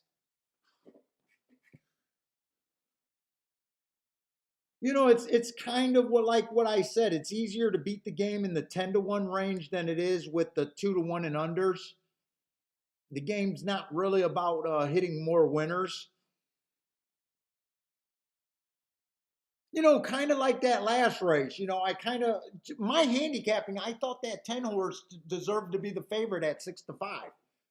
I was pretty clear. I said that 10 should be at least the first favorite, if not the second favorite. He didn't run at all. If he's 5-1, I'm getting a nosebleed there. If he's 4-1, I'm probably taking a bad beat right there. 6-5, you either try to beat him or you move on. You should always think price at the very beginning of your handicapping. Your whole handicapping process should be, I like the horse, what price? I like the horse, what price? And is he an overlay? 6-5. Do I think he's a coin flip?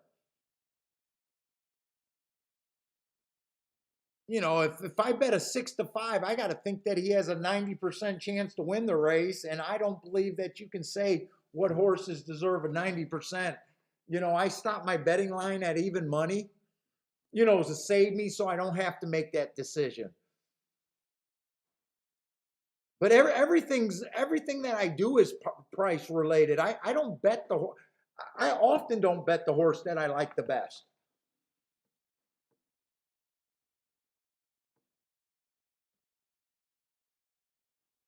A lot of it has to do with how much you think you understand the other horses too.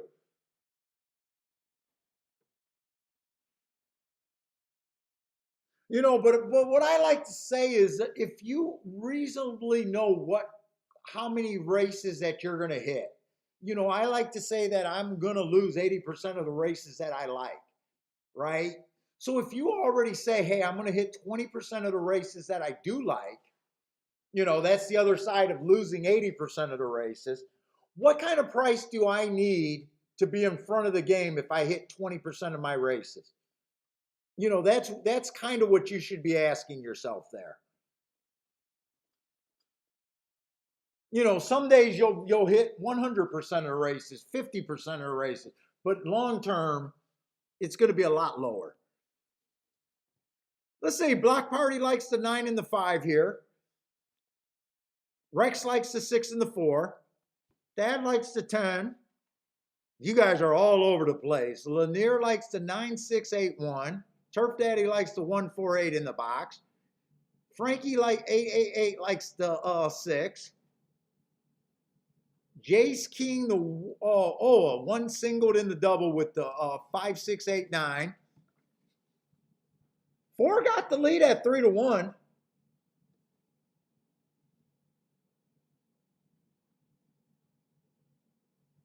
I thought he was going to be 2-1 or less, is what I thought the odds on the 4 would be. I wasn't tempted to try to take him at 3-1 just with so much danger in the race. 9's the horse that's threatening, and 9 just went to the lead. He got all the early money on him. He actually floated up to 9-2. So if you guys like the 9, him floating up definitely helps your calls there. Although 6 is getting the perfect trip. The 4 and the 9 kind of killed each other. 6 got the perfect trip. 5 looks like he might be able to get second.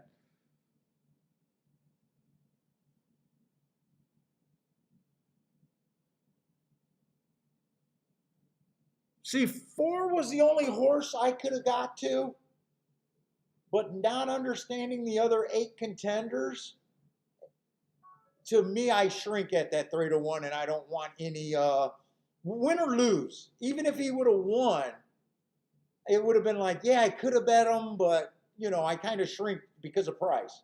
Now, if he was 10-1, I would have took I would have took a loss there, and I would have been happy with it.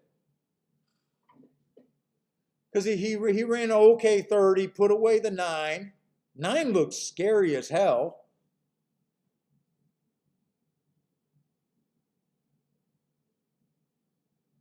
And he gets beat out for second at the last bob or two. He might have got beat out for third too.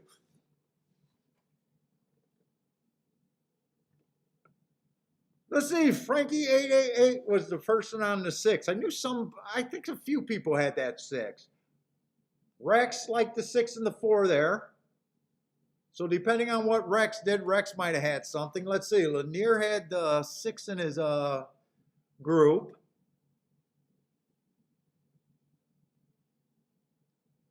Let's see, Jay survives in his double. Jay could have played the exacta there because he had the first and second horse. So good luck, Jay, on your double.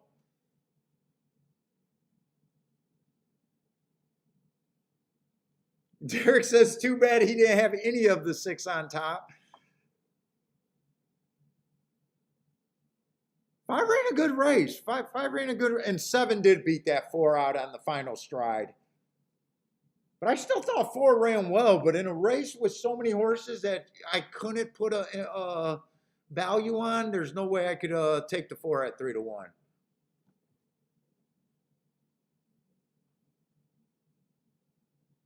Lloyd used the 4, poofed it. Or I'm sorry, Lloyd used the 6, poofed it.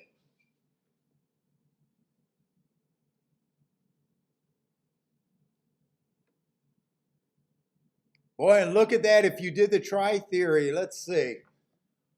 If you like the 6 and the 5, 6 and 5 probably would have been too big of an exacta for me just to go long shots on bottom. I probably would have took, if that was what I liked, I would have just took the 6 and the 5 there more than likely. Whoop, I'm in the wrong race. I just want to see what these payouts are. Let's see. What was that 6-5 exacta paying? Yeah, that was paying 40-1. I wouldn't have extended that for the 3rd place. If I like the 6 and the 5. I'm just seeing if I had an opinion on that. I think the 6 was the favorite. But I would not have extended that exacta there to a try.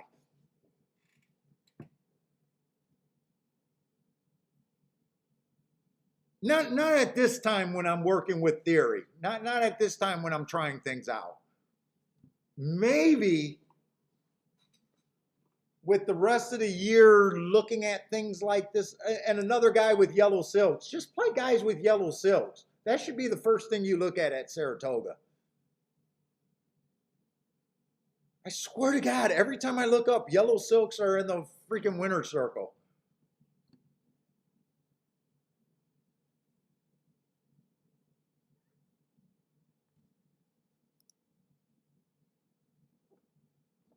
Frankie 888 with a boom. He did a, yeah, nice bet. Win, place, and show. $80 to win, place, and show. Sure. You can boom on that.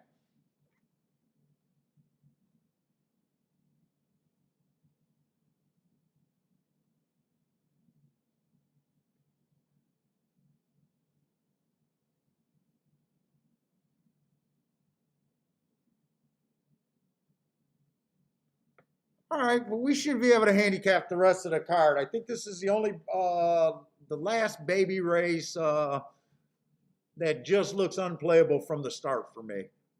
Anyone else hit this race?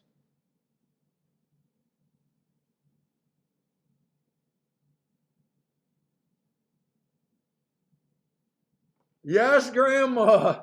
Grandma took off. There will always be another 60-1 that comes around. She's right about that.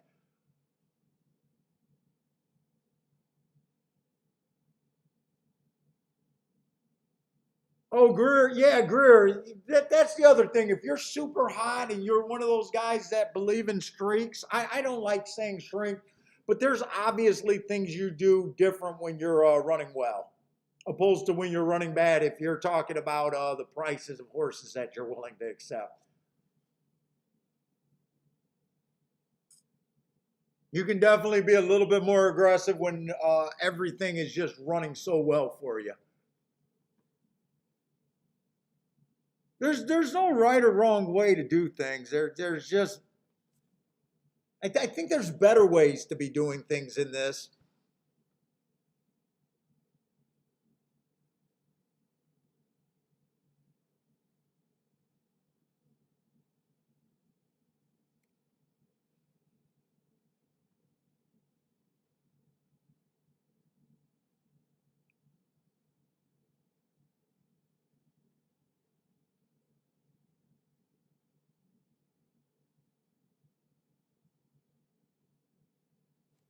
What's the difference between that exacta and that try is what I want to see.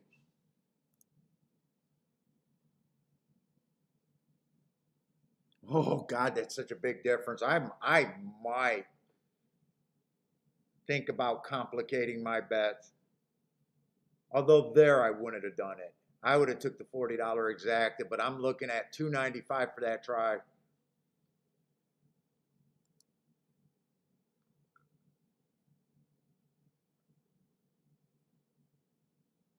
You guys remember? I remember back in the day being at my grandma's house watching TV, and I remember watching a show. I think it was one of those Our Detective series. This was before I knew anything about horse playing. I was just a little kid, probably in like elementary school. And I remember the mob, I think it was a mob, was after this horse player that kept winning. And his whole system was he'd be out there with the binoculars and he'd be looking at the owner's family. And he was making all of his bets based on what the wives were wearing. Does anyone remember what show that might have been? Dude, that had to be like 30, 40 years old, but as a horse player, that might have stuck out in someone's mind.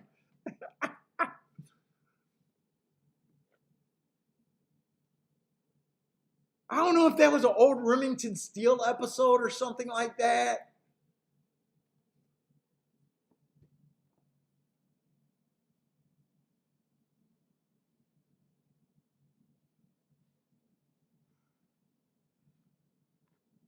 But his basic theory is if the wife dressed up, she was going to get her picture taken. and he had the mob after him.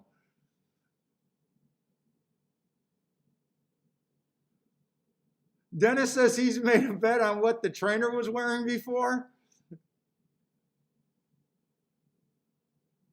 Dude, I don't know why that feels like an old Remington Steele episode or something like that.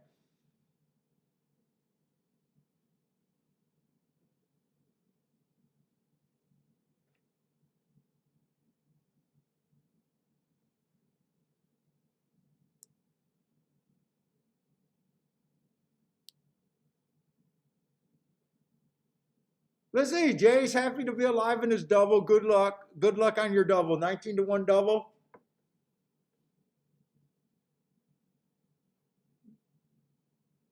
No one, that doesn't ring any bells for anyone.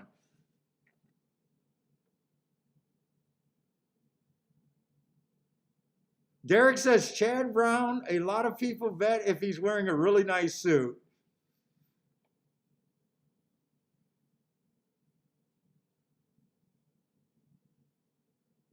And if he's wearing normal clothes, fade him.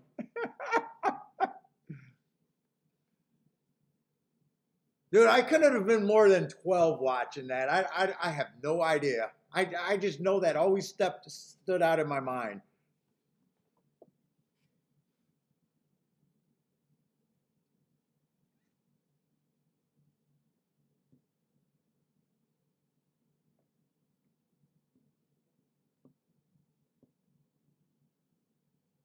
Let's see, we got a 5-horse race, but it is a race where horses ran before.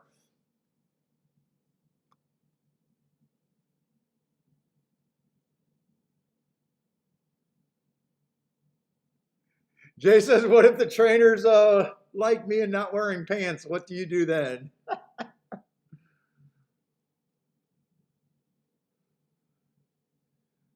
What's up, Mr. Guitar? Mr. Guitar with the late pick 4. Good luck there. Is that this race where the late pick 4 starts? Yes, this race.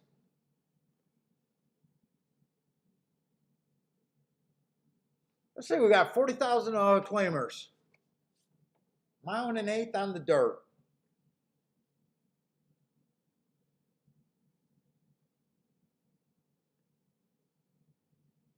Let's see, one race sample 4 races ago. That's an ugly running line, I'll say that.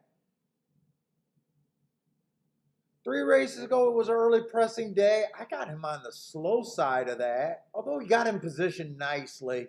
That race right there, to me, he chased the slowest pace of the day. That looks like the slowest pace of the day. Still managed to get in position. I think that's a sneaky good race right there. Comes back, runs against the early pressing day, tried to be a deep closer. I like that race, and then he comes back and just misses, but a 1 race sample. I just don't like any of the marks, but to me, this horse probably is in play. I mean, I do like the early pressing day. He just doesn't have sexy marks, I guess. Might be in danger of letting horses get in front of him. Let's see. If he loses, it's probably because someone got first run or someone went wire to wire. Is like his losing condition. But he's definitely in good form. There's no doubt about it. He's in good form. He's at the right level. The inside has been good. Closers haven't been super strong at Saratoga on the dirt sprints. But this horse is capable of routing. Or I'm sorry, not routing, stalking.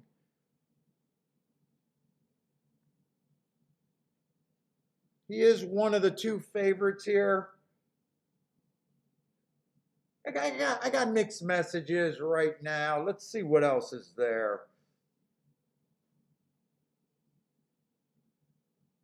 5 looks like either a speed horse or stalker going to be in the 2 hole. Let's see, 3 races ago, I thought the rail was bad that day, so I do like that race. 2 races ago, stalking closing day, he was a stalker. He got in position nicely at the top of the stretch. I don't think that's a bad race. He just wasn't good enough there. Last race, the rail was bad, but he was nowhere. He got the track exactly where he wanted, still ran that flat kind of third, got in position. If there's no speed, I think that helps him. But I got to look to see what else is here.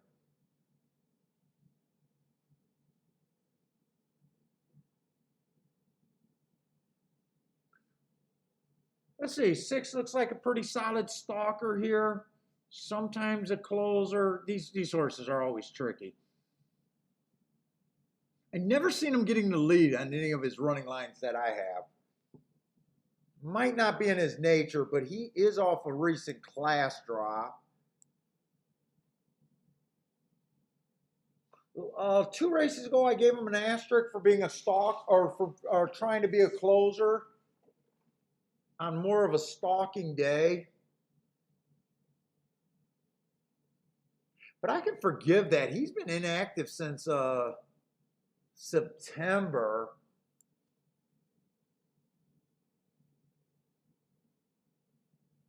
It's just what you're getting. It looks like he's trying to round in form. I don't like him or hate him, but I'm not like willing to back him at 7-2.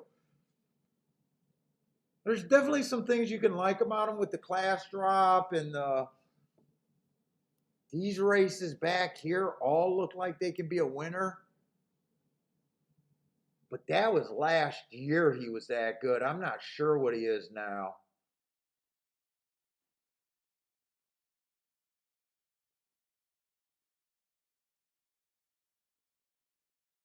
Seven ran on a bad rail last race. That can help him.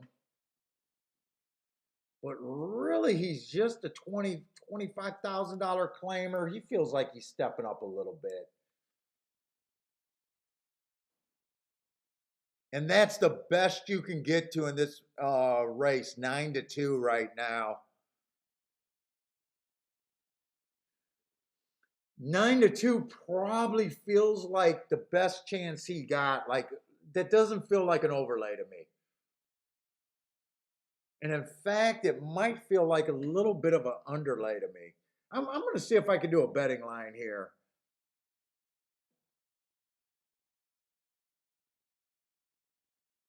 Let's see, there's 5 horses, so I'm not going to do a 120% betting line. I'm going to do a straight up 100% betting line.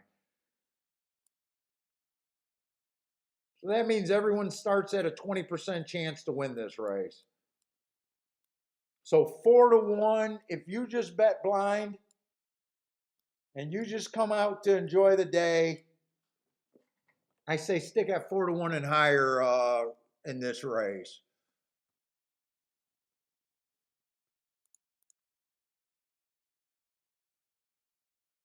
Let's see, I got to get to the right race, 7th race.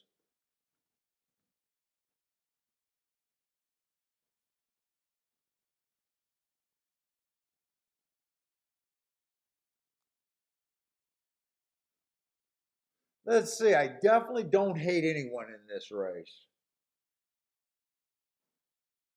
I don't hate anyone in this race.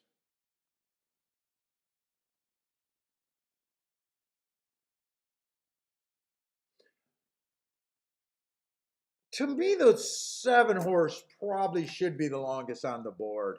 I'm gonna put him at a 10% chance to win, like 10-1.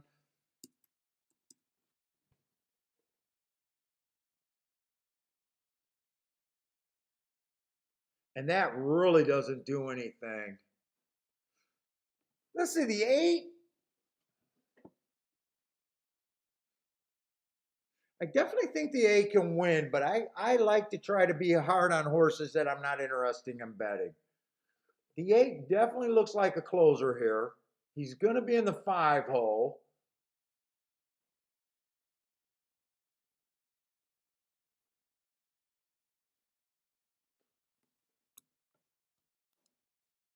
I'm going to put him at 10-1, but I think his chance is way better than that, but I know I don't want to try to get to him.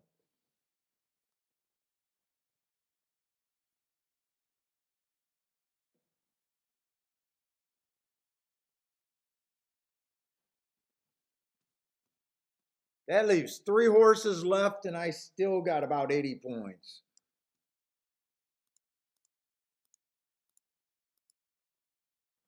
26%. We'll just call everyone else a 28%. It's 26.6. I'm going to round up. I'm going to say everyone else should be 5-2. And I'm not gonna split hairs after that. That's kind of how I'm seeing the race. And right now, I don't see how the math makes any sense for me to bet this race.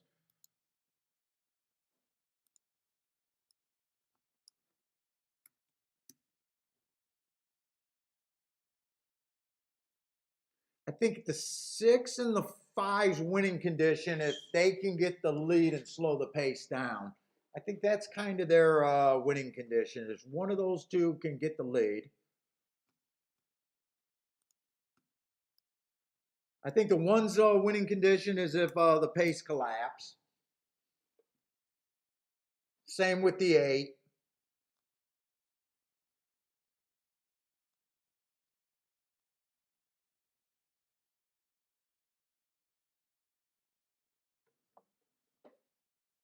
But I don't see any right here, when you do your betting line and you just agree with the board, even though I was super hard on the 8 horse at 2-1, usually when you say that you don't want any part of him and you gave him a really aggressive kind of a bad betting line here, it doesn't open up anything else.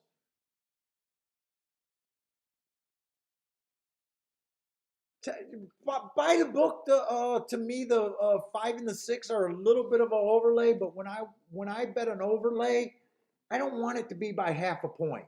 I think fair value is 5-2 to take 3-1. I got to be my line's got to be like That's saying that when my lines are perfect, you don't want to be taking a half a point overlay when there's so much flawed and guesswork in a betting line.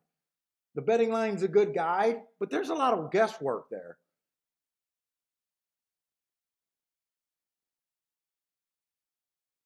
Oh no, Greer, I don't do the same amount, but I do got fairly like simple betting strategy. So I know what my maximum bet is. And I very rarely do a maximum bet in any particular race. But I do know what that number is. I the last maximum bet I did was probably about 3 years ago. That'll tell you how often that I'm willing to do my maximum bet. And that maximum bet was put on a 50-1 horse that did win.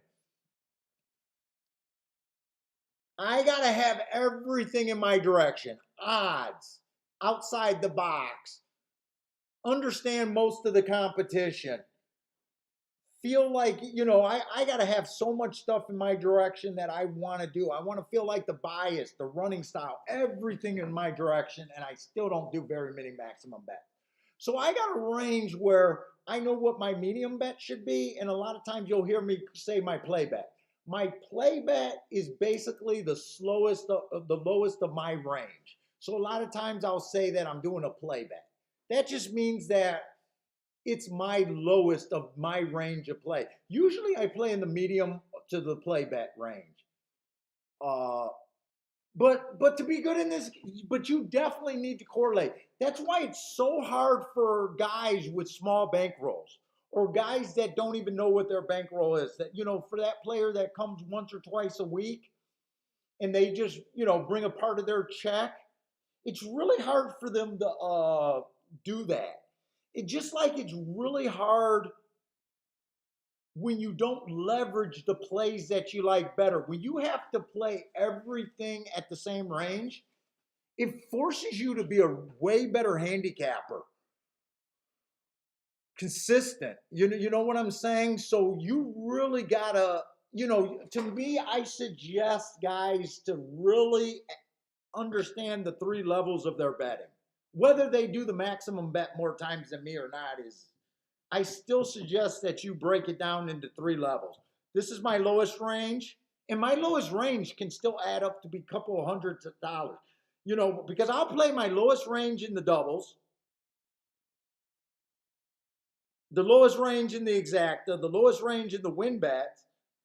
Depending on how many combinations I'm paying for, that can add up to be quite a bit. You know, but it's still my lowest range.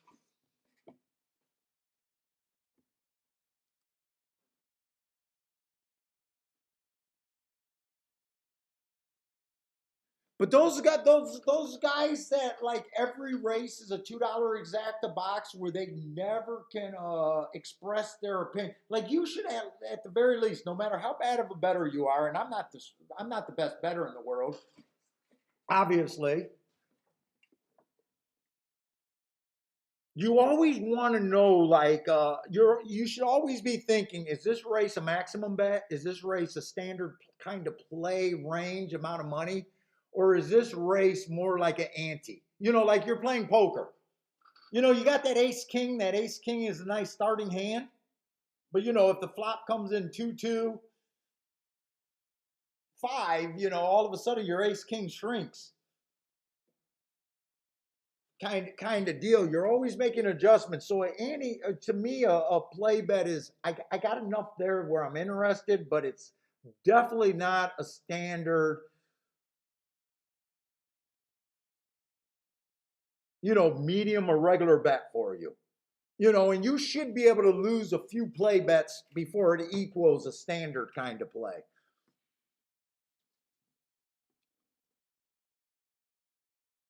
Because otherwise, you're putting yourself when you play the same amount every fucking race, it puts yourself in such a hard position. You're never expressing your opinion money wise. Every race is just a race, and you can't have the same opinion every race.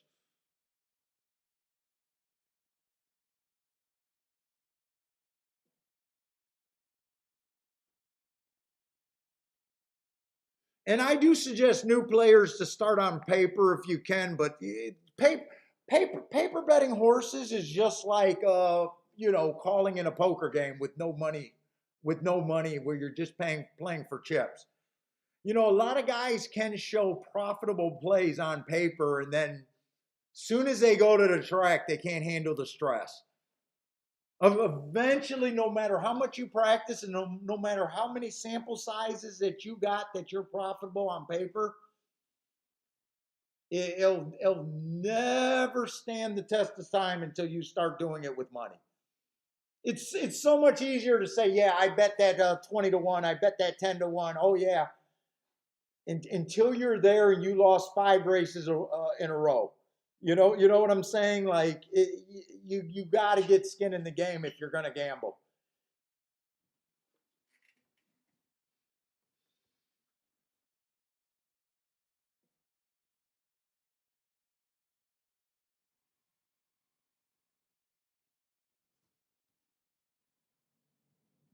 What did I accidentally pin this sucks? Did I accidentally pin instead of report? I might have did that accidentally.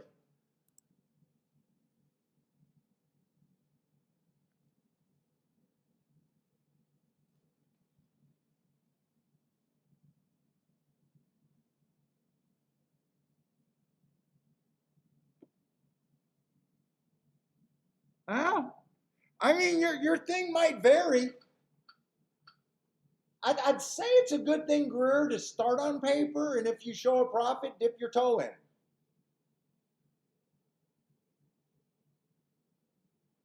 It might prove your theories is sound, but a lot of gambling is emotion and how you conduct yourself.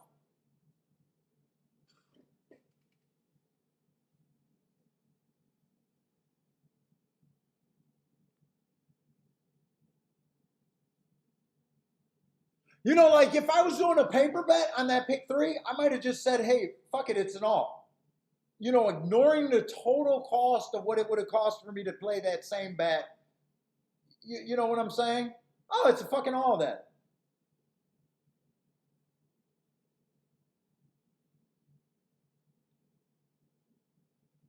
It's just like what I say about the sports guys. I meet sports guys all the time, and they're saying, hey, I'm just trying to build my bankroll. I've been profitable, and I ask them, well, what range are you betting? Hey, at $20, $50 a game. I got to get up there to where I'm betting $5,000 a game, or, that's what they say their plan is. And I laugh in the back of my head. I go, yeah, in theory, it sounds good. I even take them at their word that they're profitable at $20. But I know is in real life, betting $20 to $50 on the game is a big difference from having to bet $1,000 to $5,000 on the game. And not everyone can take that. Your butthole pucker's different.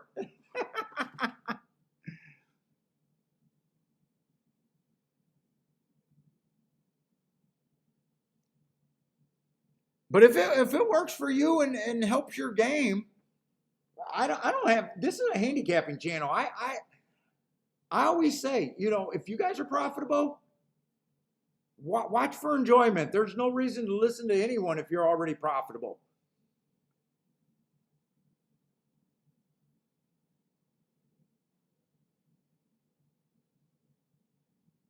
If you're playing with a theory, like I was playing with that theory, I've been thinking about it ever since I've been back from Vegas. I've been back from Vegas for at least a month, maybe 2 months. And I've been looking at charts and thinking about it. I might have only played 5 tries and maybe 1 pick 3. But I've been thinking about it and looking at the results for a lot longer than I put in practice so far.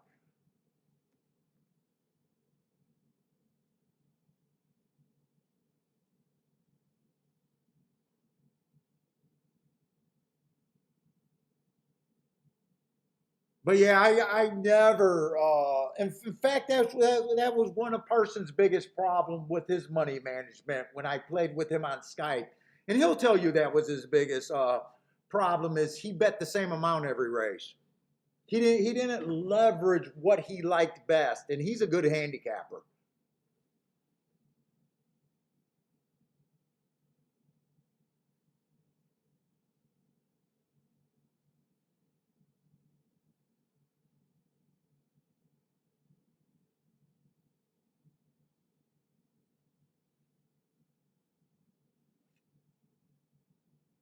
And I'm not even saying like those guys that I was talking about that were trying to build their bankroll up and wanted to do $1,000 to $5,000 bet.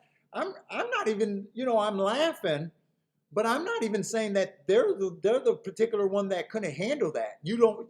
All I'm saying is you don't know that you can handle it until you're in that spot. If I had to bet that much in a race at horse racing, like I said, that's why I'm a little leery about the Breeders' Cup because I'd have to be betting out of my comfort zone. I'd have to go into that tournament like the money didn't matter. And if I can't separate that, I would be at a severe disadvantage if I can't get that out of my head.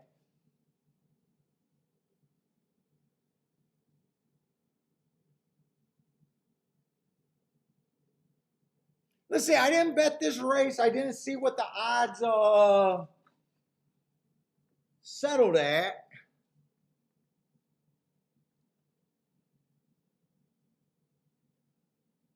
But five did get the lead on this group. Let's see. Five and six. I think 5 and 6 were the two horses that I thought if one of them could get the lead and control the pace.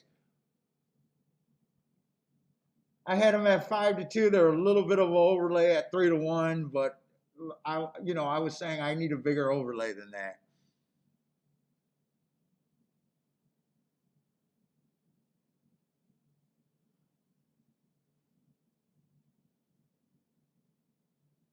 Let's see. Joe's 50 to win on the 8 at Saratoga. Anyone else got a bet here? Let's see. Jay needs his one. Close out a double.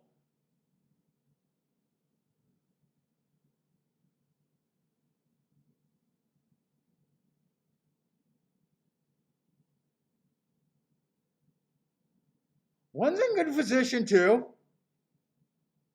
One exploded through that rail. One exploded through that rail. He went off at exactly 5-2. 6 is still there though. Holy shit! How does the one explode through that rail and then let the 6 take it?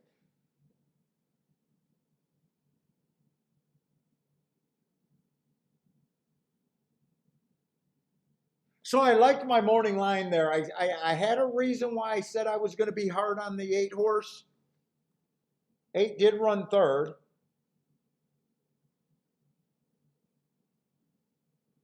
I had the 5-1 and the 6 all at the lowest price that I gave anyone, 5-2.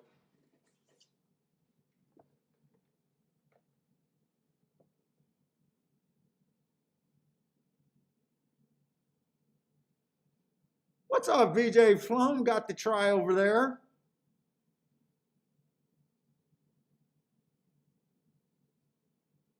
Case G says 6 horse love Saratoga. Let's go. Boy, I thought when one came through that rail, I thought he was gone.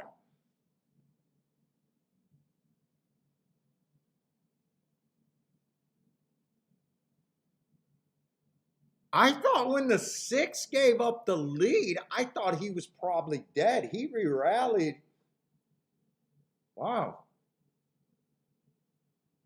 They did go fairly slow at the quarter and the half, though. They did go fairly slow. If I was looking at the time, I would have thought that that would have been unexcusable if the 6 so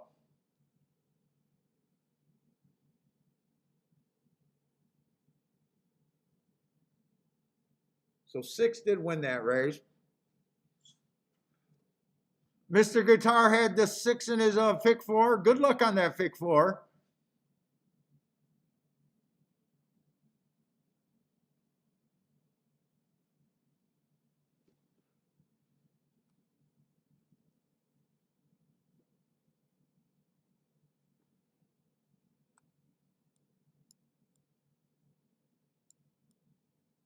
Now, I might have made a mistake by not doing a 120-point betting line like I normally did. Because that would have gave me 20 more times to split, or 20 more points to split between the 1, the 5, and the 6. That would have made them about 2-1, those 3 horses. So maybe I don't know. I just decided to do a 100-point betting line. It would have looked a little bit better and a little bit more playable if I did a 120-point betting line.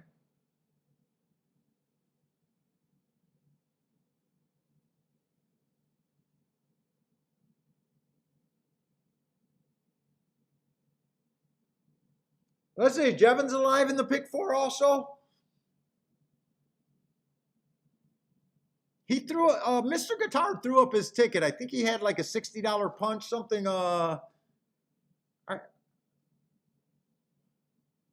$60 punch there.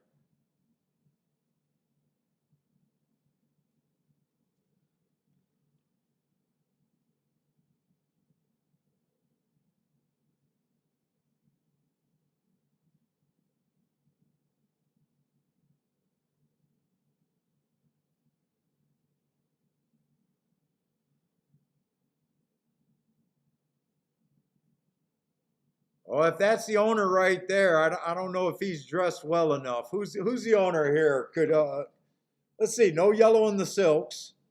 No yellow in the silks, so 100% red.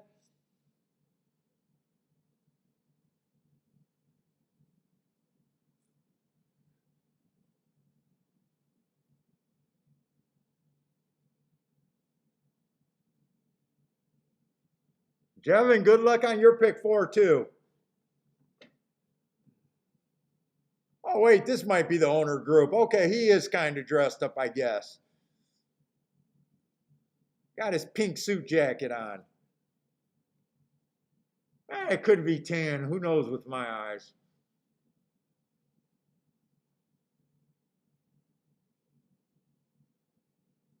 Oh, I'm going to go to the restroom real quick.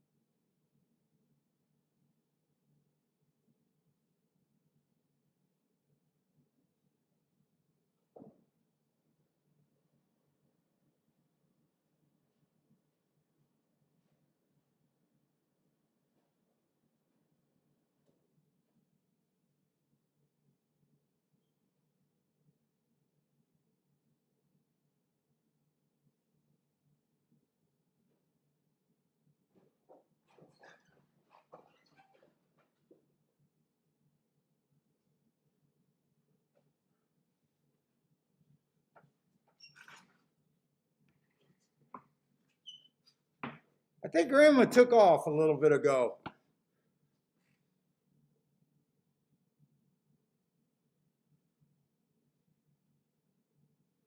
Oh, Mr. Guitar had to update. He said he added the 6 late, so maybe that's why his ticket went up to $90.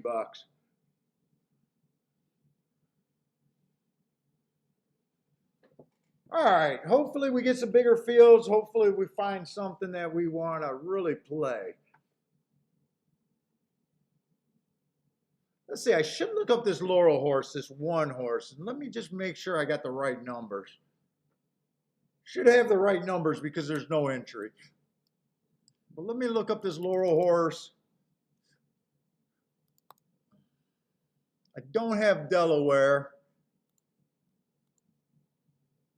What was that, October 15, 10/15?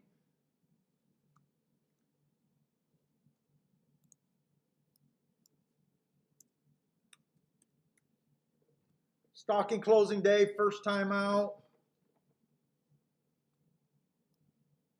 That's exactly what it was, a stalker that day. Fast at the first call, average at the second call, average at the third call. Nice first time out. Goes over to Delaware, wins that race. But that race is not available to me. Oh, 5 got the lead. I was thinking that the 6 had the lead. 5 had the lead there. I thought the 6 was the horse that had the lead and then re-rallied. All right, that makes more sense to me there. That does make a little bit more sense. I was thinking the 6 had the lead and then re-rallied.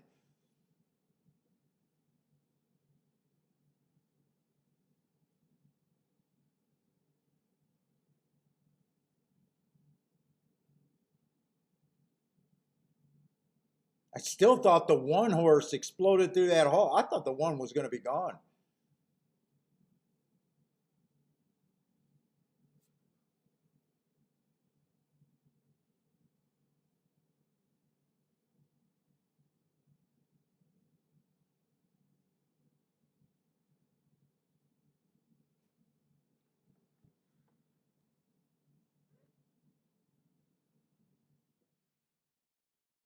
Yeah, 1 cut that corner nice.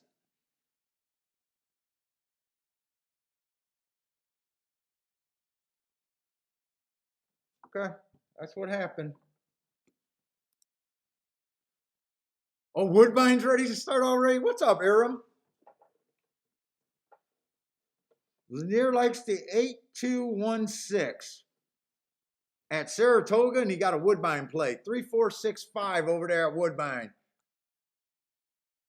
Let's see, is Woodbine ready to run? If Woodbine's ready to run, I'll watch that race before going to the Saratoga race. Woodbine got 8 minutes. I'm going to go right to Saratoga. I'll try to remember to watch that race. Let's see, let's see what we got here. Let's see, this is a year layoff, so I don't want to look that up.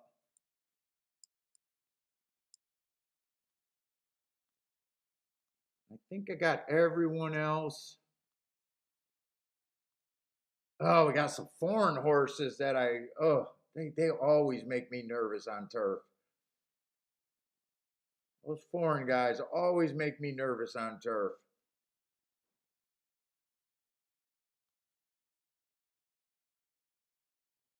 I think the best race of the day is probably the last race. Probably the last race at Toga for me.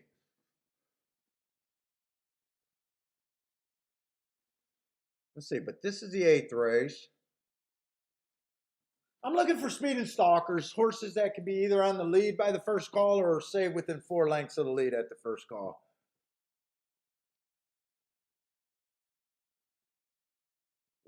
One is the favorite at 2-1, huh? Okay. I mean, 1 fits stalking, never did anything wrong yet, undefeated. Not really what I'm looking for. I still prefer speed. Let's see what else is here. Let's see, the 3 races go. Average, match strides with the slowest winner, which he was.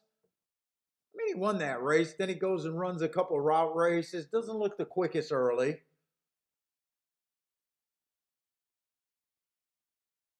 2 races go. I don't like that race one bit. Could have bounced though. Came off a layoff. Won his first race off the layoff. Could have bounced a little bit there. I don't really have an excuse why that race was so bad.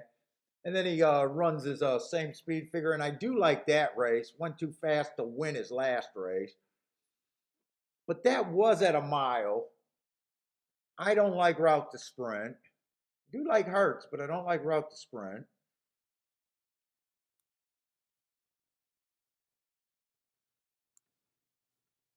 Two horse ran a sprint all 3 races. This is a sprint, right? Yes, this is a sprint. We got a starter allowance 50,000.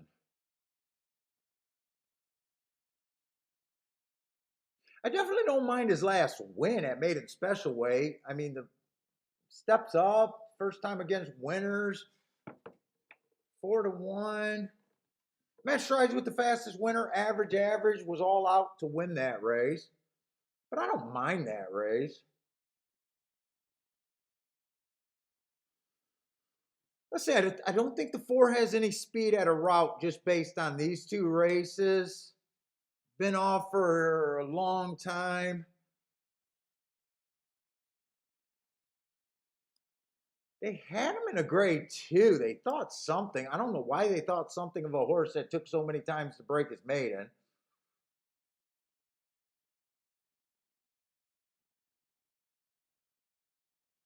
But they like something on him. I don't think I can. Wow, he's 11-1, but I still don't think I can really get to him. I don't know what that horse is.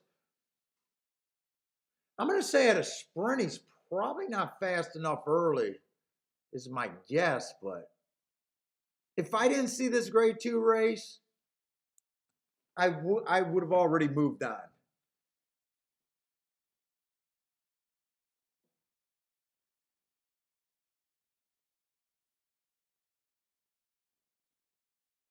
Let's see, the 5's last race went too fast to win on a stalking closing day, but that was on a route.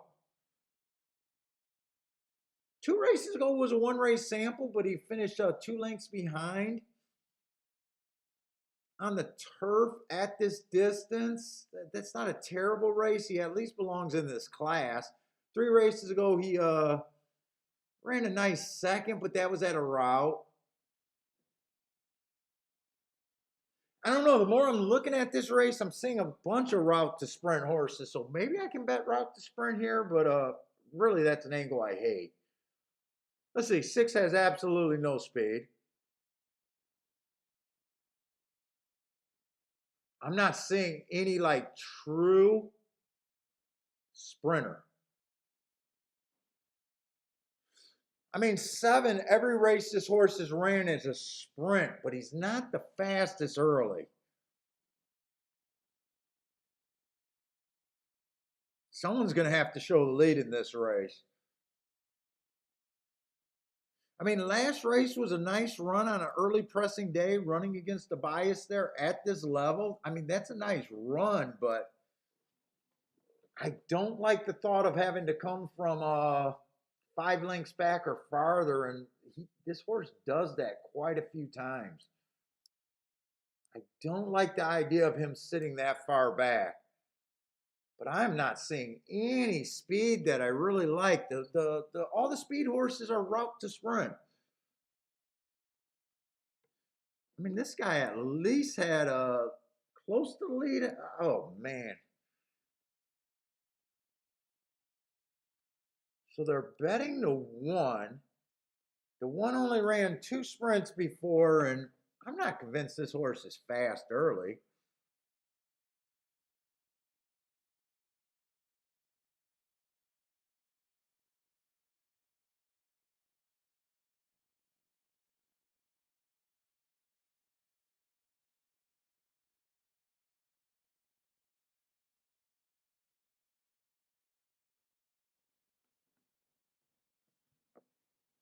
Man, I can't believe I'm going to look up that Gulfstream Grade 2 race. I can't believe I'm going to look that up. That's so against my where I usually want to be thinking about a winner, but he has such a nice price. I'm gonna have to look that date up. I there's March 27th, 2001.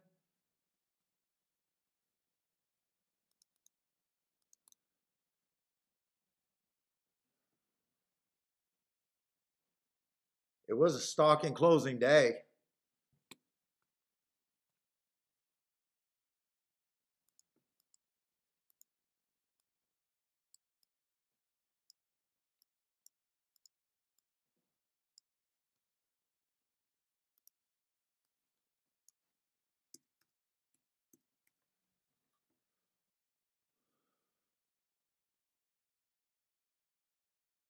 24-2 was actually one tick slower than the fastest winner that day in a grade 2 race. 49 was just average. 73-3 was slow.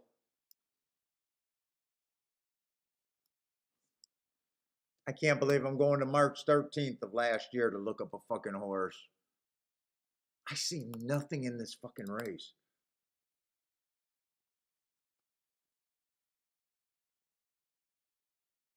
That was an inside day.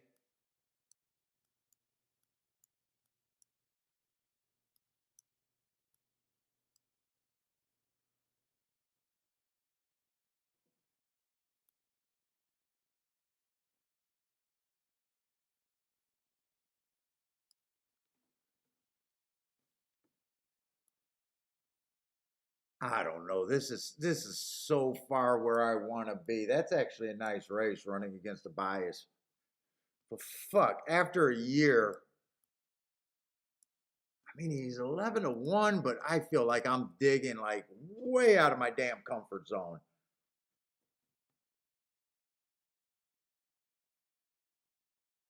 Like way, way out.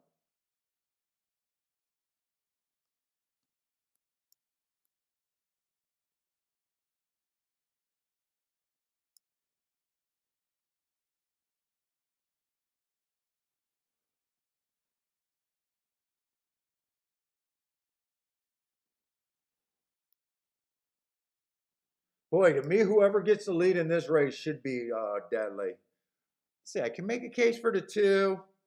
4, you got to go back. If 4 wins this race, I don't think I can use them. I can see the 3 getting the lead. I can see the 2 getting the lead. 5's a decent price. I think that's kind of where I'd want to be.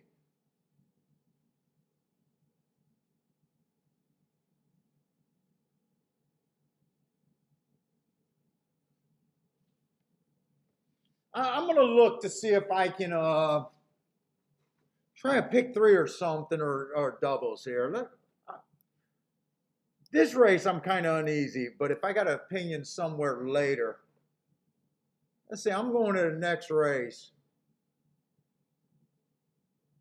That's going to be a turf sprint. I'm leery on this turf sprint. I'm looking for stalkers and closers, I think, right now.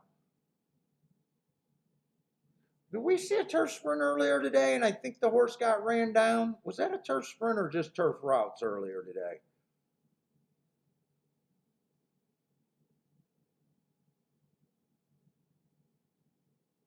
That was a race where the 4 looked like he was going to get wire to wire, and I think he got passed by 2 horses there.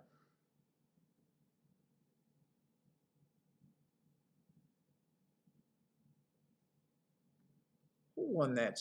Was that the second race? Who even won that race? I didn't even bet that race.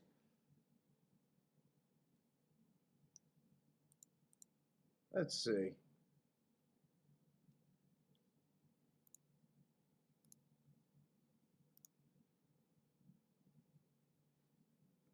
Two five one. Oh, that I know who won that one. 2 stalked that race. 5 came from off. All right.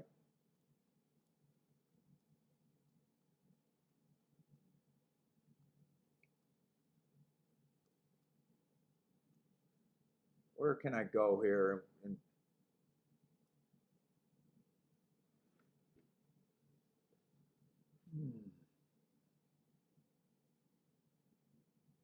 Kind of one with the bias there.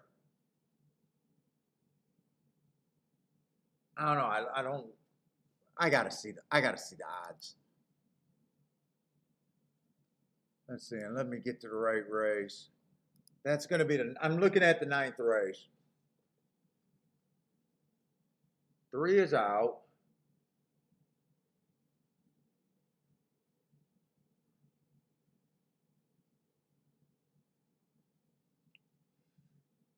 I'm going to have no idea what to do with the 4.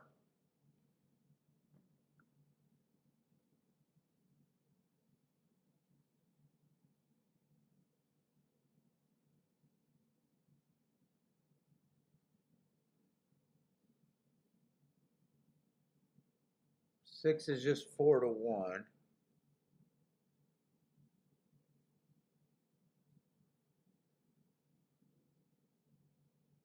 I do like the 8 a little bit, but I do like the 8 a little bit.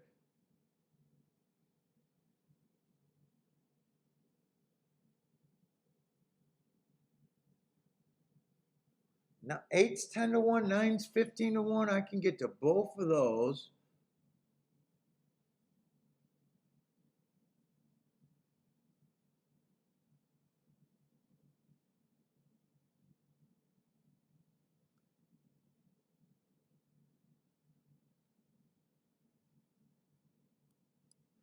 A lot of these horses were in on the 15th. One race sample, they all ran together. Do I want to watch that replay?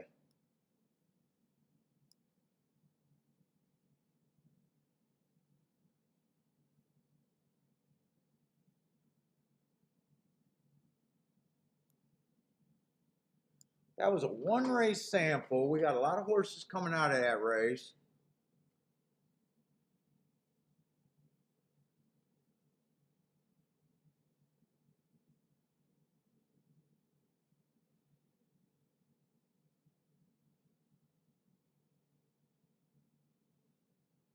Seven had the lead and was dueling and held on to win that race.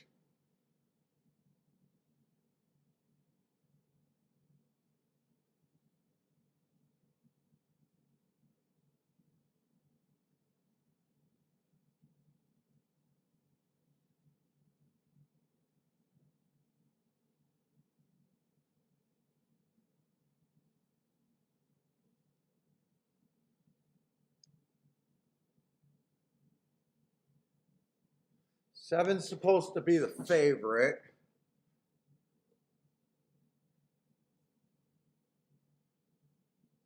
I got enough time to watch that replay. I think I want to go to that race and watch that damn replay. Empress Tigress.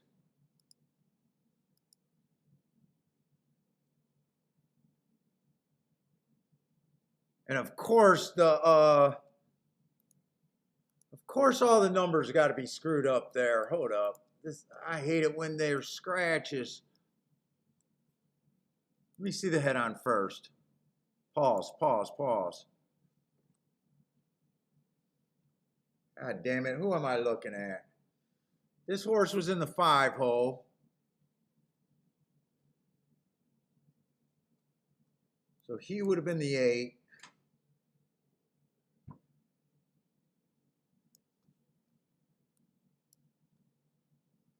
You know what? They started in the 2 hole, so I got to make sure is he the 8 or the fucking 9.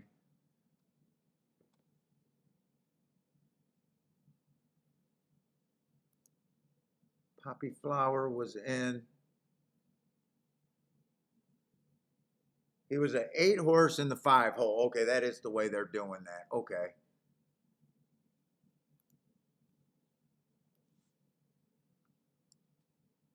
So hold on, let me do this again.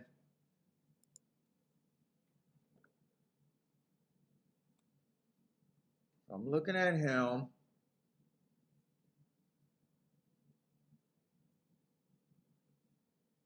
Post 8. 1, 2, 3, 4, 5, 6, 7, 8. So I got to look at the 11. This race is already giving me a fucking headache.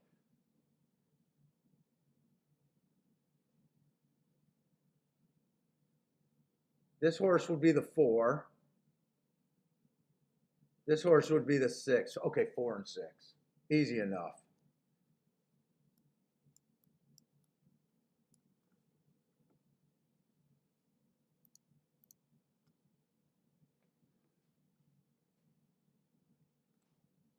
This horse was off a step slow and was bumped at the break.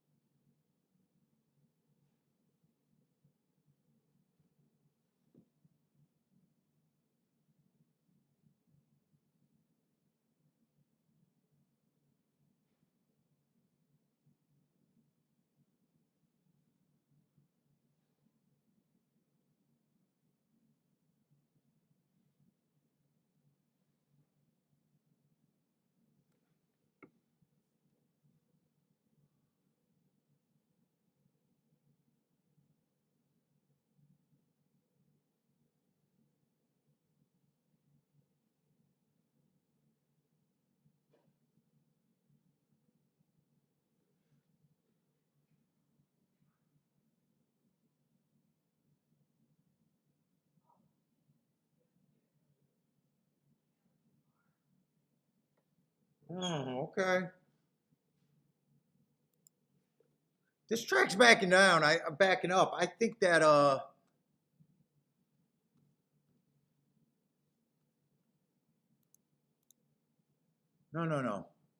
Where are we at? Fuck, I'm running out of time real quick. I kind of don't want the 11 that race. I want the 846 that race. Am I gonna? No, those aren't the right numbers. So I want the 1. God, this is so fucking confusing. I'm confusing myself. I want the 1, 9, 10 next race. 1, 9, 10.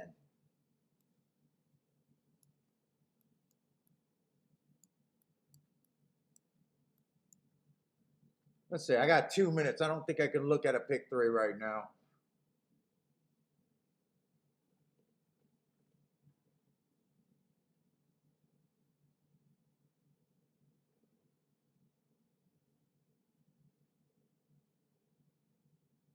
I don't care for the 1 horse here, and I just don't want to play that horse.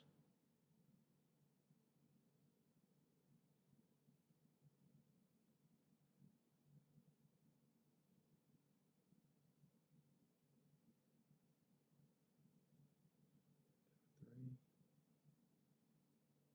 5.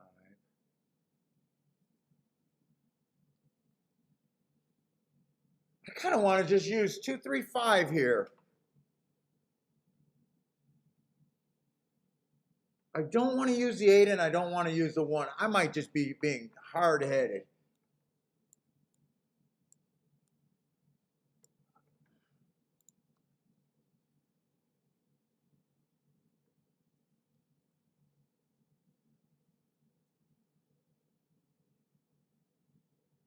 Seven, I think, is going to be too far back.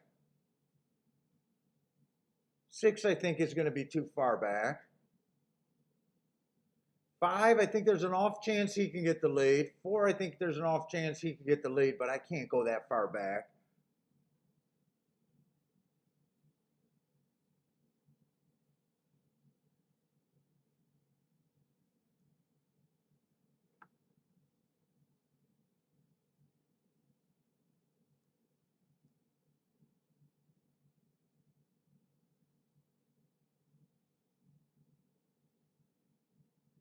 I'm not sure where I'm at here, but I'm playing that double.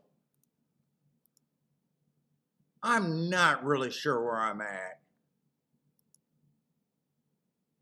Well, I was just getting ready to look up the doubles. I don't have enough time. I got to put this in.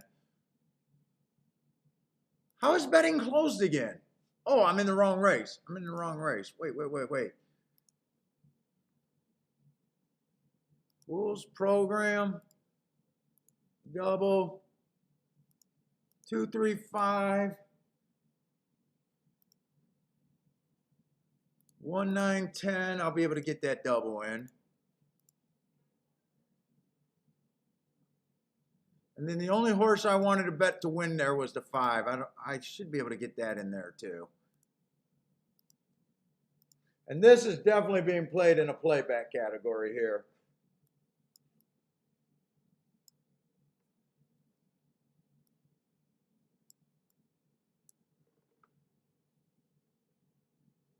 So I need 2, 3, 5. 2, 3, or 5. 5 to win.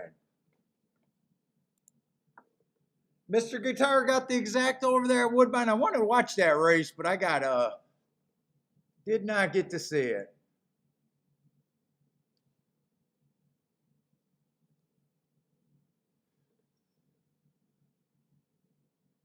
Let's see. Jay got a Togo bet, 3 and 5 over to 7.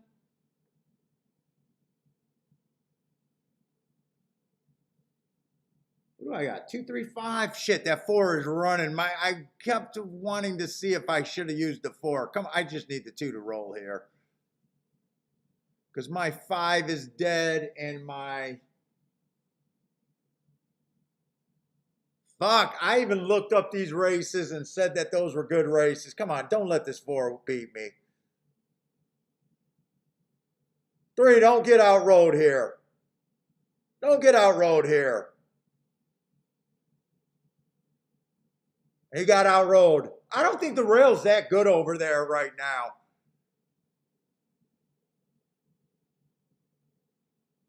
Dude, I did all that work. I kept thinking, dude, I can't say I did not see that result. I can't, I just refused to bet the horse off a year layoff. I even looked him up.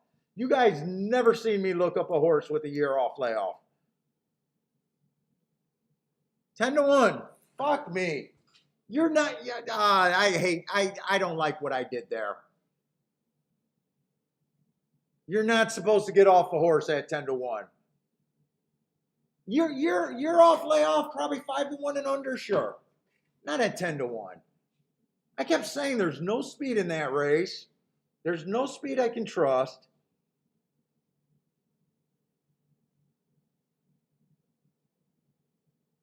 I did it as a play. Dude, I should have just did the 4.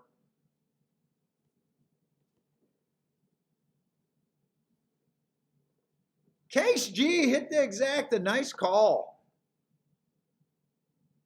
You guys never seen me look up a horse off a year layoff. Never. Not one fucking time ever in 4 years. I knew I did not want to play the 1 under any circumstance, and I knew I did not want to play the 8. Oh, I wish I could have that one back. 10-1 on the 4.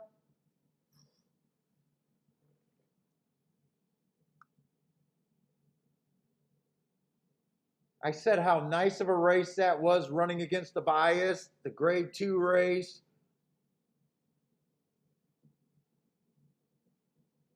Oh, that was a rare year horse off that I could have caught. The field looked bad.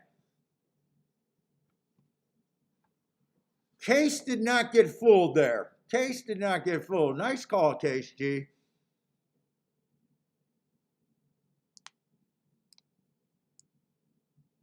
Exacta box.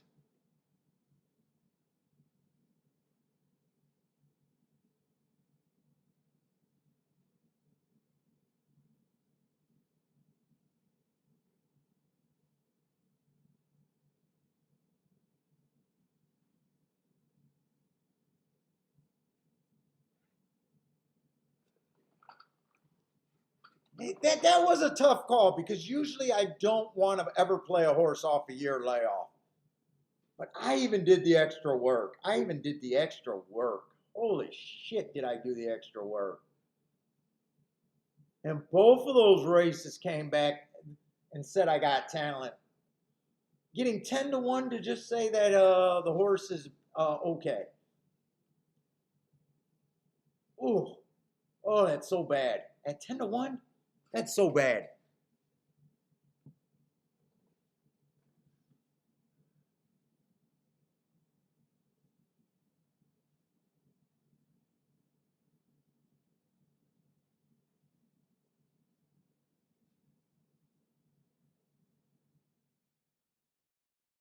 Mr. Guitar's out now.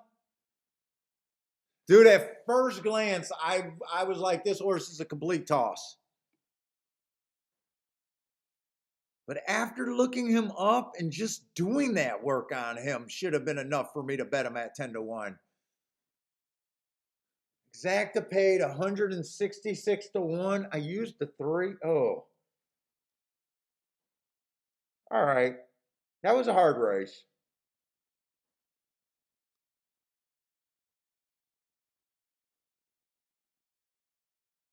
Really, I should have just singled the 3. I even tried to bet the 2-horse route to sprint that I hate. And I bet the 5-horse route to sprint that I hate. Oh.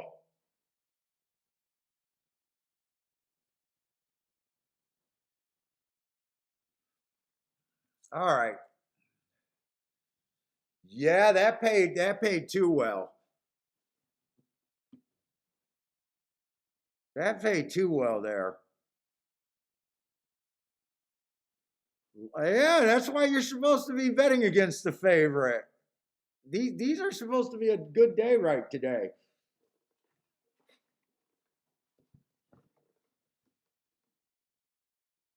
Who was the favorite there? Did the two end up being the or did the one end up being the favorite? I think the one ended up being the favorite. The one in the eight. I hated the one in the eight.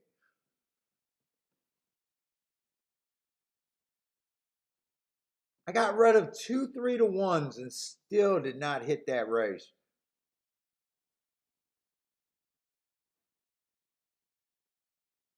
That whole bet was not like me. Oh,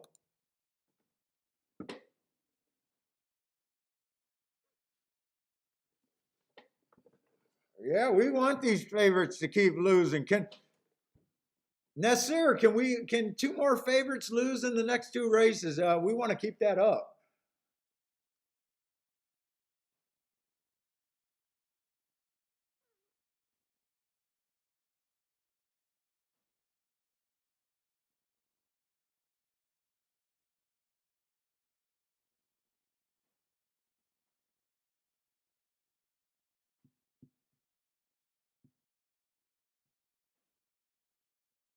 Yeah, we want these favorites to keep falling on their face. This late pick five and pick six are going to pay boxcars, right? 34 to 1, 10 to 1.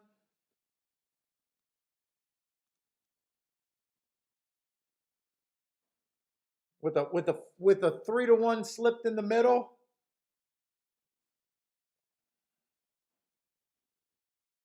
Definitely not complaining about the races today, especially for one track.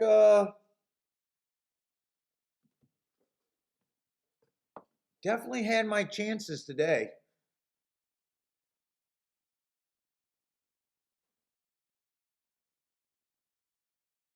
Four stalk that race. Four stalk that race. I'm not sure that the rail's really where you want to be there, though.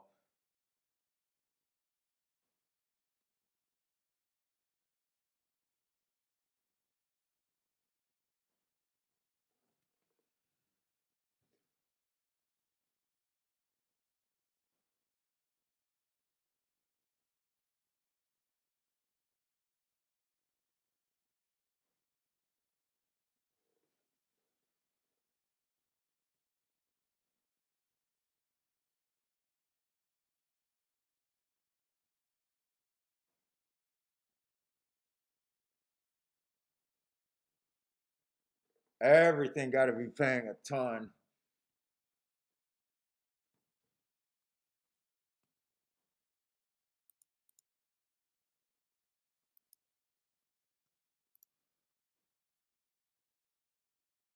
Let's see, what did that first result come over there at Woodbine?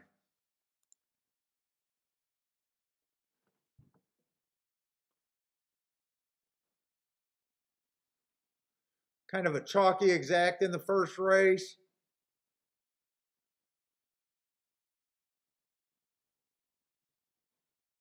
What kind of race was that first race? Was the first race on the turf?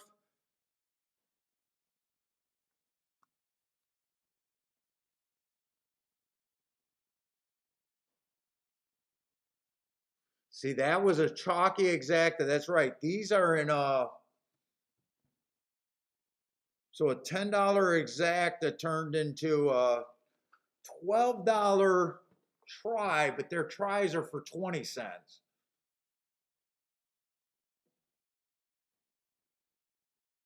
So what would that be? A $60 dollar try there?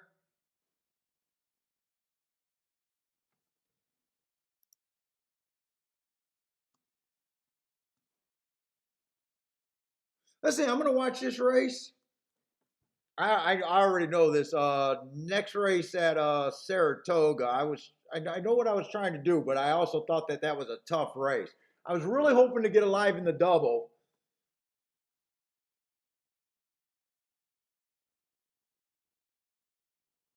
because I knew it was going to be a tough spot. There was three horses I wanted to get alive to, but I'm not sure exactly where I'm at. I think the last race is a race that I'm going to be super interested in at Saratoga, or at least I hope so.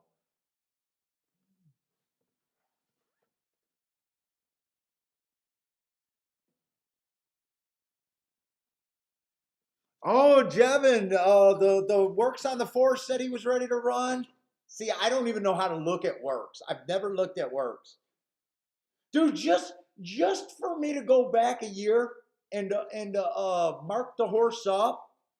You guys have never seen that. You've never seen me do that. Not off a year off horse. Never, not once. If that doesn't say that I thought there was something there, I don't know what else was. I sometimes I just don't recognize the position I'm in. And I knew he was like 10-1, so that kind of that's gonna stick in my craw a little bit.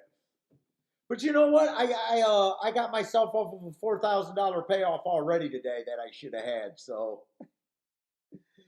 no matter what, I'm gonna have something in my craw today. No matter what.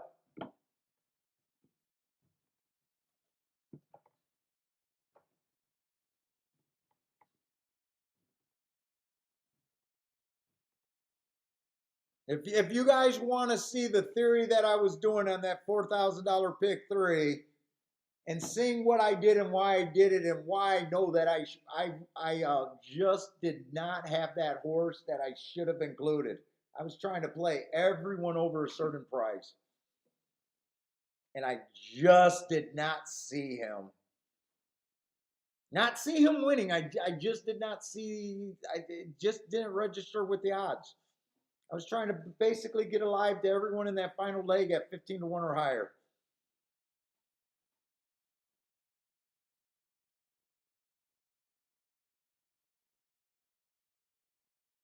I'm going to put it this way. I'm rewatching the first half of the show. I'm rewatching it. And you know what? I'm probably going to make my wife watch it too.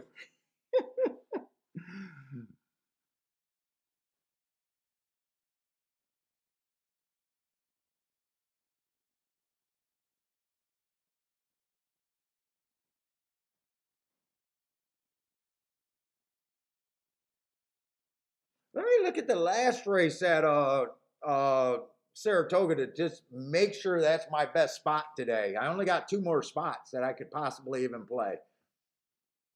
That last race is going to be made in special weight. We got a mix between a couple first time starters, I think, or a couple horses that only ran one race or less. Oh, we got a mix of horses stretching out for the first time. I do believe that that turf is backing up, though.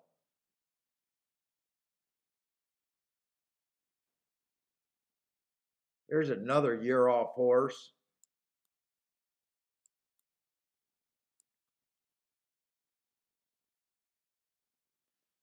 7 definitely got a right running style. I'm going to have to check these numbers before I bet, but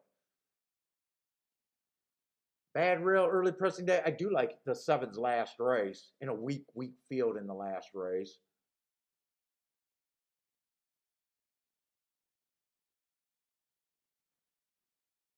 This horse is stretching out and trying turf the first time, the 8.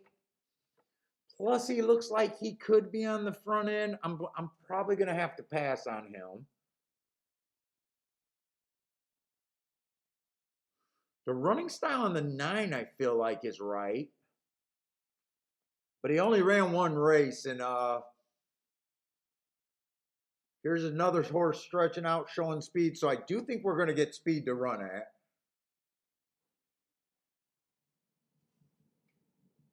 This horse comes out slow. I can't say he has the right running style because he never gets in position at the top of the stretch. But if this horse gets in position, the 11, hopefully at a big price, might be there.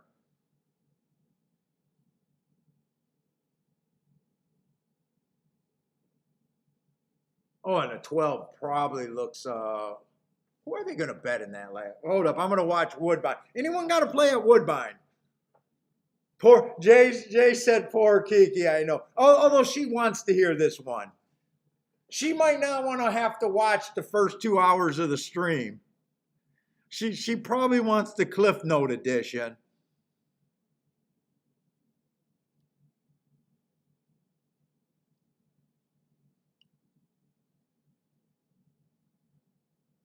Now, I'm not even going to beat her up with what I did on the 4-horse. She doesn't need to hear that story in the last race. Because that's still a tough call for me. I just never want to play horses off a year, but fucking sometimes at 10 to 1 and you did the extra work. That's probably one of the rare times I could have caught that horse. I kept saying how weak the field was.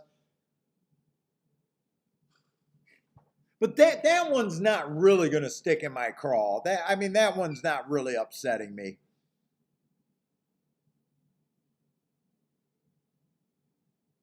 And right now, after putting that last bet in, I was up 50 bucks before that, so I'm down probably just a couple bucks.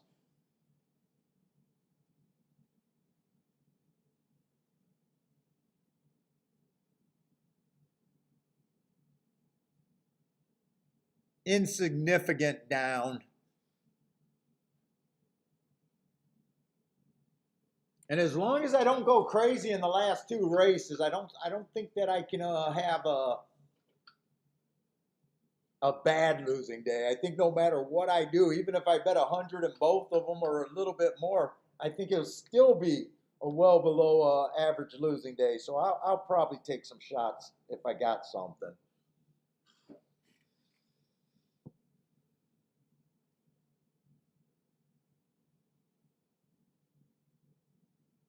Let's see, Jay at Woodbine likes the 7. Thad likes the 4, 5, 7. Let's see, 4 looks good, but Thad needs some help for second.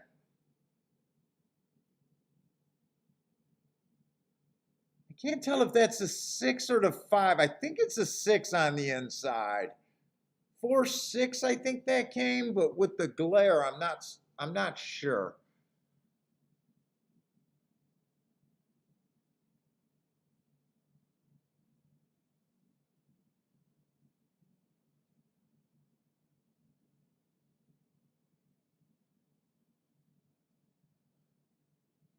Let's see, 4 was 3 to 1, so yes, third choice won that race. So they beat another favorite. We got to keep that going for 2 more races. 2 more races.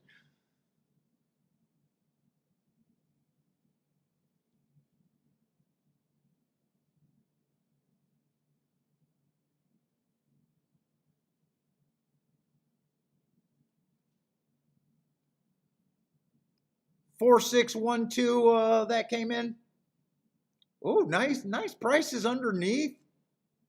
And that exacta with 4 being third choice, and that would probably make the 6 around 4th choice. That exacta's probably got some legs. Super and Try probably is going to be pretty good over there.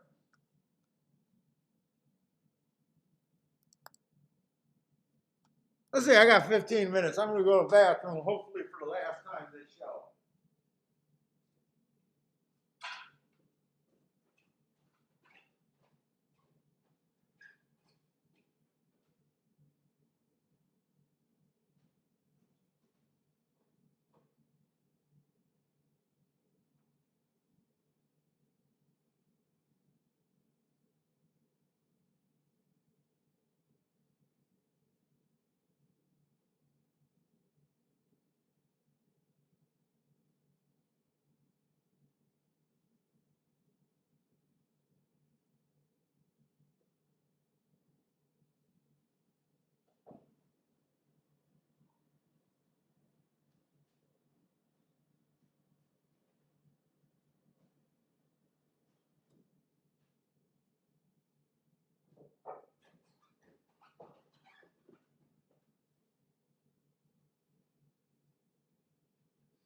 Anyone interested in doing a tournament Saturday or Sunday?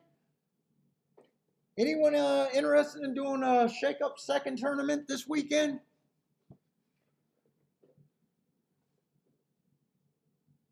Saturday, I know I'm going to be on. Sunday may or may not happen.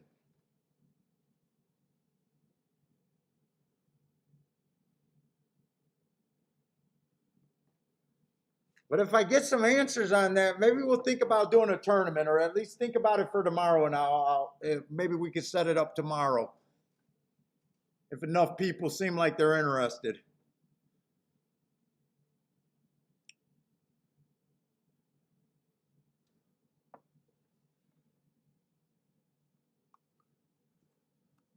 Let's see. I did want to go to the 10th race. I really want to see the. Oh, 12's supposed to be 5-1. Who are they supposed to make the favorite in the 12th race? When's Traverse Day? Please tell me this Saturday is not Traverse Day. Jay says yes. Derek says on Travis Day or Traveler's Day, but I'm not sure what day that is. Is that this weekend or another weekend?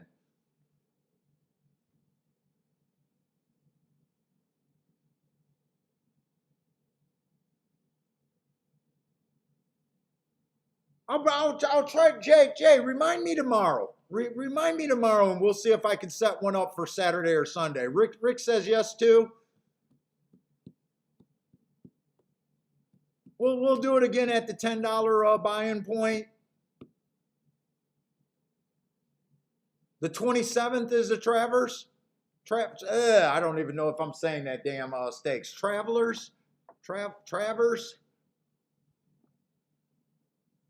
August 27th, so a couple weeks from now. What is this? This is just the first week of August. Case G loves the 7 next race. At Saratoga or...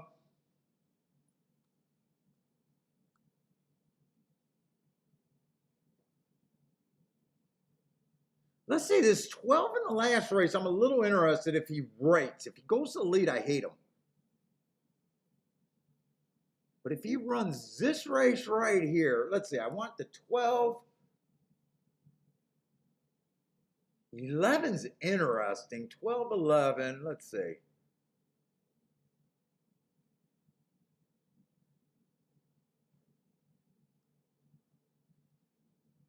12, 11, 9. 7, I think, is the horses that I think I can get to.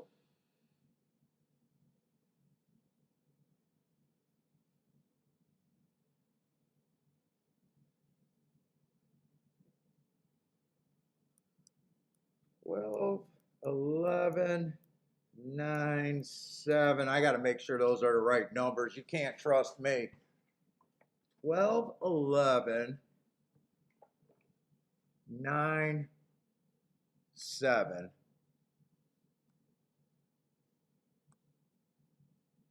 7 is 12-1, 9's 4-1, 10-1, and 5-1. All right, that's if I played a double, that's what I'm looking at as of now. I don't want to look at that anymore. 12. I don't know why I'm moving this up, but now once my mind starts going, I don't know what else to do.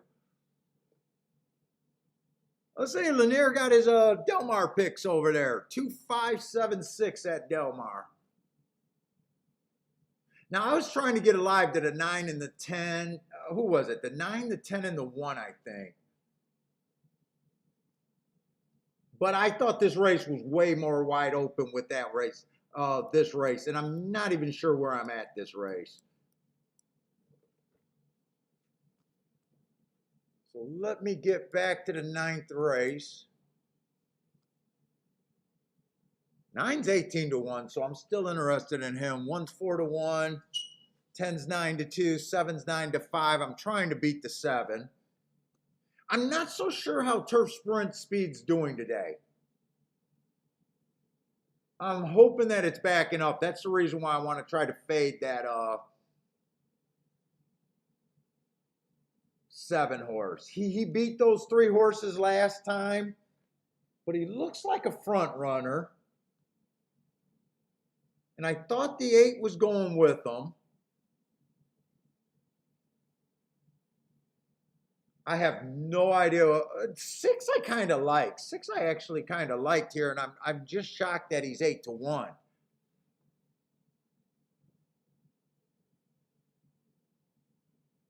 Five, I think, fits this race. Wow, 5's at 21-1, and I think he fits this race. And he ran on a bad rail last race. This is going to be a tough race for me. I'm not going to understand who the 4 is.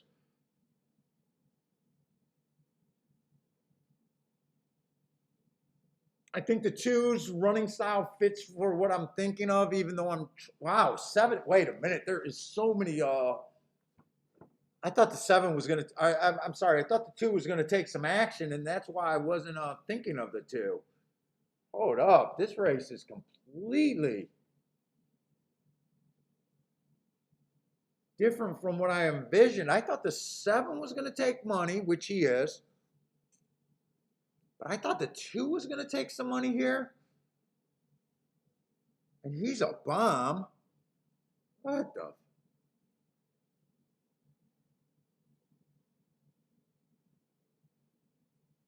I think they're overplaying. I think this race is a lot tougher than the seven just being 9-5.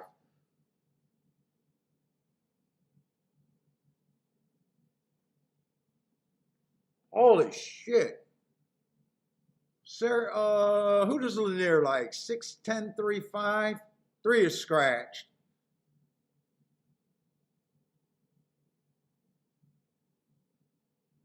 Boy, this race actually is a good betting race right here. If you think the seven is vulnerable, problem is there's quite a few horses that I could get to.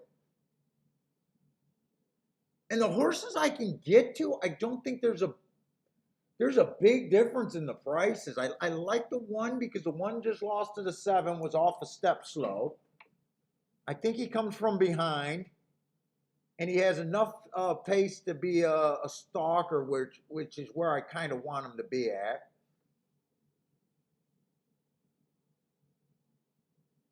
I was kind of expecting a little bit more than 4-1 on him. The two, I'm shocked he's 17-1.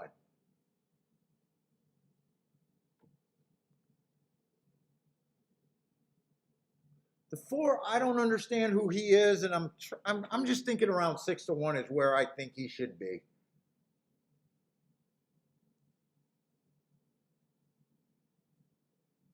Five horse at 21-1. I can even see him winning.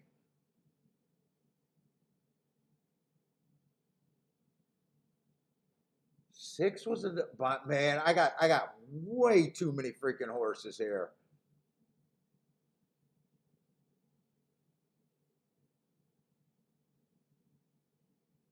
When I got this many horses, it either screams sit out or get to the highest scenario that I see. That would actually be the 9 horse.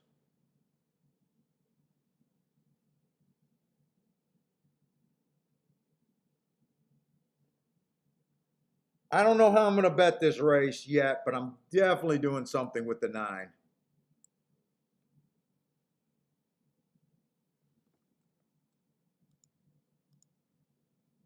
Even if that's the only bet that I do, I'm doing something with the 9.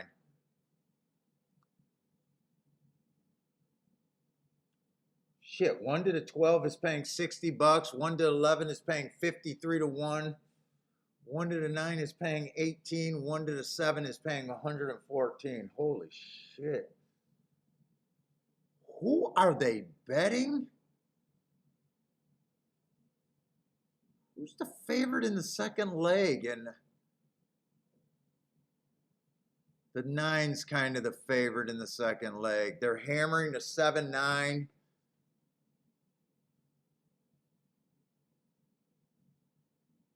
That's all they're playing in the double. 7-9.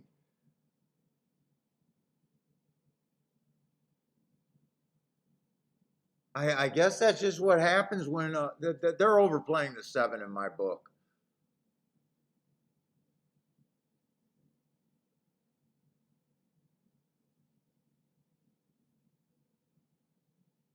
And 9.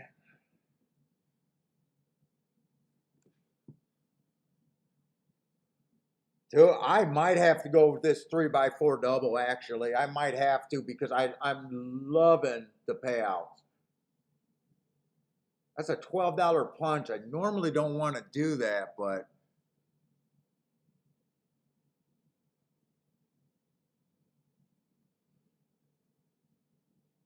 I think I'm going to do that double and play the win on the 9.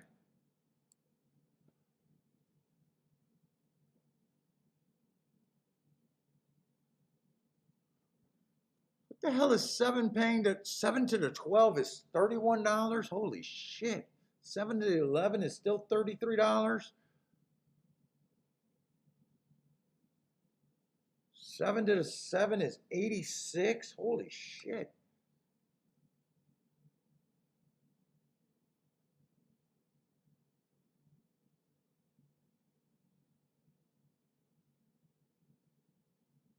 Hope I got my numbers right next race.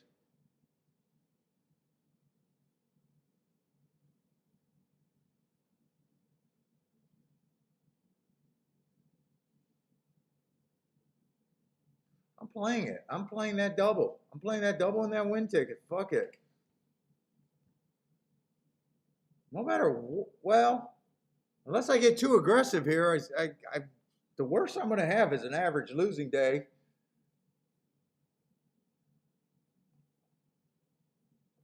I'm betting this. I'm not sure where I'm at in this race, though. I could have went a lot of different ways in this race.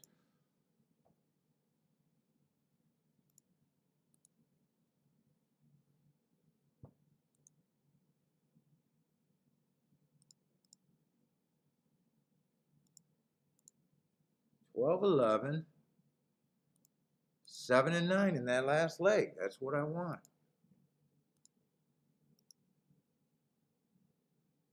Jevin says the 2 and the 8 here.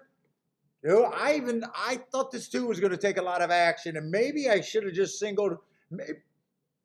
I was even thinking of just going to the longest possible plays that I could get to, and that would have been the 9, the 5, and the 2. And just getting rid of the 1 and the 10.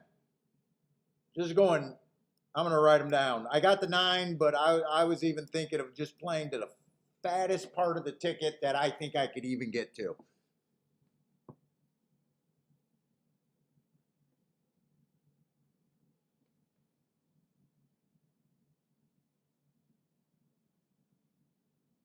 What's up, Torres? Torres likes the 4 over there at Toga. They are off. Who gets the lead here? I want a fast pace. 2's going to lead. 7's going to lead. We expected a 7 to get to the lead. Just keep this 9 in position and keep him interested.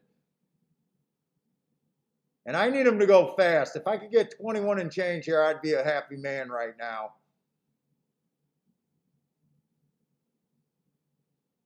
22 and 1 is not 21 and change. They closed off that pace earlier today, though. Shit, my horses are all too far back, I think.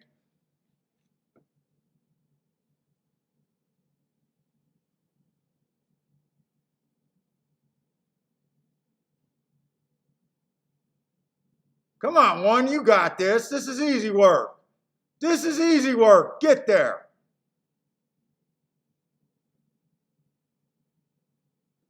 All right.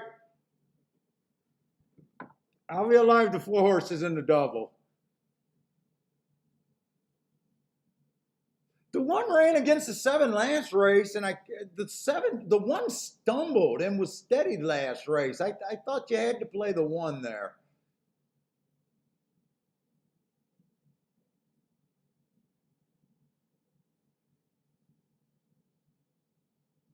Or he was off a step slow and was bumped early. I do remember the comment line on him. Big reason why I wanted to play that. I thought the track was going to back up, and I thought the 7 was a little bit overbet, even though the 7 ran a nice second. Put away the 2. 2 ran a nice race at 17 to 1.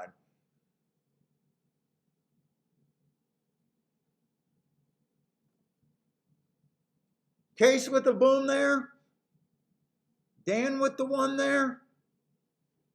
Case G used the 1 and 4 to the 7 through 11 or whatever.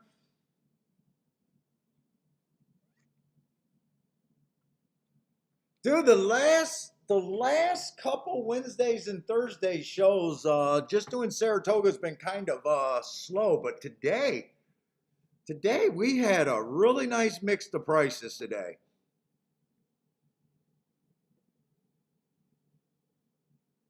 This late pick 5 and pick 6 got to be paying boxcars.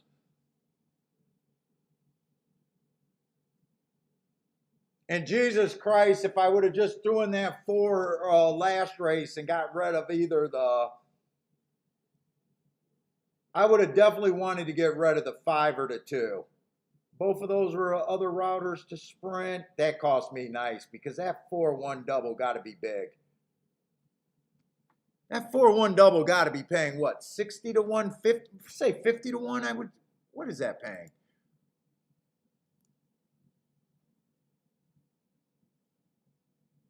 Don't tell me that paid 108 to 1. Really? That double paid 108 to 1?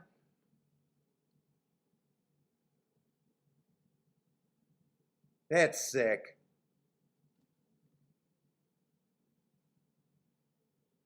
Seven ran a nice race. He was just over that.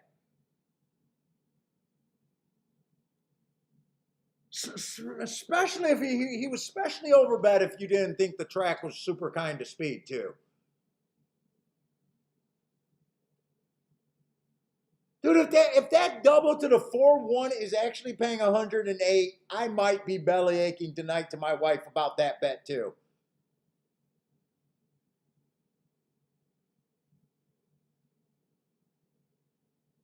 I probably will be. But you look, guys, I'm a horse player. I know how to bellyache with the best of them.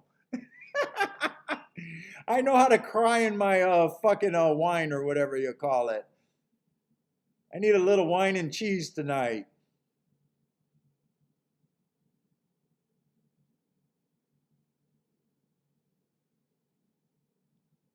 Let's see. Turf Daddy Frankie said that 4 had run. Let's watch that replay. Who was the 4 there? I seen a few of you guys mention the 4 there. Torres came out with the 4, if I'm saying his name right.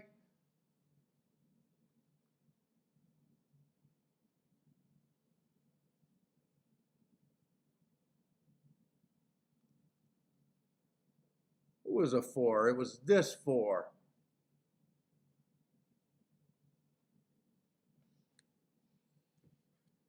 Yeah, and I thought this horse, I don't know what, is this South America or is this Ireland or who knows? Europe? I have no idea what those tracks are.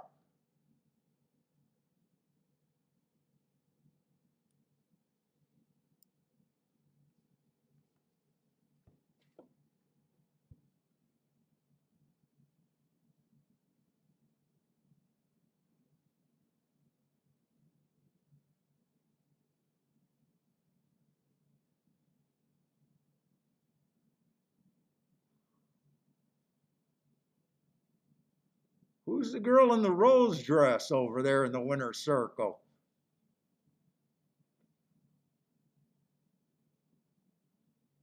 Was that Vafford that I just seen? I just seen that crazy hair. Was that Vafford?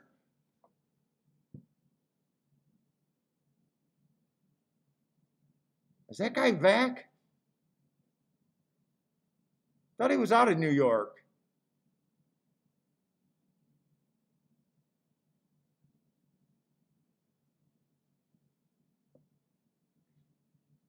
Who was I read on? Bad Ride Von or Rad? Who was I read on?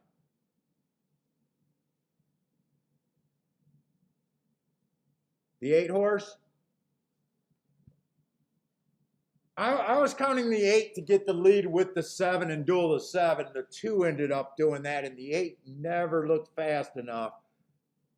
He was in position. Maybe he got 4th. I'm not even sure where the 8 finished there.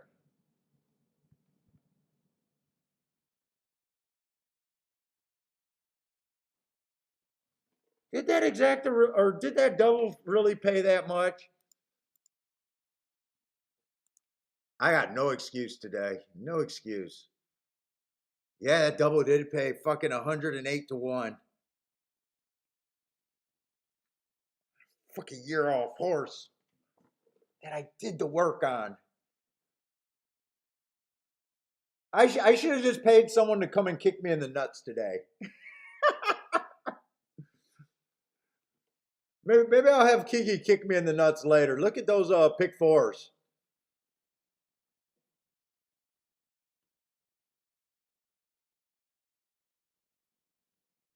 Lowest pick four is paying what for 50 cents, $1,100. Let's see the pick fives. They got to be juicy.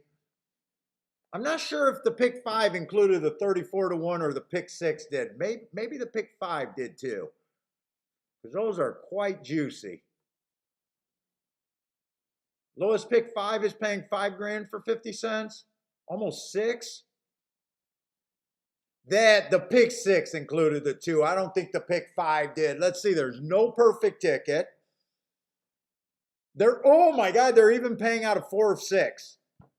4 out of 6. You don't see that anymore since they went to the 50 cent punch. You used to see that a lot for dollar punches, not for 50 cent punches. But let's watch this replay. Who was the horse that you guys were talking about? The four had a lot of horse.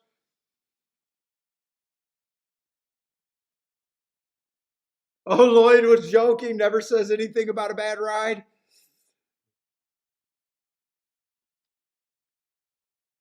Oh, Case G is saying the turf race has all been inside today. Have they really? Oh, I might have to go look at that. Really? And two did close. Two did, or I'm sorry, the one did close. The one came from at least 5 lengths off the lead.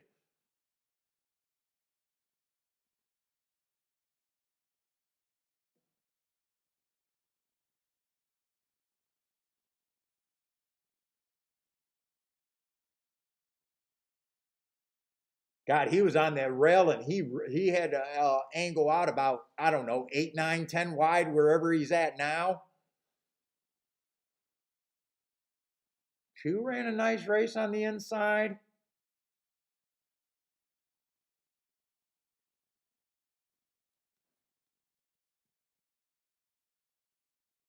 I still didn't see the four. I was one caught my attention again. I still missed the.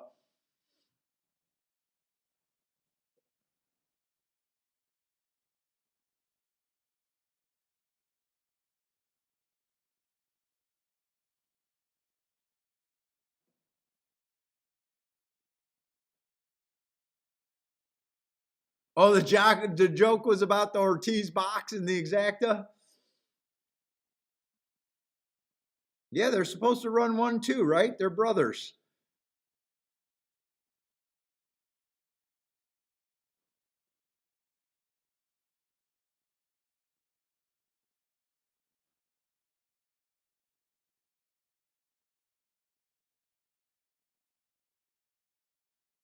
I keep losing. Oh, there's the four. Four dive to the inside. He's the one in the teal or blue silks. Oh, I see what you're complaining about. The two closed the rail down on him. He did have horse. He absolutely did have horse. Two closed up that hole on the rail for him.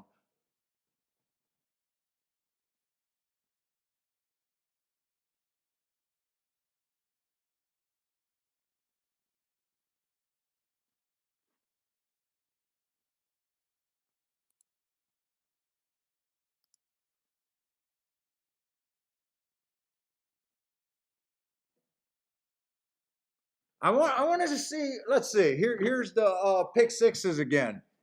They're playing a 4 out of pick 6, and I think nothing's covered.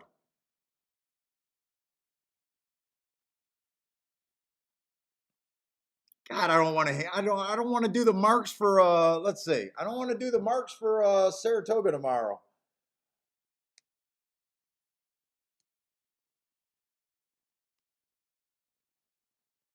Shit, the lowest pick three is $825.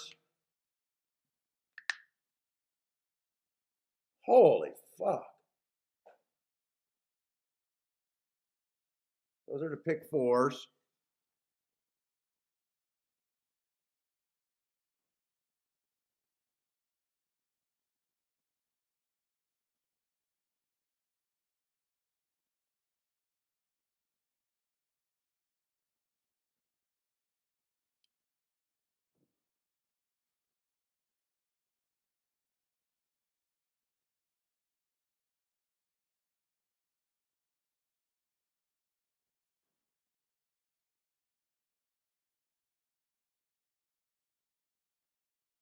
Man, those tracks in other countries, they look beautiful, man.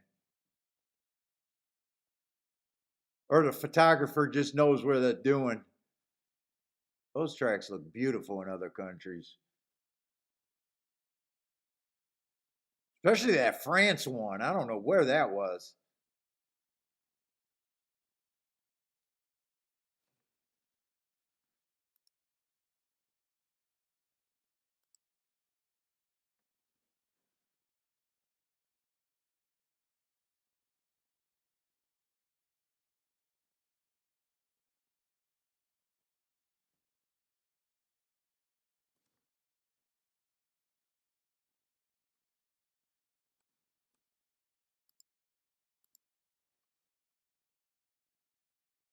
Oh, there's a pick six. 4 out of 6, 5 out of 6, four. Oh, wow. Lots of 4 out of 6s.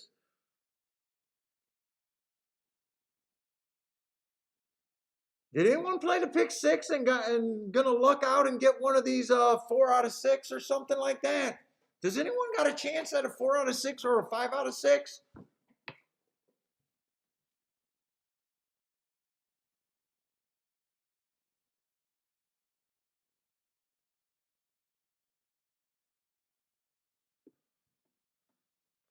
Or were you guys playing the pick fives? Looks like all the pick fives are covered.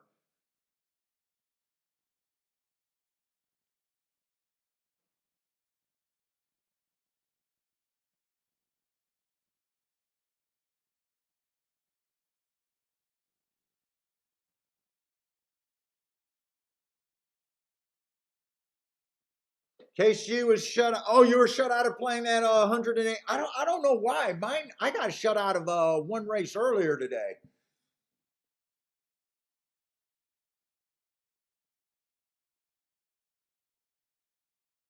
While they were fucking still loading, and I'm still not sure if it was because I had the wrong race up or they're closing the gate sooner. I'm not even sure what that was about. I just had to refresh. I closed out my Twin Spires and went back in. And so far everything's been fine since then.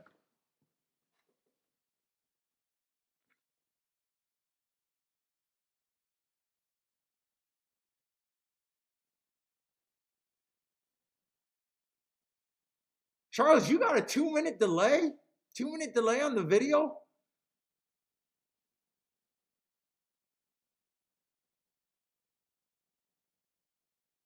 Mac and Company likes a couple bombs over there at Del Mar Race 5.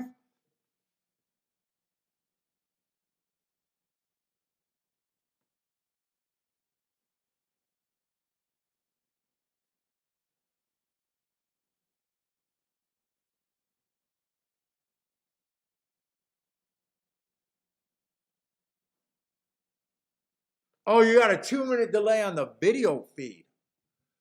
That's not my show though, right? I'm not that far behind, am I?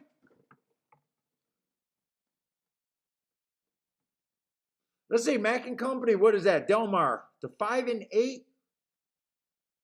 8 rain against the bias, hard horse. I think I will like the turf. Good luck over there, Mac and Company. Oh, compared to the NRA or Naira.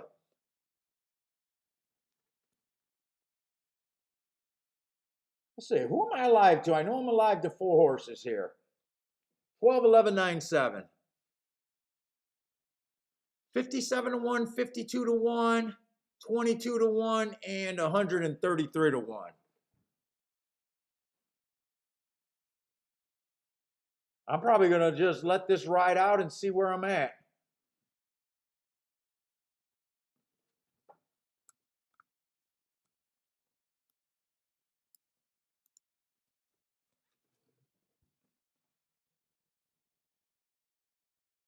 Let's see, Rick's saying at the end. Oh, I did want to look at that. Now, I don't split up the turf thing. But let's just see the turf because that didn't register in my head.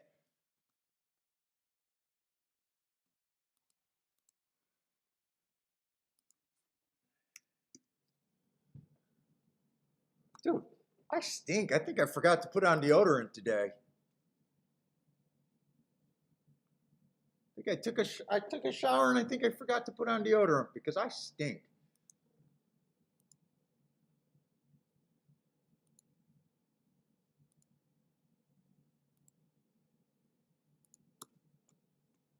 Just look at the turf.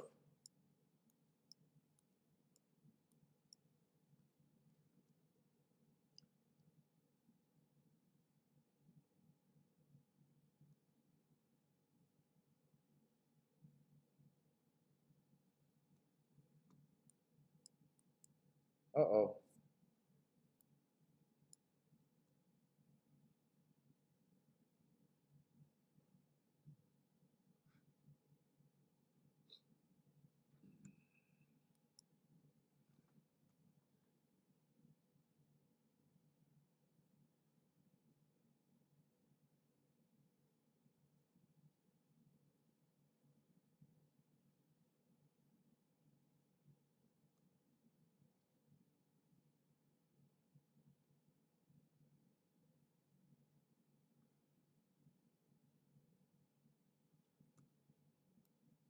Oh, that fucker. And that one came in 2-3, by the way, if you guys are thinking inside.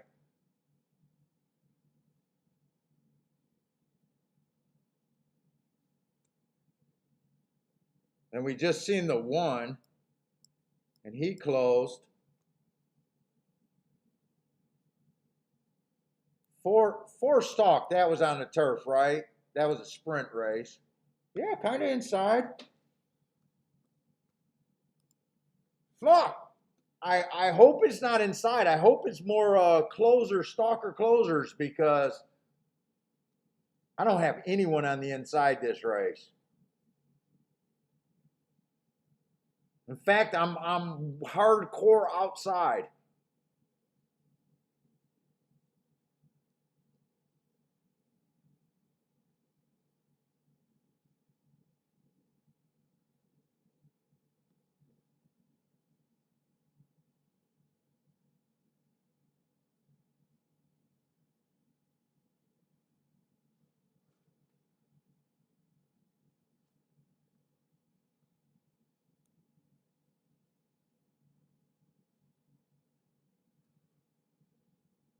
And fuck, do I got wrong number? Wait a minute. No, that's last race. Wait a minute. Is there a 1 and a 1A in the 10th race? Because that means I got wrong numbers.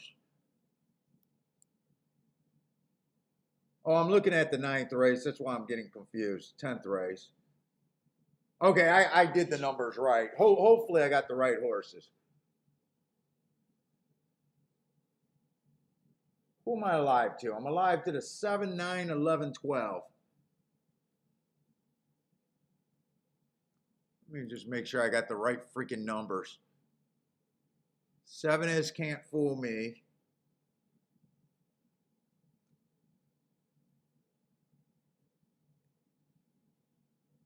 Nine is this horse, Jocko City or whatever. I did like the 10, but I didn't want to go 3 by 5. I did like the 10 a little bit, but I'm hoping the 10 goes to the lead. 11 is the 11 and the 12. Okay, so I got the right numbers.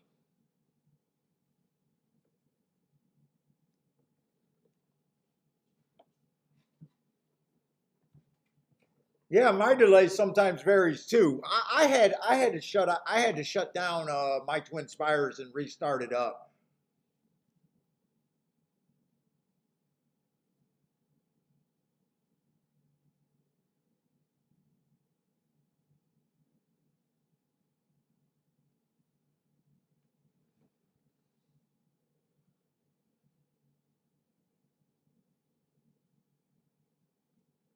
And shit, one is going to be in what? The 9 post. Well, 9 post minus the scratches. No, he's in the 9 hole because only the 1A got scratched. Okay. So if it is inside, who's the inside horses that should benefit here? 3 might. 3 only ran 2 races. He's at least been slow early. He might be a horse that can close on the inside.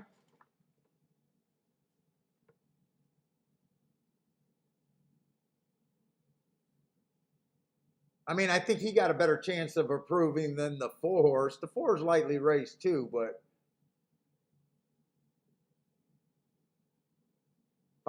fours or five's been off a year. So 7's going to be in the 7 hole. I hope it's not inside.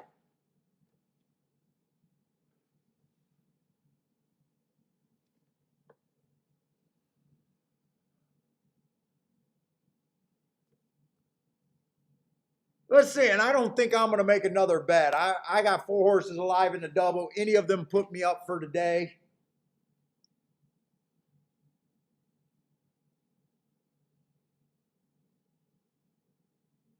I got the horses that I liked on paper. Anything else would just be me worried about the inside of the track being the place to be right now.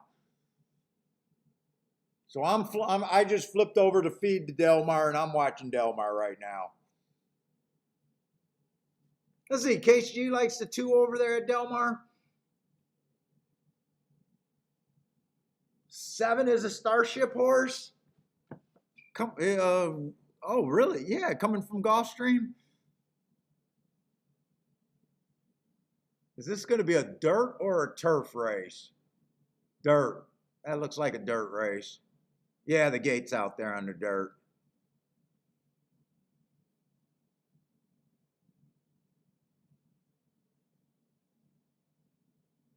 It looks like some people are heading out there. I'm trying to get a feel if they got a big car out over there at Delmar or not today. They might be staying inside for that AC and waiting for them to get to the gate before they come out. Let's see, Charles is boxing the 267 exact at Delmar.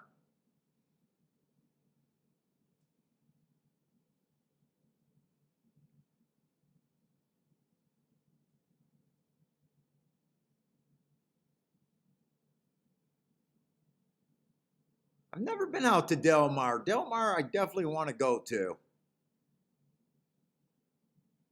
We've tried to go out to Delmar a few times, and then each time we just were like, eh.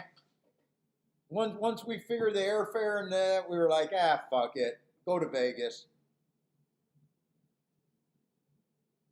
Go to Vegas or go back to Florida. Let's see, Mackey Company saying the early pressers are winning 56%. Charles says if he lived in San Diego, he'd be at the track every day. Are you West Coast over there, Charles?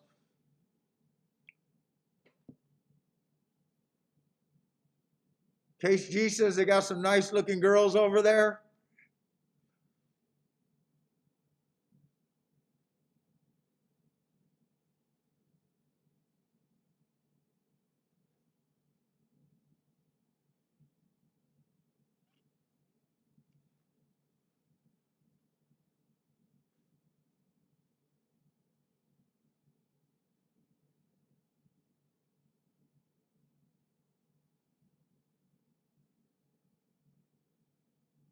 The only West Coast track I've been to was the old Hollywood Park. And I probably got a bigger list of tracks that I've been to that are now closed than I got tracks that I've been to. Horse racing should pay me to stay away. I should threaten to go to every track. Make them hold a ransom to pay me to stay away. If I go to a track personally, they seem to go under. JW used to live over there by Delmar. I went to Hollywood, they closed. I went to DRC, they closed. Beulah, they're closed. Arlington, they closed. Sportsman Park, they're done. Woodbine Harness Track, they're done. Hazel Park, they're done. Dude, I should just tell all the tracks, pay me $200,000 a year, and I won't come to your facilities. I'm the Grim. I might be a bigger Grim Reaper of a racetrack than Churchill Downs. Come to think of it, Calder, they're done. That's eight fucking tracks right there.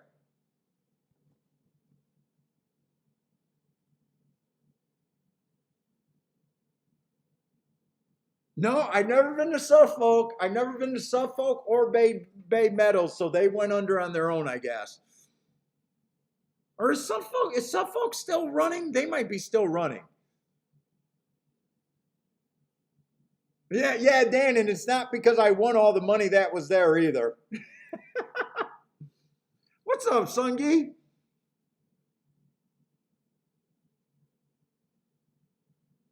Who are we rooting for over here at Del Mar? Who got some plays here?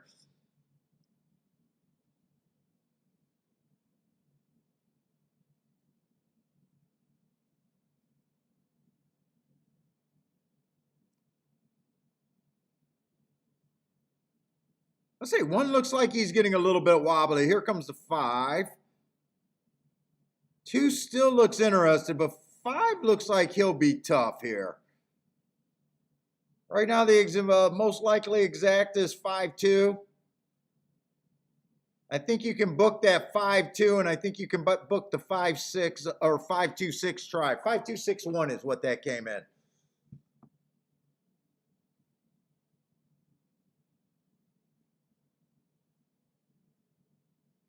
Oh, Suffolk is simulcasting only now.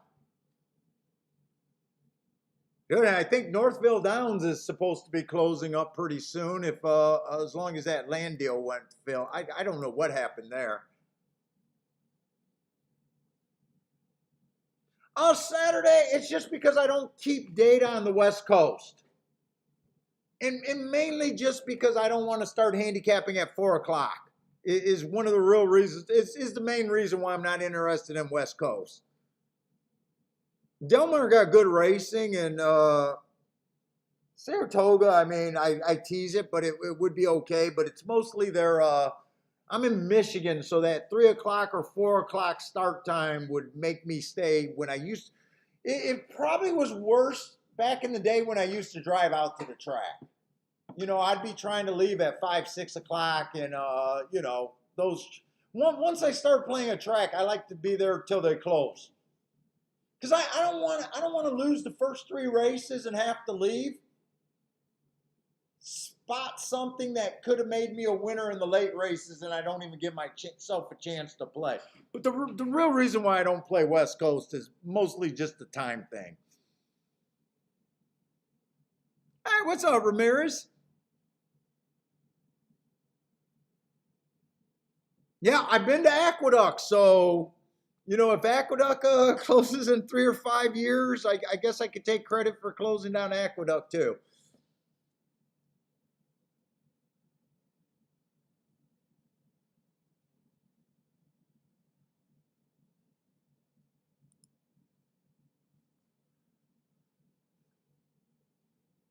In Saratoga, we got about 2 minutes for that race, and I'm not doing anything else. I'm alive to four horses. I like my chances to win with those four horses, unless the inside of the track is a bias today. Someone pointed that out, that there might be an inside bias today,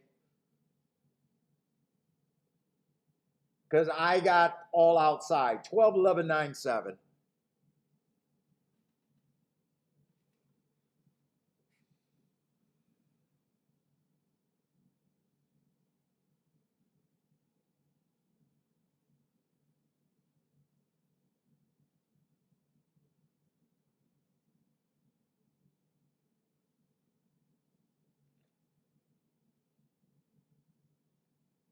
Yeah, shit. Maybe I shouldn't be sitting out of the Arlington Millions. Maybe I should boycott myself, because I might have closed more tracks than Churchill.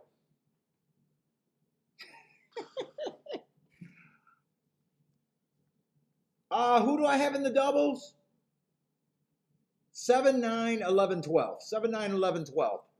The worst one being the 9, the best one being the 7, and 12 and 11 are solid. I think both of those are in the 50-1 range. 9 I think is like 18, 20-1. 7, I think, is over 100-1 range.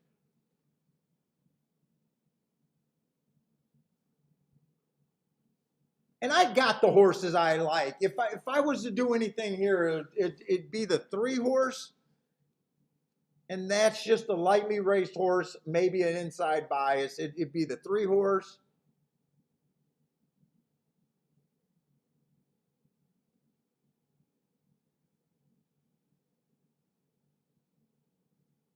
But other than that, I got the horses I like.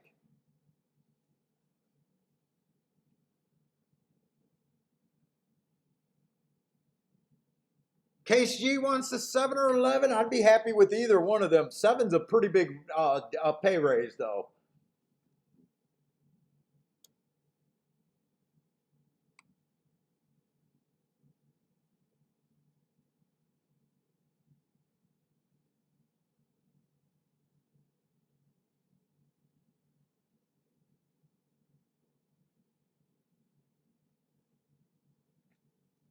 Oh, and I don't think I hit a 20 to 1 yet this month. Not in the win spot. I had a chance with that 17 to 1, but after the race, he was freaking 6 to 1. I don't think I hit any extreme long shots.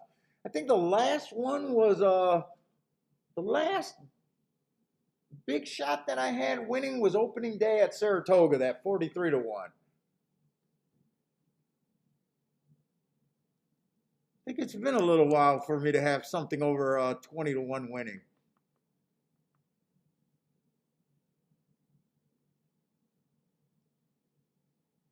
So 7 would put me back on track. Ooh, and 3's going to lead. 9's in good position. 10 was a horse on the outside that I don't have that did scare me, but I thought he was going to lead, so I want this 10 to get burnt up. Hopefully he stayed. No, he's settled. I thought he was headstrong going for the lead. Let's see. 3's on the lead. 5's stalking. 5's another year off horse that I didn't really want a part of. That one I didn't look up. It'll be kind of fitting if he wins. He'll be kind of on the inside.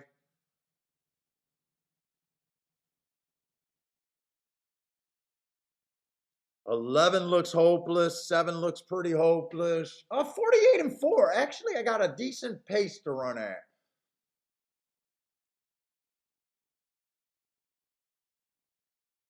Come on, 9. I think I'm going to have to just root for the 9. Other than that, I need the 12. But I think I got to start rooting for the 9 because I don't see anyone coming from the backside right now.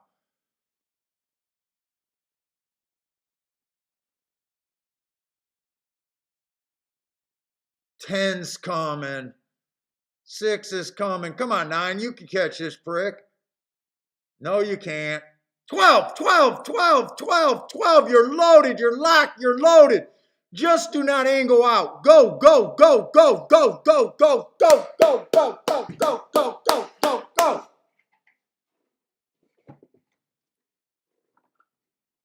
Did that come in 12, 11, by the way? That's a nice hit. But I could have won so much more today. Did that come in 12, 11? Or did the... Who was the other? Oh, the 5. Did the 5 split them? I think the 11 might have got second even there. 11 did get second. Dan Harding with a hell yeah on that exacta. Dude, I think I'd rather have the exacta than the double. But I am completely, other than fucking up a $4,000 hit that I know I should have, that I had, I'm still going to end up with a pretty nice day with that 12 horse winning.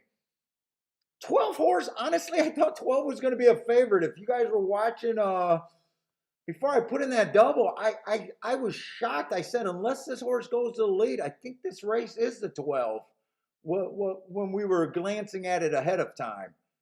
I said the 11 was risky, but I was interested in him because he looks like a closer, even though he's never got in position. And he had a nice rally, but today he closed it on that track. That's going to be a nice exacta, Dan. Charles with the Charles with the winning place on the 12. Nice job. I'm going to say Dan's exacta gotta be what, 80 to 1 or higher? 70 to 1 minimum? 70 to 1 or minimum, I'd say.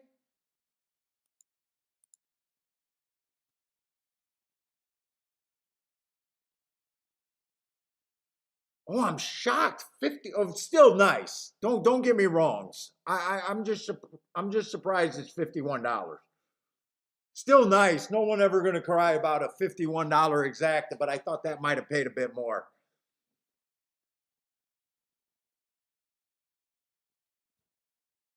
Oh, Charles, that was your comment. Top pick on the 12. 12 was kind of my top pick too. But once we got to the double, I didn't look at it again and didn't because I was like, I'm going to have either a way lower than average losing day or I was going to hit the double. And luckily I hit the double. So, I mean, a below average losing day by far is acceptable in my book, playing every day almost. But we turned this day into a winning day. I think that double was paying like 51, 53 to 1, so about the same as the exacta. 57 to 1. Actually, the 11 was paying less than the 12. I'm shocked that the 11 was less than the 12. Why would the public prefer the, I mean, the 11 ran good. I'm just curious why they would prefer this horse.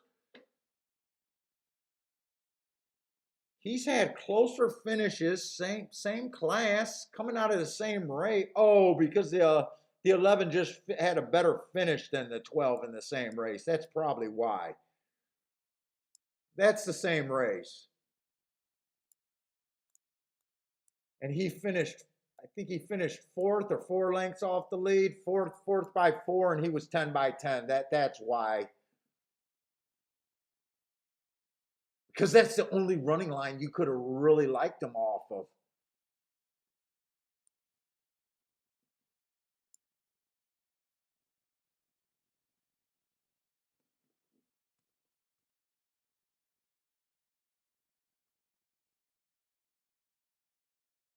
Well, I'll cry about the exacta that I didn't have. I didn't want to sound like, oh, it's a $51. I just thought it was going to pay a little bit more. But shit, $51 exactas are, fuck, that's where you need to be in my book.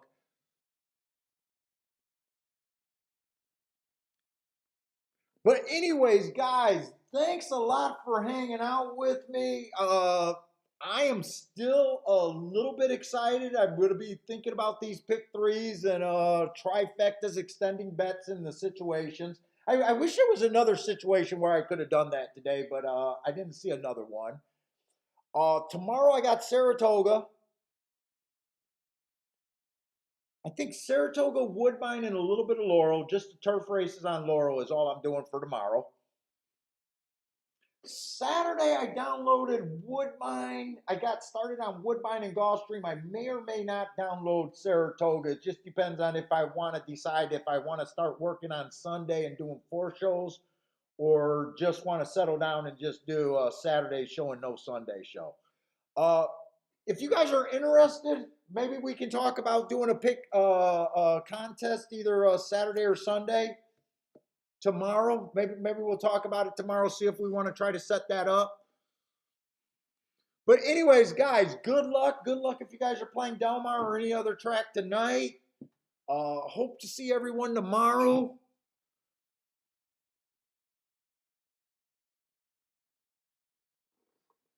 Good luck out there. Stay safe. Hope to see everyone tomorrow, guys. Take it easy, everybody.